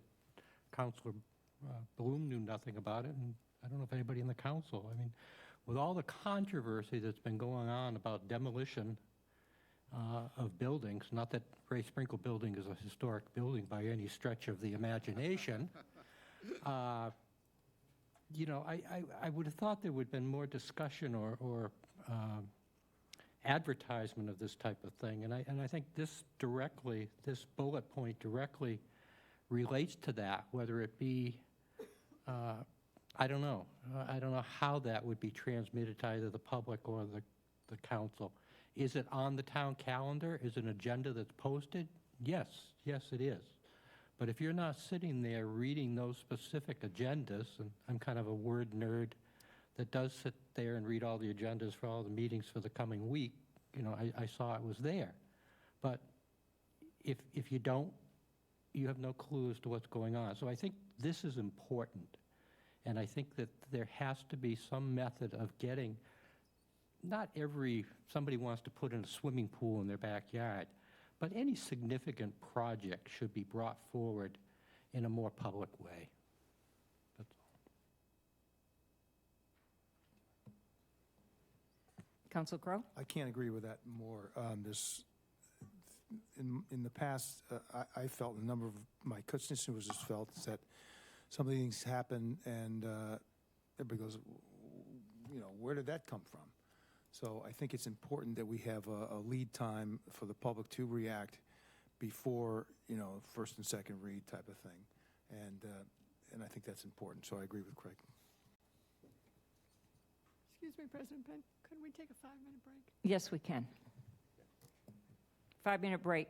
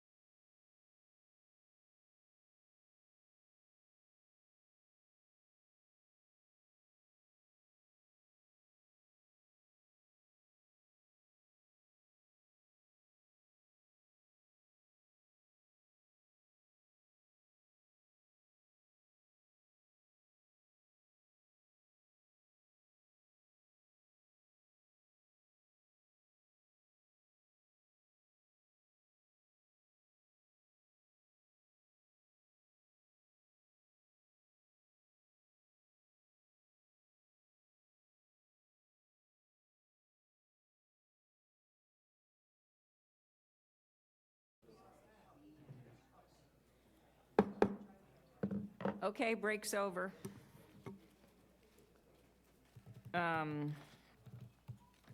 We just discussed the last bullet on page 1. Are we clear with that? Just for verification? Okay. The top of page 2?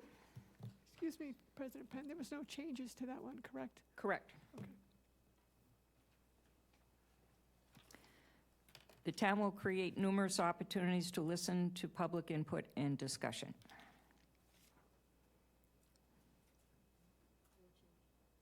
We're good? That's a sub. These are sub- Sub-bullets of town staff. Right. These are all sub-bullets. All zoning amendments per local and state regulations will follow this process. So the process that's outlined here was planning and development, and it's what we do now. To Gordon's and everybody else's point, it already exists here. It's just stating that we want to continue to do that. And then it says, in addition to this requisite process, public outreach on proposed zoning amendments will be supplemented with the following: informational website and standard communications effort, dedicated public meetings prior to formal introduction, zoning mailing list distribution for public meetings and public hearings, presentation by staff introducing amendment at first reading, mailed notice to owners, abutters directly affected. That's not for townwide changes, that's just for specific neighborhoods or specific projects. And then it says, the town will consistently review these outreach strategies and adjust, add, amend as needed. Councilor Stark. There are 2 bullets here. First reading at town council and then recommendation from planning board at a public hearing. I think those should be switched. Doesn't the planning board hear it first? We usually refer to planning board. That goes to council, council sends it So- to planning board. Okay, so first reading at town council, then it's sent to planning board? Okay, Yeah, the first read is a referral to the planning board. okay, thanks. President Penn? Yes. Quick question. The town will create numerous opportunities. Can we either come up with a number or just take numerous out? Because to me, that's kind of vague. Okay. Delete numerous Yeah. from the first sub-bullet. Or come up with a number, eventually. Yeah. Eventually, some number.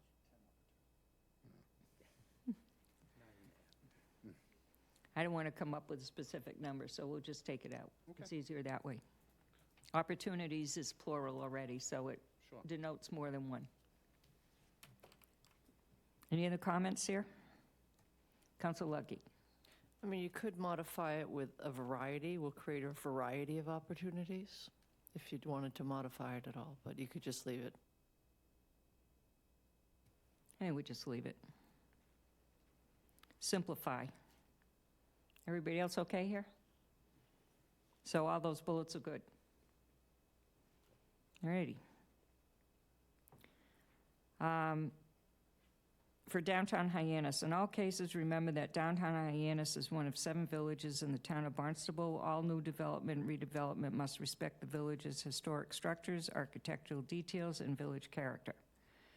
I heard this, I can't tell you how many times, from constituents, that they're really worried about the historic, architectural, and village character of the village of Hyannis, especially people who live in the core of it. Not so much North Hyannis, but South Hyannis, South Street, et cetera, et cetera. As I said before, we're eliminating those 2 sub-bullets underneath there. We'll just leave that 1 bullet there. Council Lucky. Yeah, I agree. I think Councilor Burdick had a great idea to just eliminate those entirely. And I agree with you, and I've heard the philosophy said that Hyannis is a city, and that really doesn't sit well with a lot of, my constituents. So I think this is a really important, I know it just signals out one village, but I think it's important because there is a sentiment out there and a philosophy that, no, Hyannis is a city. So I really like this one. This actually came to be because in one of the draft chapters of the LCP, there was some reference to villages, and then, characteristics of some of the villages, and they were all in one paragraph. And then the next paragraph, it talked about Hyannis separately. And it was like, whoa, here it is, in print of a draft of a LCP chapter, which I did put comments in on, and I'm sure they've received those by now, but that's kind of what evoked this. I couldn't restrain myself. I'm admitting it. You're a Hyannis girl. Through and through. That's it, we're done? Does anybody want to make a motion to, this is a resolve. I kind of lost where we were in a resolve to accept. I move with that we accept this resolve as amended. As amended? Second. Approving the document as amended. I move to approve this document as amended. Seconded by Councilor Tamish. In all over the place, lots of seconds. All those in favor of approving the document as amended, put your hand up. 1, 2, 3, 4, 5, 6, 7, 8, 9, 10. No? No. 1, 2, 3, 4, 5, 6, 7, 8, 9. There's 10. Because Gordon and Paula didn't vote. Oh, she did? I'm sorry, I missed it. So, okay, all in favor, put your hand up, please. Anybody opposed?